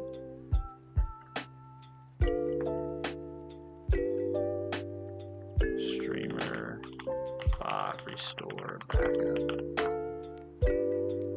I hope I have a backup. Let's see. Open the desired backup.zip file and copy its content, especially the data folder, into your main Streamerbot installation directory, overriding existing files, then restart Streamerbot to load the older settings. For cloud backups, okay, use the in-app settings backups to select and restore. So, I have to say Streamerbot Explore.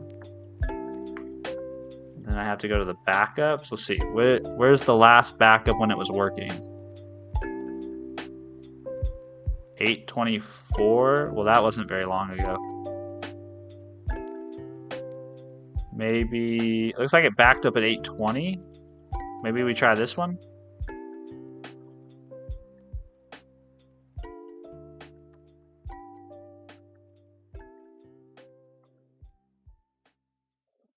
Copy. And then we go here and we say paste. Well, that didn't. Hold on. Whoop. Don't do that. That was not good. It didn't override anything. Where do I put it at?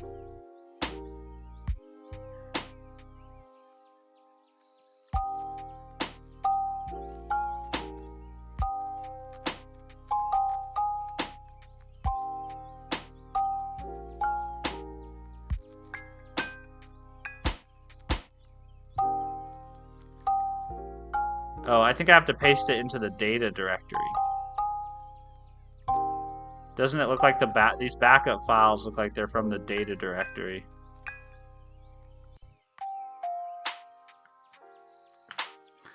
So let's copy that. Let's copy. Then we'll go to the data directory. And we'll do paste.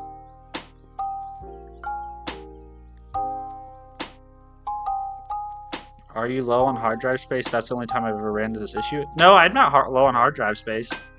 Let's see.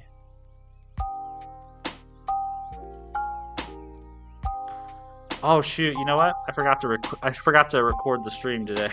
I'll have to pull it down from YouTube. That's all right.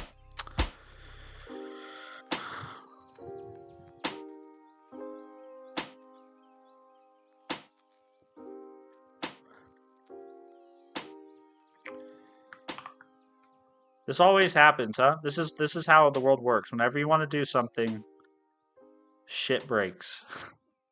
Let's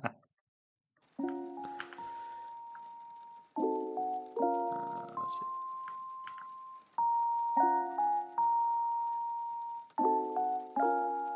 Okay. So we replace those with that backup. That was 8/20. So now let's try to start it again.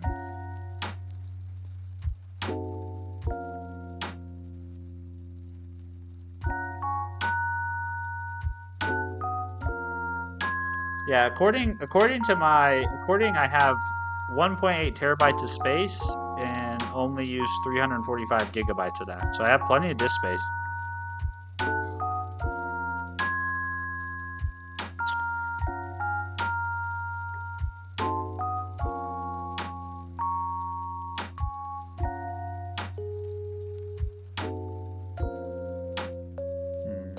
That didn't work. Okay, let's go back earlier, because 8/20 would have been right around when things broke. So let's go back a little further. Let's go back to backup. Let's do 4. This is 4:19 a.m. So this is like when we opened it. Copy.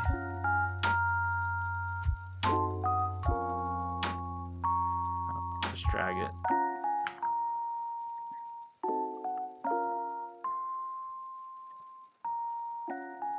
Okay. If this doesn't work, then it's got to be something else. It can't. It's not going to be something that was corrupted, right? It's going to be. It's something else that's causing this issue.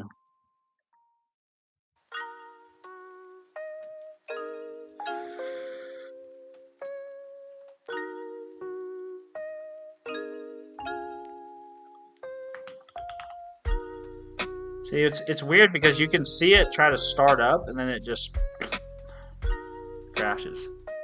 You can see it starting to start up. And then it dies. You should just drag the entire content of the zip directory into the root SB folder if I remember correctly. If this doesn't fix it, then you should restart your PC, to be honest. Okay. Okay. Okay. That seems like a decent advice, I think. How am I gonna do this? So I think what I'm gonna do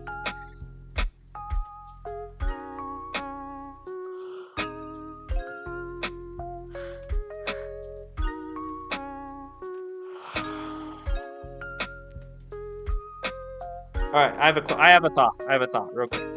So all the data I can persist. I should be able to keep everything I have. I'm trying to think of a way to do this without having to restart the stream. So everything I have should be also. I need to pull up Twitch chat because I don't have. Since we're working through this, let's bring over chat here. Let's bring over the other chat here. Get our YouTube's chats going.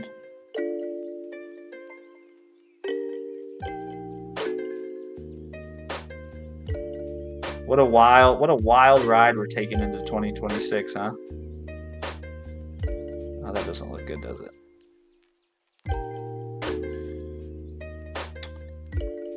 Let's do this.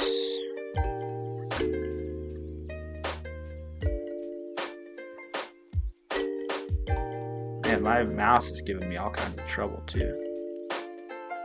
I'm in shambles.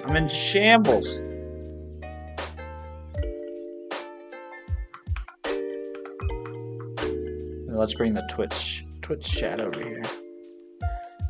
I don't want anybody to feel ignored, you know?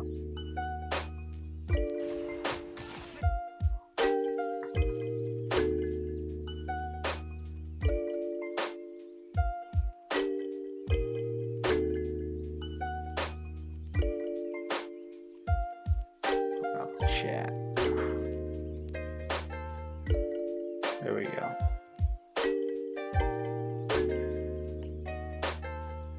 Yay is dead. It's not. It is dead. Okay. So we're going to go back to the File Explorer. And what we're going to do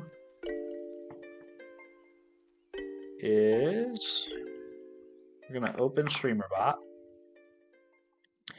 And we're going to try to remove all of this. So let's see if we can actually do it. So if I try to delete this exe, let's see if that lets me do it. So if I do delete, okay, so that's not in use. What if I try to delete everything in here? So let's say I try to remove all of this. If this doesn't fit, yeah. Hey, what's up, Wilo Gamer Pro? Good to see you, man. Mr. Forbes, hello. Flyfisha, hello. Sorry, thanks for the gift. Of course, yeah, that was actually courtesy of Val. I'm not even gonna say his last name because I don't think I say it right. But that was courtesy of Val. 6-7 Alaska means you need to. Oh my goodness, 6-7 Alaska. I swear. I think you might be reaching the timeout portion of the stream. So what happens if I try to delete this? So those all are deleted just fine. Okay. So let's go re-download Streamerbot.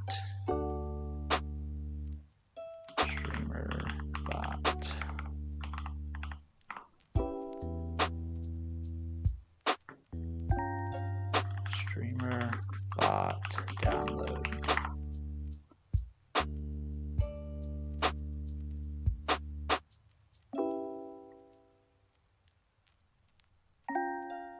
I wonder why that doesn't resolve for me.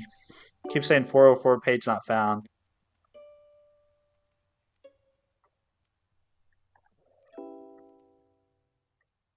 Is this offline? Is Streamerbot gone?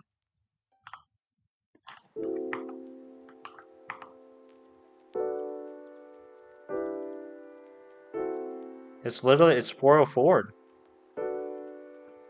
Anybody else have that same issue? If you go to streamer.bot, does anybody else have that issue? Why is that why Streambot's broken? Oh.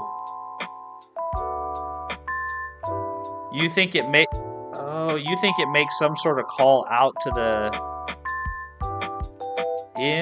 maybe that may be why. So we're chasing a ghost. Yeah, I'm having the issue. Okay, so we're chasing a ghost.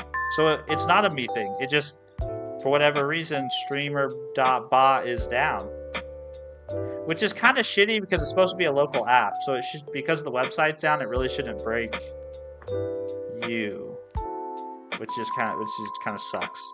Like, I'm sure it's not malicious or anything.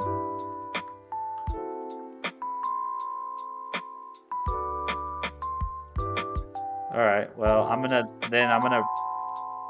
take back what I did earlier. I'm gonna replace my data with the latest version.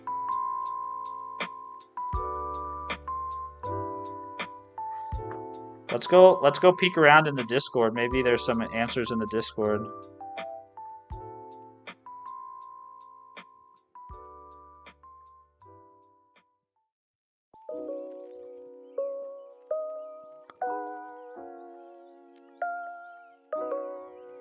Well, it's not down, but someone cleverly messed up on the prod server. Clearly, yeah. They probably thought, oh, it's no big deal. It's New Year's Day, right? Who's going to be doing stuff with Streamerbot on New Year's Day?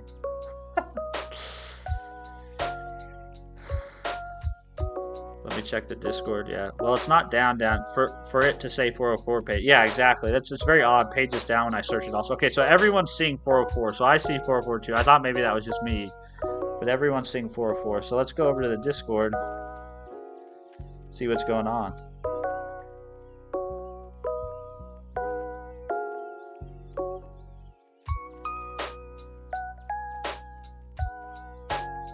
Oh, look. There's a bunch of people talking about it. Oh, so this is why SB won't start. I thought this bot was 100% local only. Apparently not. That's kind of scary if it refuses to start for this. Do I even have a firewall? I hope it gets patched.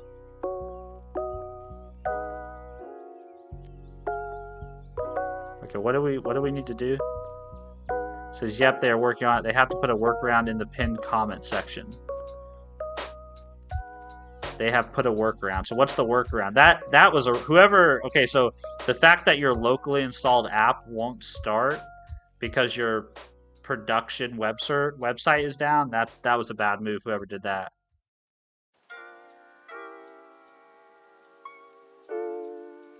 What's the workaround, Milty?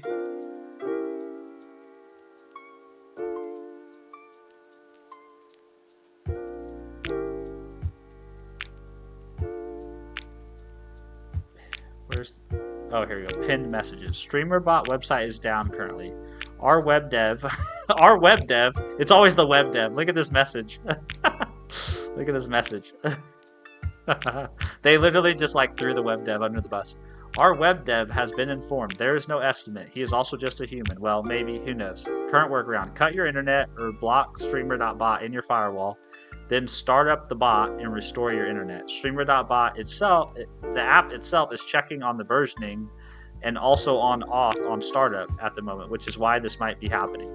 Okay, well that was a bad move. If the versioning check fails, your app shouldn't crash. If you can't run the automatic updater or whatever, that whoever did that was a bad move.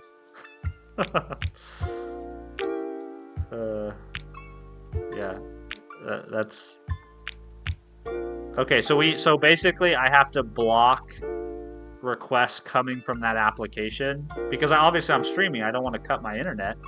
I'll lose my stream. So we have to block that application from trying to access the internet.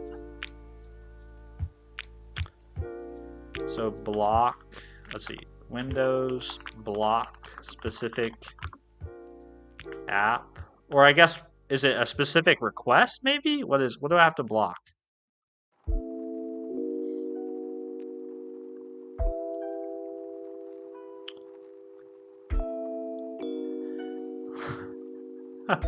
Look, someone put a script in this Discord that says, in order to start automatically streamer.bot without internet access, you can use this PowerShell script.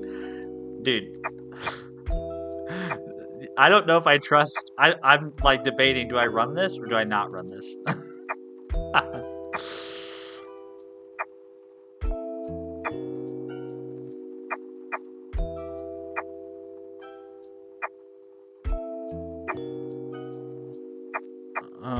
Yeah, I don't think we should run scripts that are written by other people that we don't know.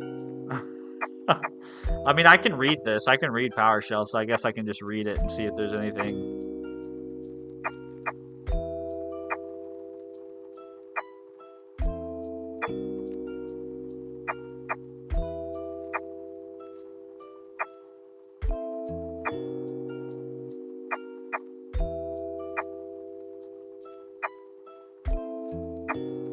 Okay, I guess we'll give it a try. We'll see. I wouldn't. I'm sure you could make your own, Ella. Yeah. I don't know, but I don't know. I've never done stuff with I've never messed with my local machine's firewall through PowerShell, though, so I don't really know how to do that.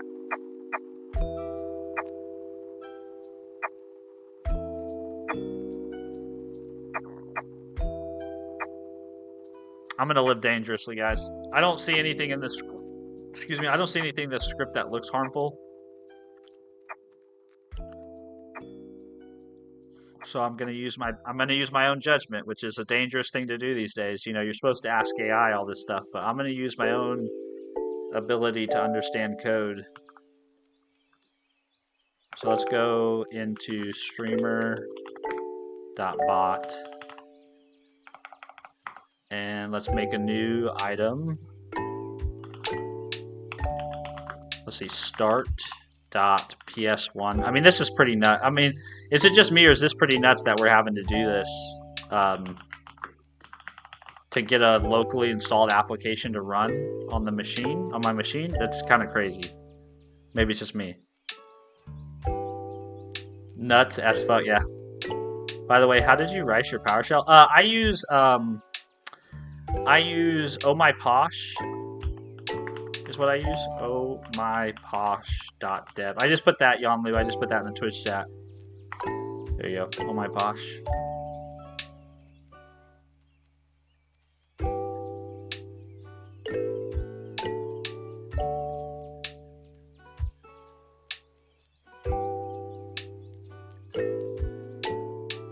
I'm guaranteeing this was probably vibe coded.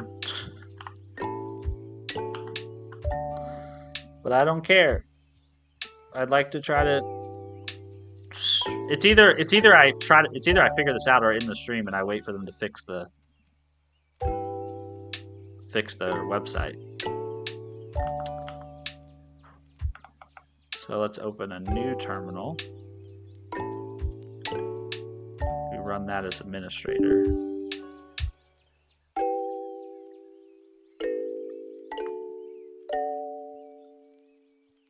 Watch, I'm gonna get clipped. Local man gets hacked while trying to start Speakerbot or Streamerbot. Let's see. So we're gonna cd into Streamerbot, and then we're gonna do start.ps1, and we're gonna do exe path is C. We're gonna do streamerbot.exe.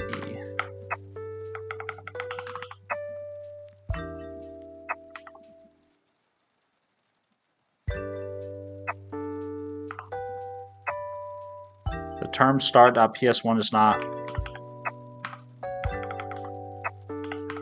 Oh, there we go.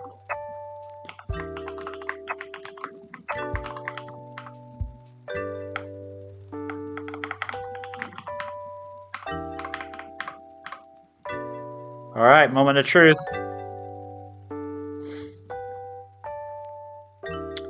So it waits 120 seconds for the application to start, and then it. Oh, yep, it's starting. And look, it says unable to refresh your YouTube authorization token. Unable to refresh YouTube. Unable to refresh your Twitch broadcaster. So this really does depend on their website, huh? Like in a major way. Interesting. So it's a local app, but a lot of the authentication happens remotely, I guess? I don't... It's going to be interesting to see people deep dive on this.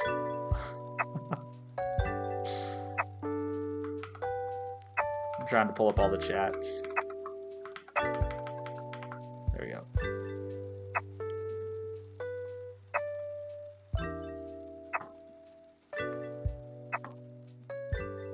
So does this hold it open while it's running?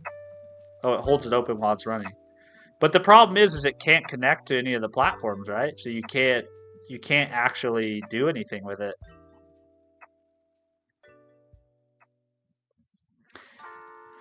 Man, this is so hilarious because I was like running around like a madman. Streamerbot's so awesome and so good. What a great piece of software.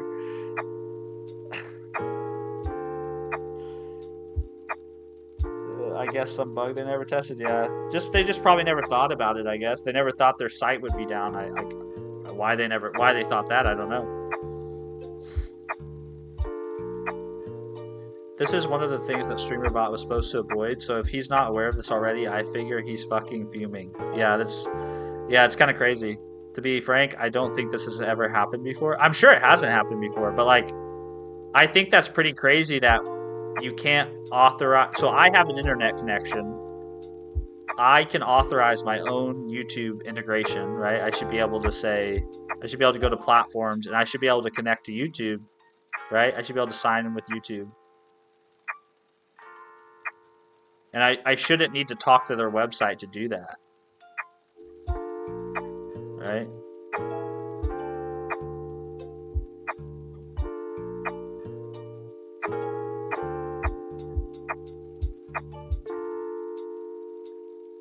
I guess I don't need to. It's something about the startup that breaks it, right? Like, I can still auth, but there's something about the startup that breaks it. So try, let me try something real quick. Let's see if it works now. Oh, and I gotta open. So it's working. It is working.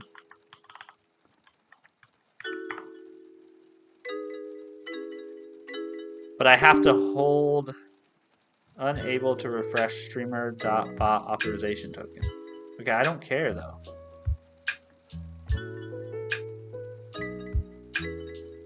So to refresh the authorization token, it has to go through.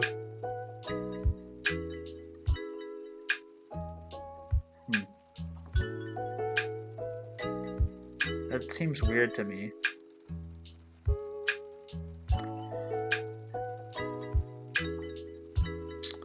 Okay, that worked. So we've got it started.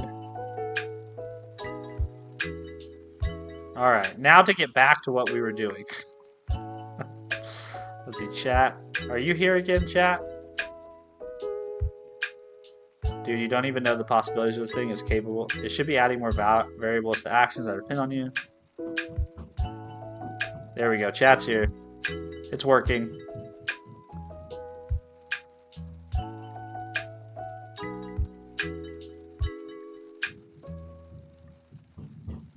It's working.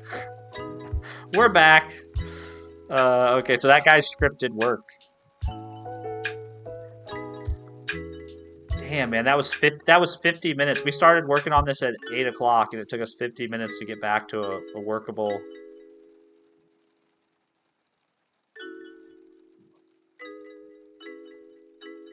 state. So I guess we can close this now, right?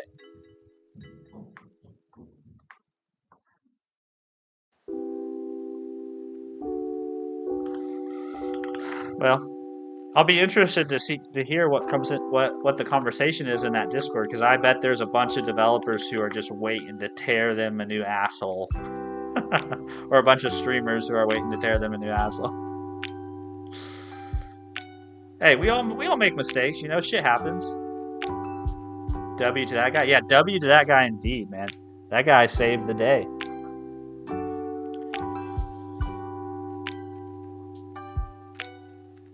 All right, back to what we were doing. Let's see. Let's see if my actions are still there. So we hadn't saved, it looks like. So what we're gonna do is we're gonna come back in here. We're gonna edit this. So what we're working on is we're trying to post the topic. So we want to change this to commands. I feel bad for that Nate guy. I'm sure he's gonna be dealing with this shit. You know, feel bad for him. Edit trigger. Yep. What bro doing? Yep. Okay. Then we're gonna do get close. Yes. But now we need to add a switch.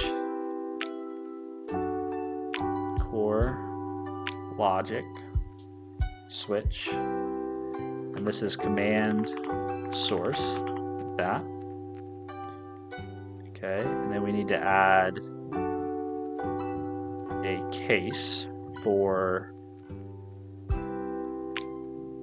what did we want? What were the case values? We wanted to add Twitch, right? Twitch and YouTube. That. And actually, these don't need to be case sensitive. I don't really care. Oh, whoops! No, that's not what I wanted.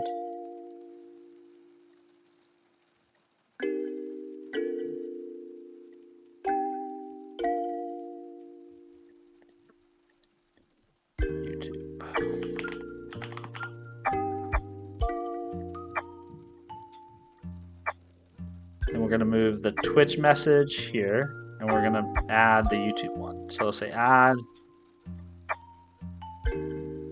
send message to channel, and we'll just send it to all of them. We'll say %current topic.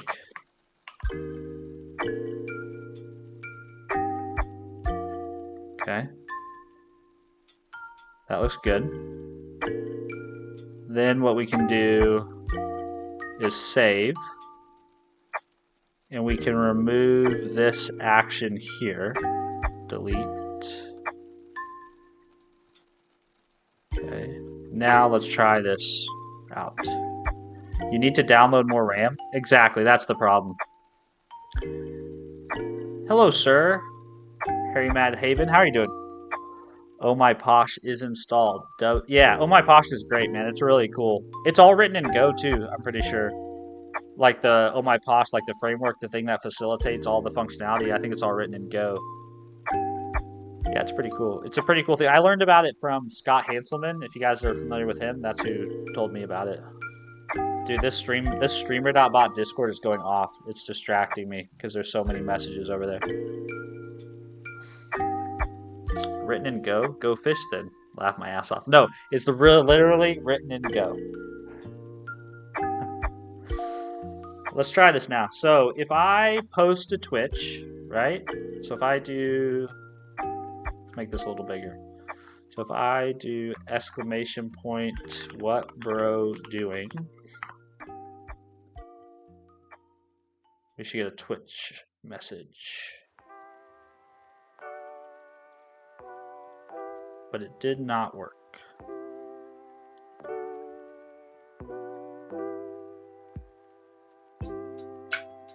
So why didn't it work? Topic, what bro doing? Command source. I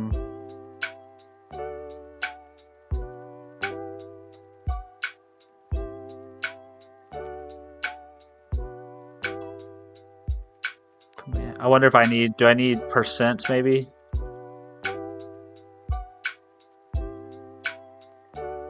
That's what Milty was saying earlier. He couldn't remember. Edit subaction.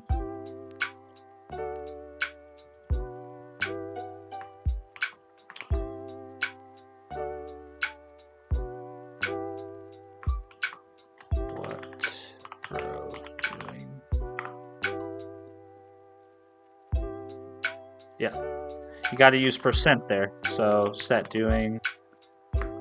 We are, let's see, fixing my streamer bot.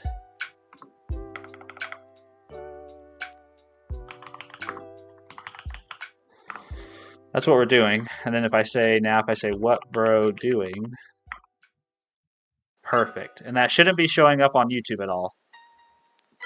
Which it's not. My blog that blog thing is just because I made a mistake yesterday.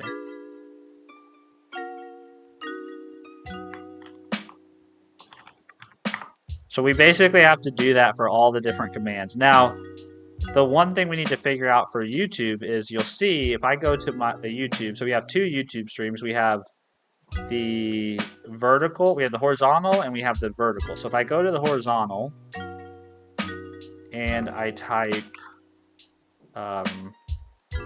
what bro doing,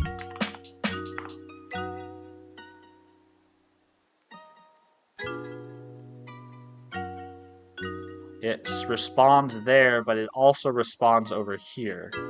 And so that's the part I want to try to fix. So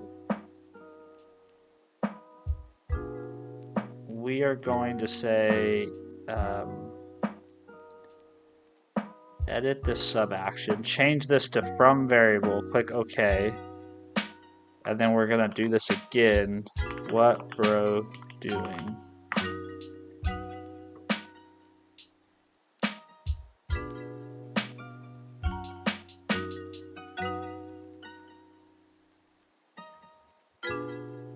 Oh, it did fix it.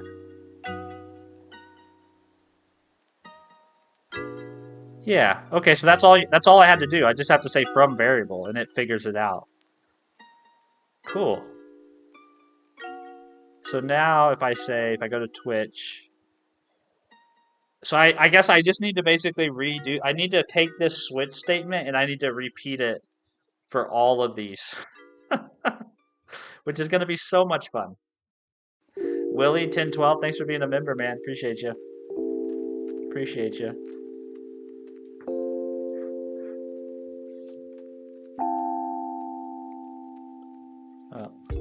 I probably need, it's already 9 o'clock. I probably need to call it, chat. So all this I can fix up. So I need to take some homework down, chat, because you guys gave me a bunch of homework today.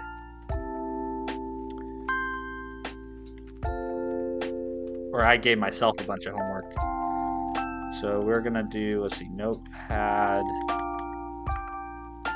Nope, that doesn't exist. I'm in the wrong directory. Notepad, OneDrive, desktop, stream, format. Okay, so we need to set up a gifted membership alert. Need to set up. I think that was the only one, right, that came up. All the other alerts worked well, I think. Here was just to run through our alerts that we have. We have New Twitch follower. Did we just become best friends? We have new Twitch subscribers. Welcome to the party, pal. I like these alerts. We have our bits messages. And we have our super chat This is a messages. Twitch cheer trigger test. Ohio142. And let's test. So yeah, so these are all working good. So I'll just set one up. I'll just set one up for gifted. Test super chat. Yeah, I'll just set one up for gifted members. You can add the switch statement to a group, then copy and paste the group. Hold on, what? Wait. Before I leave, what are you saying, Melty? Whoa, $0. That's crazy. It is crazy. It is crazy. You can add the switch statement to a group. Bye, man. This was a calming stream. Oh, well, thank you, Willie. I'm glad it's calming. It's supposed to, that's the vibe I'm going for. Is kind of a chill stream. Right-click in the subscriptions and add a group. Oh, right-click in the sub-actions. Okay, right-click, add group. And then we'll call this switch. Switch based on command source. Gotta name things, you know. Gotta name things well.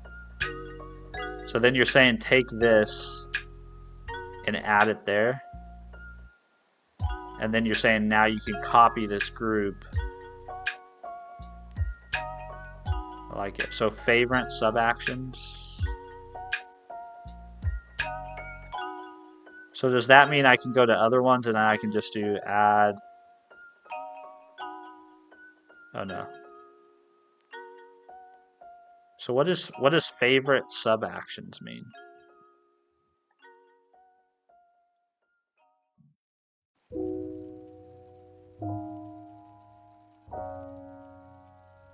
Oh, it adds them here, I guess? I don't know what that did, but it did make me a group. So now I can copy that group. So I can say right click, copy, and then I should be able to go to like this guy and I should be able to paste it.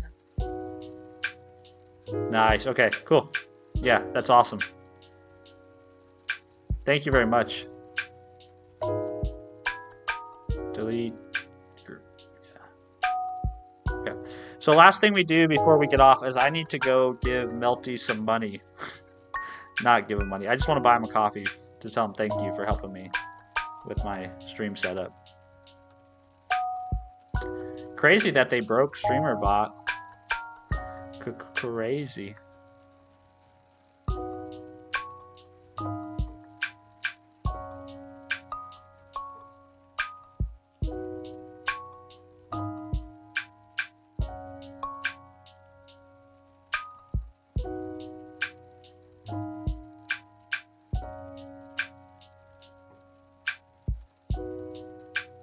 There you go.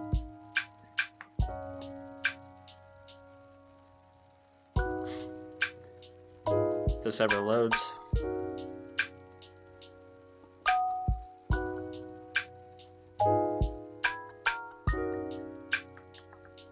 There we go.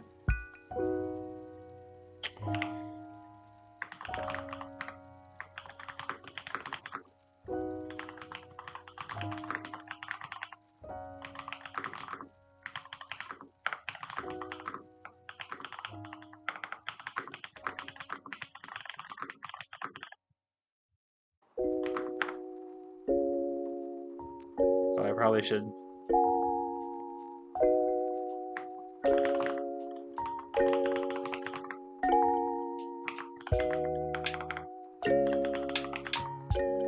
Well, if I could figure out how to type my own email.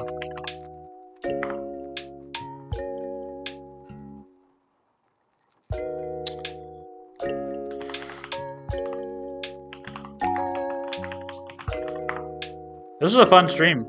I know we didn't do much programming on this stream, but this was fun. There was a lot of chatting. There was a lot of folks here. It was good times. I had a good time. It was a good way to start the year, I think. It was slow start to the year on the programming side, a fast start to the year on the stream side. PayPal isn't available at this time. What is happening?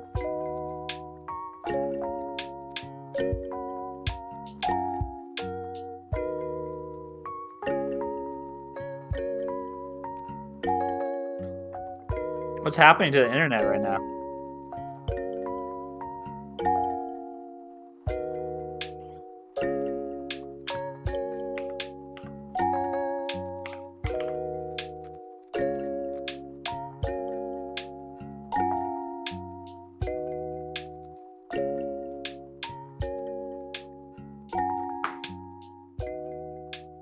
There you go, Broseph.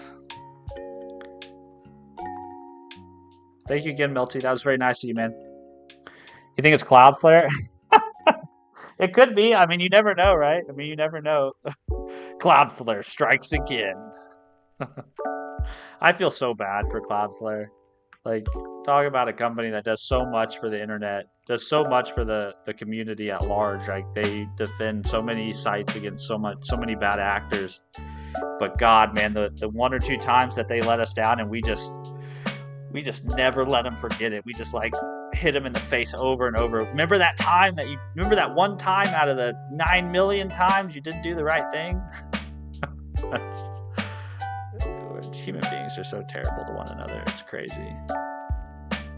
It's crazy.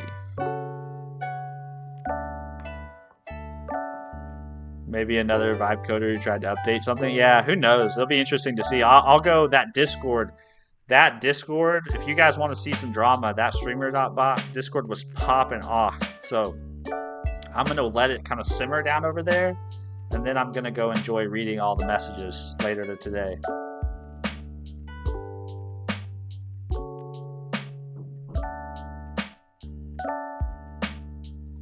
All right, I may or may not stream a little later today. I'm going to get off and take a break, but I might be live again later today. There's something I want to build for my stream. If you're on the vertical feed or you're on the horizontal feed or you're on Twitch, you can see I have that scrolling members list up there. I want to try to replace that with something because right now that's coming from Stream Elements. So I think I might try to build a replacement for that, possibly. I might do that on stream or off stream. So if you see me live again later, that's why. But if not, I'll probably see you again in the morning.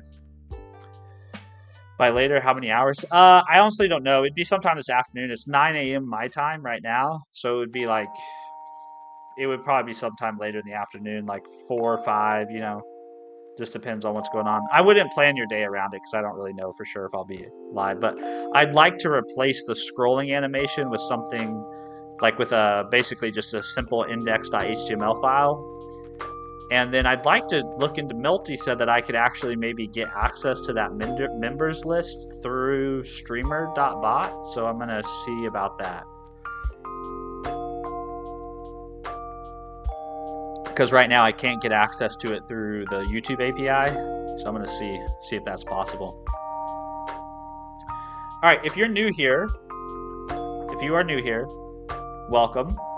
If you enjoyed your time on stream, the best place to find us outside of stream is our Discord. I'm going to pop the Discord into all of the chats. So discord.stephenfreeborn.com is the best place to find us. If you want to come back and hang out on stream with us, like you're like, hey, I like this is a good vibe, I like the music, this guy kind of rambles a lot and says some interesting things sometimes, then the best place to find us live is during the morning. I usually stream from 4:15 in the morning till about 7 a.m. And the reason why I stream that early is because I'm a dad and I'm a husband and I have a job, and the best time to have like long unstructured hours of time is early in the morning. So I'm usually live from 4:15 to 7 a.m. If I'm off like today or it's a weekend, I might go a little bit later. Just depends on what's going on in my world. So if you want to come back and hang out on stream, would love to have you. Be a ton of fun. Otherwise, I guess I will wrap up for the day. I really appreciate you guys hanging out with me. I think there's like 40 of us left here at the end of the day. Gonna post some memes in Discord. Go for it. Bring the memes on. We would enjoy your memes. But I'll just say goodbye to everybody here's in chat. Bob Knoll, see you, man, if you're still here. Willie, have a good day. Sir Traeger, Oscar, have a good day. John Liu, thanks for all your help with the music. recommendations.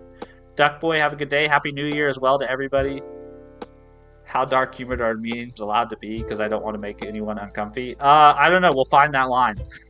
No one's posted anything too dark, so I guess we'll just wait till someone posts something too dark, and then we'll know where the line is.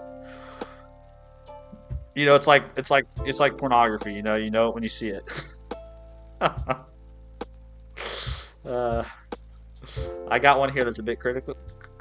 Okay.